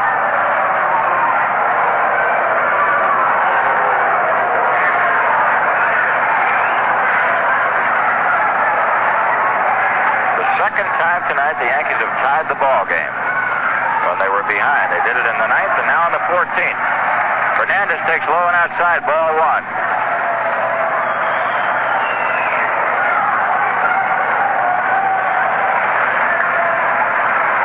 Any inning that starts before 1 o'clock can be completed.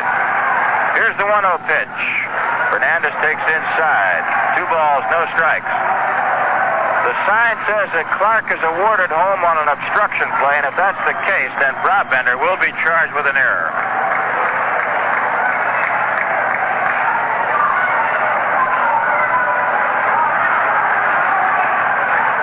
Now Now Sal Magley is coming out of the pilot dugout. Magley, the pitching coach, wants to talk to Brabender. Brabender is unnerved right now. He is totally upset over what happened. Because he was the man who was guilty of obstruction. And because of it, Clark was awarded home, and the ball game's tied up. Instead of having 2 out and a runner at second, there's 1 out, a tie ball game. And a 2-0 count on Frank Fernandez.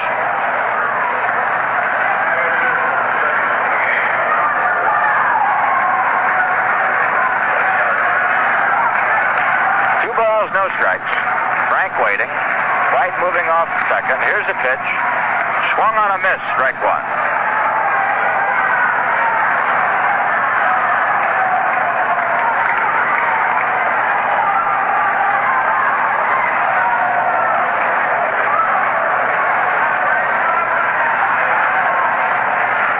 Swing and a miss by Fernandez. Strike 2.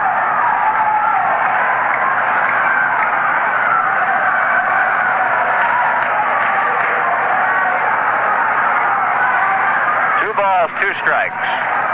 The next one. Check swing foul. The count holds at 2-2.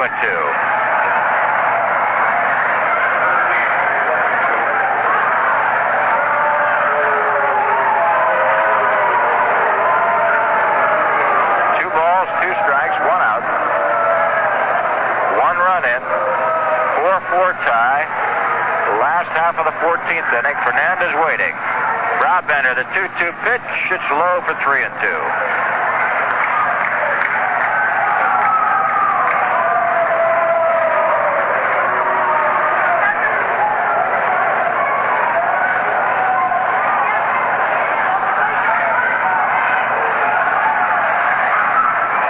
Brabender ready once again now. The payoff pitch on the way to Fernandez. Here it comes, and did it hit him?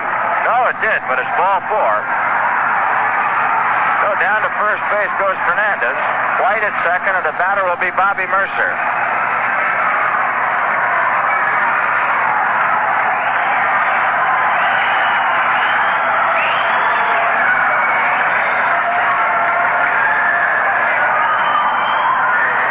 Well, they have finally charged the pitcher, Gene Brabender, with an error on the obstruction play. Here's Bobby Mercer. He takes one right in there, strike 1.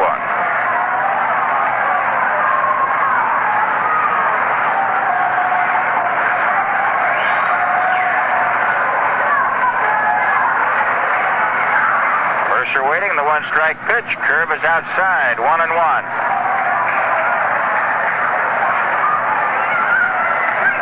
Oh, we've had a wild one tonight. Everything and anything has happened in this ball game. Haven't missed a trick. The 1-1 pitch, fouled off by Mercer, a ball and 2 strikes.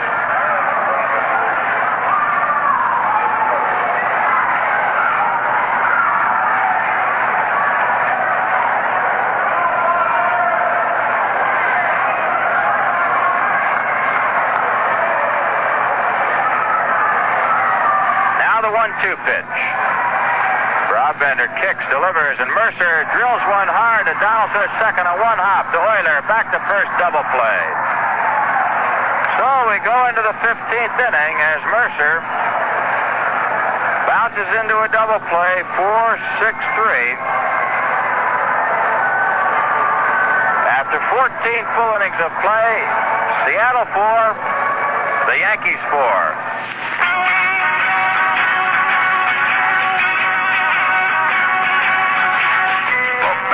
Here, the 1970s Skidoo. And the sooner you deal, the better. Never has your Skidoo dealer offered better reasons to buy, like a bigger selection of models, a wider price range, better performance.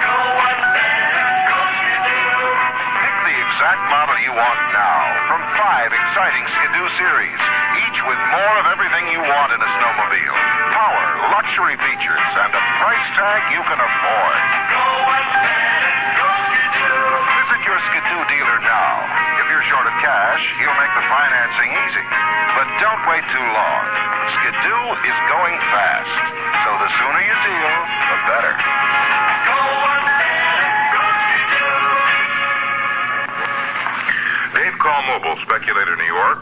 J. Smith, Chestertown, New York. M&R Woods, Ticonderoga, New York.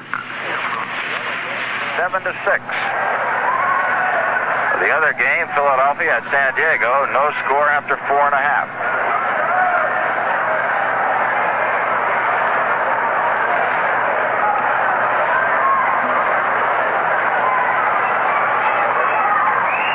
Into the 5th inning we move. Dan Bonson will go up against Tommy Harper, Steve Hobley, and Wayne Comer. The Yankees tied it up 3-3 in the bottom of the ninth. Drifting foul, strike one.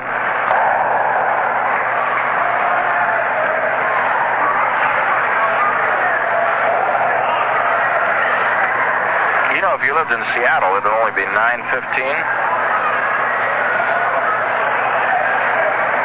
Of course, the game started out there at 5 o'clock. One strike now as Hobley squares around again, and Bonson delivers. This bunt is going to be good. Bonson makes the play unassisted, and down to second base goes Tommy Harper. The sacrifice, one unassisted by Steve Hobley, and now here's Wayne Comer, who doubled to left in the 13th, and then died at second base. Tonight's paid attendance, 7,071. I think most of them have gone home by now.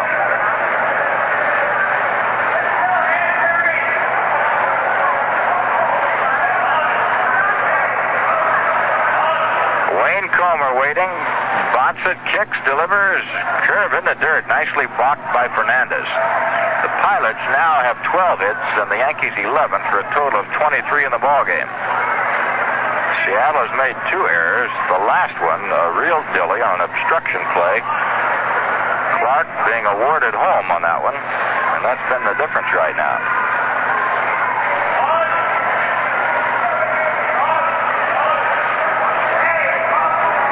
Here's the 1-0 pitch coming up. Comer waiting. Harper at second. A pitch by Bonson is outside as Comer attempted to bunt and took it for ball 2.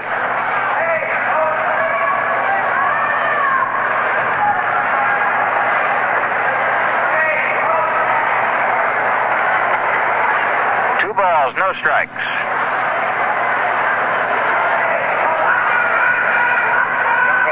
Bonson sets, delivers, outside, 3-0. Oh, we've got right. Just remember, we're getting word from Bob Fischel that the umpires have nullified the curfew because of this being the last meeting between these two ball clubs, so we'll see at breakfast. Anybody wants to go to bed, we'll be here, I think. One of those games, nobody can get the edge. The 3-0 pitch, and Comer takes a strike, 3-1. He doesn't like it. He's turning around, looking for help from somebody, but it's 3 balls and 1 strike, according to the plate umpire, George Maloney.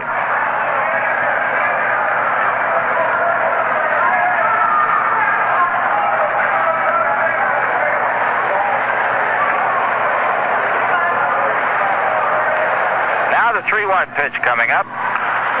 Bonson has it, and he starts to go to second base and then goes to first and over to third goes Tommy Harper. He had Harper dead to rights, but then deciding not to gamble, he wanted to get the second out. He gets Comer at first base, 1-3. Now it'll be up to young Danny Walton to see what he can do. We're in the 15th inning. I think we just lost our statistician, Bill Kane. Bill tripped over something and almost knocked the camera off its hinges down there. 2 out. Danny Walton, the batter. At third base, Tommy Harper.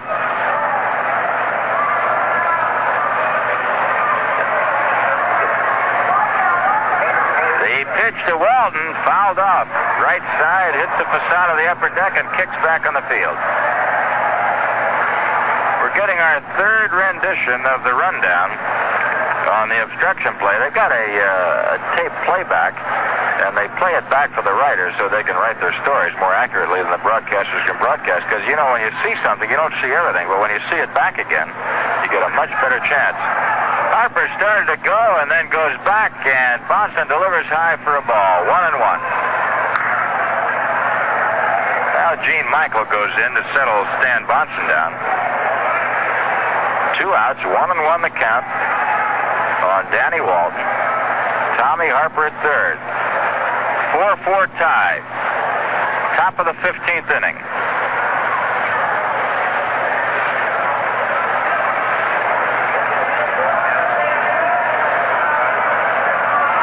Bonson ready. Winds. The pitch to Walton. Swings and misses at a curveball. Strike 2. He really went after it.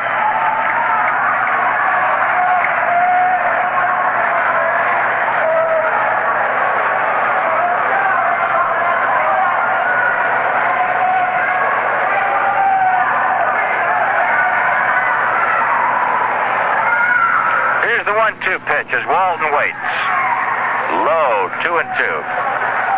We told you earlier, if you went away for a moment, that there was a curfew at 1 o'clock, no inning to be started after 1. But because this is the last meeting of the year between these two ball clubs, this has been waived, and we will go to a conclusion. Here's the 2-2 pitch to Walton. High pop, right side. Pepito near the railing, can't get to it.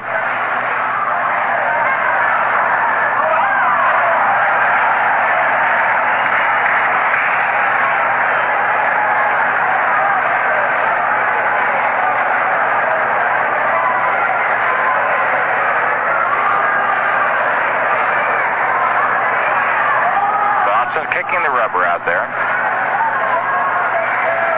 And Frank Fernandez, they may pack him off pretty soon. He's been behind there all day, as has Jerry McNerney. It's a long, tough job for the catcher.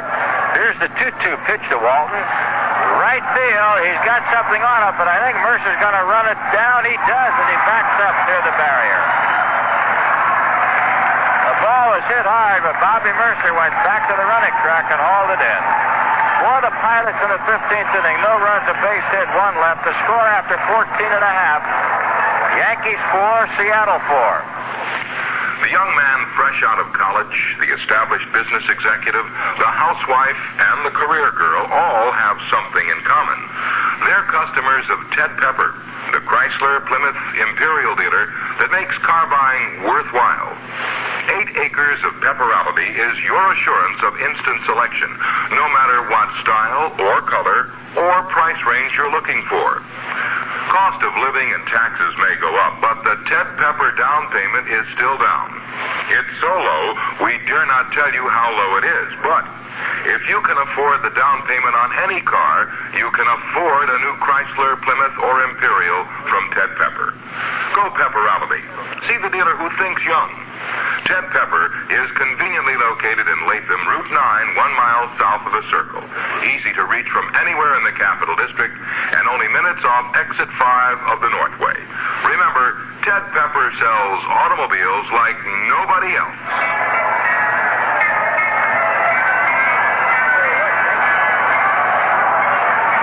We go into the bottom of the 15th, and it'll be Ron Wood, Jerry Kenney, and Joe Pepitone going up against Gene Brabender, who managed to compose himself. I thought he was going to take that Larry Barnett and sort of shake his head off there for a while. Woods takes a strike. You know, I'll tell you, if I was an umpire and that Brabender came at me, I think I'd just back right off. I think I'd give in. Here's the 1-strike pitch to Woods. Curve is in there for strike 2.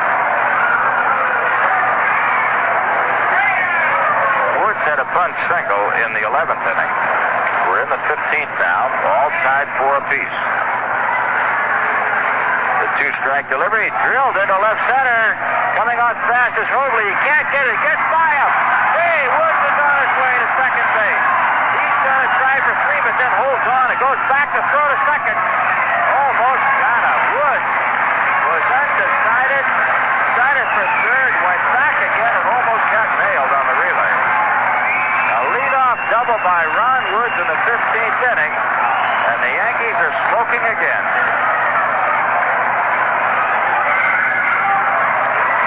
Jerry Kenny, a left-hand hitter, coming on right now.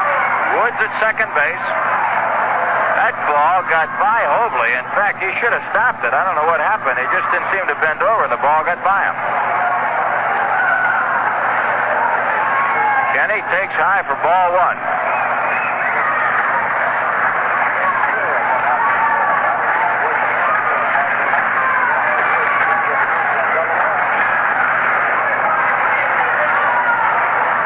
Here's the 1-0 pitch as Kenny waits. Brabender sets and kicks, and Kenny takes outside 2-0. On deck, Joe Pepitone.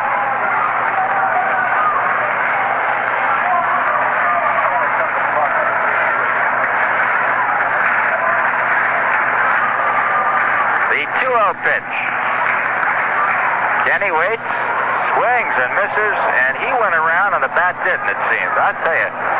Jerry holds that bat right on the end, and when he goes, everything goes. It looks like he follows the bat because he holds it on the end. He's just a little guy. He takes a big, vicious cut. Now the 2-1 pitch. Brabender to Kenny, fouls it off on the left side, and that'll drift into the seats out of play for 2-2. The Yankees have battled back twice. In the 9th inning, they were trailing 3-2. Clark got a single to tie it up 3-3. In the 14th inning, they were trailing 4-3, and on the obstruction call on Horace Clark, the obstruction call charged at Gene Brabender. The Yankees have tied it up, and now they got a chance to win it in the bottom of the 15th.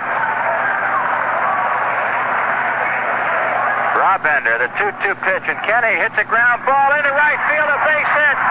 Here comes Woods. The throw not in time, and the Yankees win it 5-4. In the bottom of the 15th, a double by Woods, a single by Kenny, and the Yankees win it, and they also win the season series 7-5 against the Seattle Pilots. What a finish. At 12:26, the Yankees put it away. Final score, Yankees 5 and the Pilots 4. Well, friends, you've got to see the faces on these kids when they have their birthday parties here at Yankee Stadium. It's really something. The excitement of just coming to the big ballpark, then coming in and picking up your Carvel ice cream cake and favors, and then going to your seats to enjoy the party and seeing his name in lights on the Yankees center field scoreboard. Well, sir, their faces just light up with joy, and whose face wouldn't? So, why not plan to have your child's birthday party here, right at Yankee Stadium? And all you have to do is write to Yankee Birthday Party, Yankee Stadium, Bronx, New York, zip code number 10451. And you'll receive all the necessary information on how to order your tickets for your son's or daughter's party.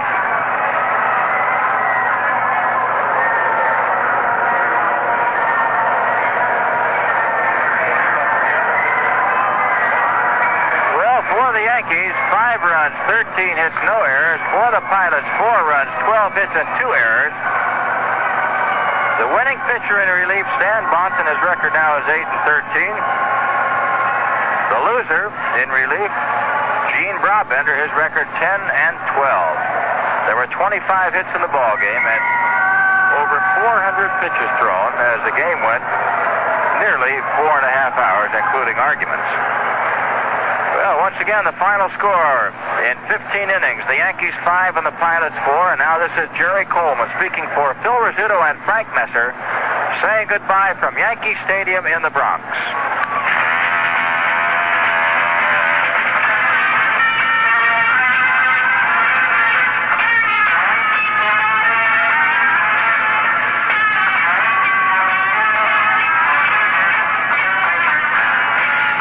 Baseball broadcast has been brought to you by Atlantic Richfield Company and your local Atlantic dealer. Drive in where you see the Red Ball sign, the sign of service. Fill up with Atlantic Imperial and keep on the go.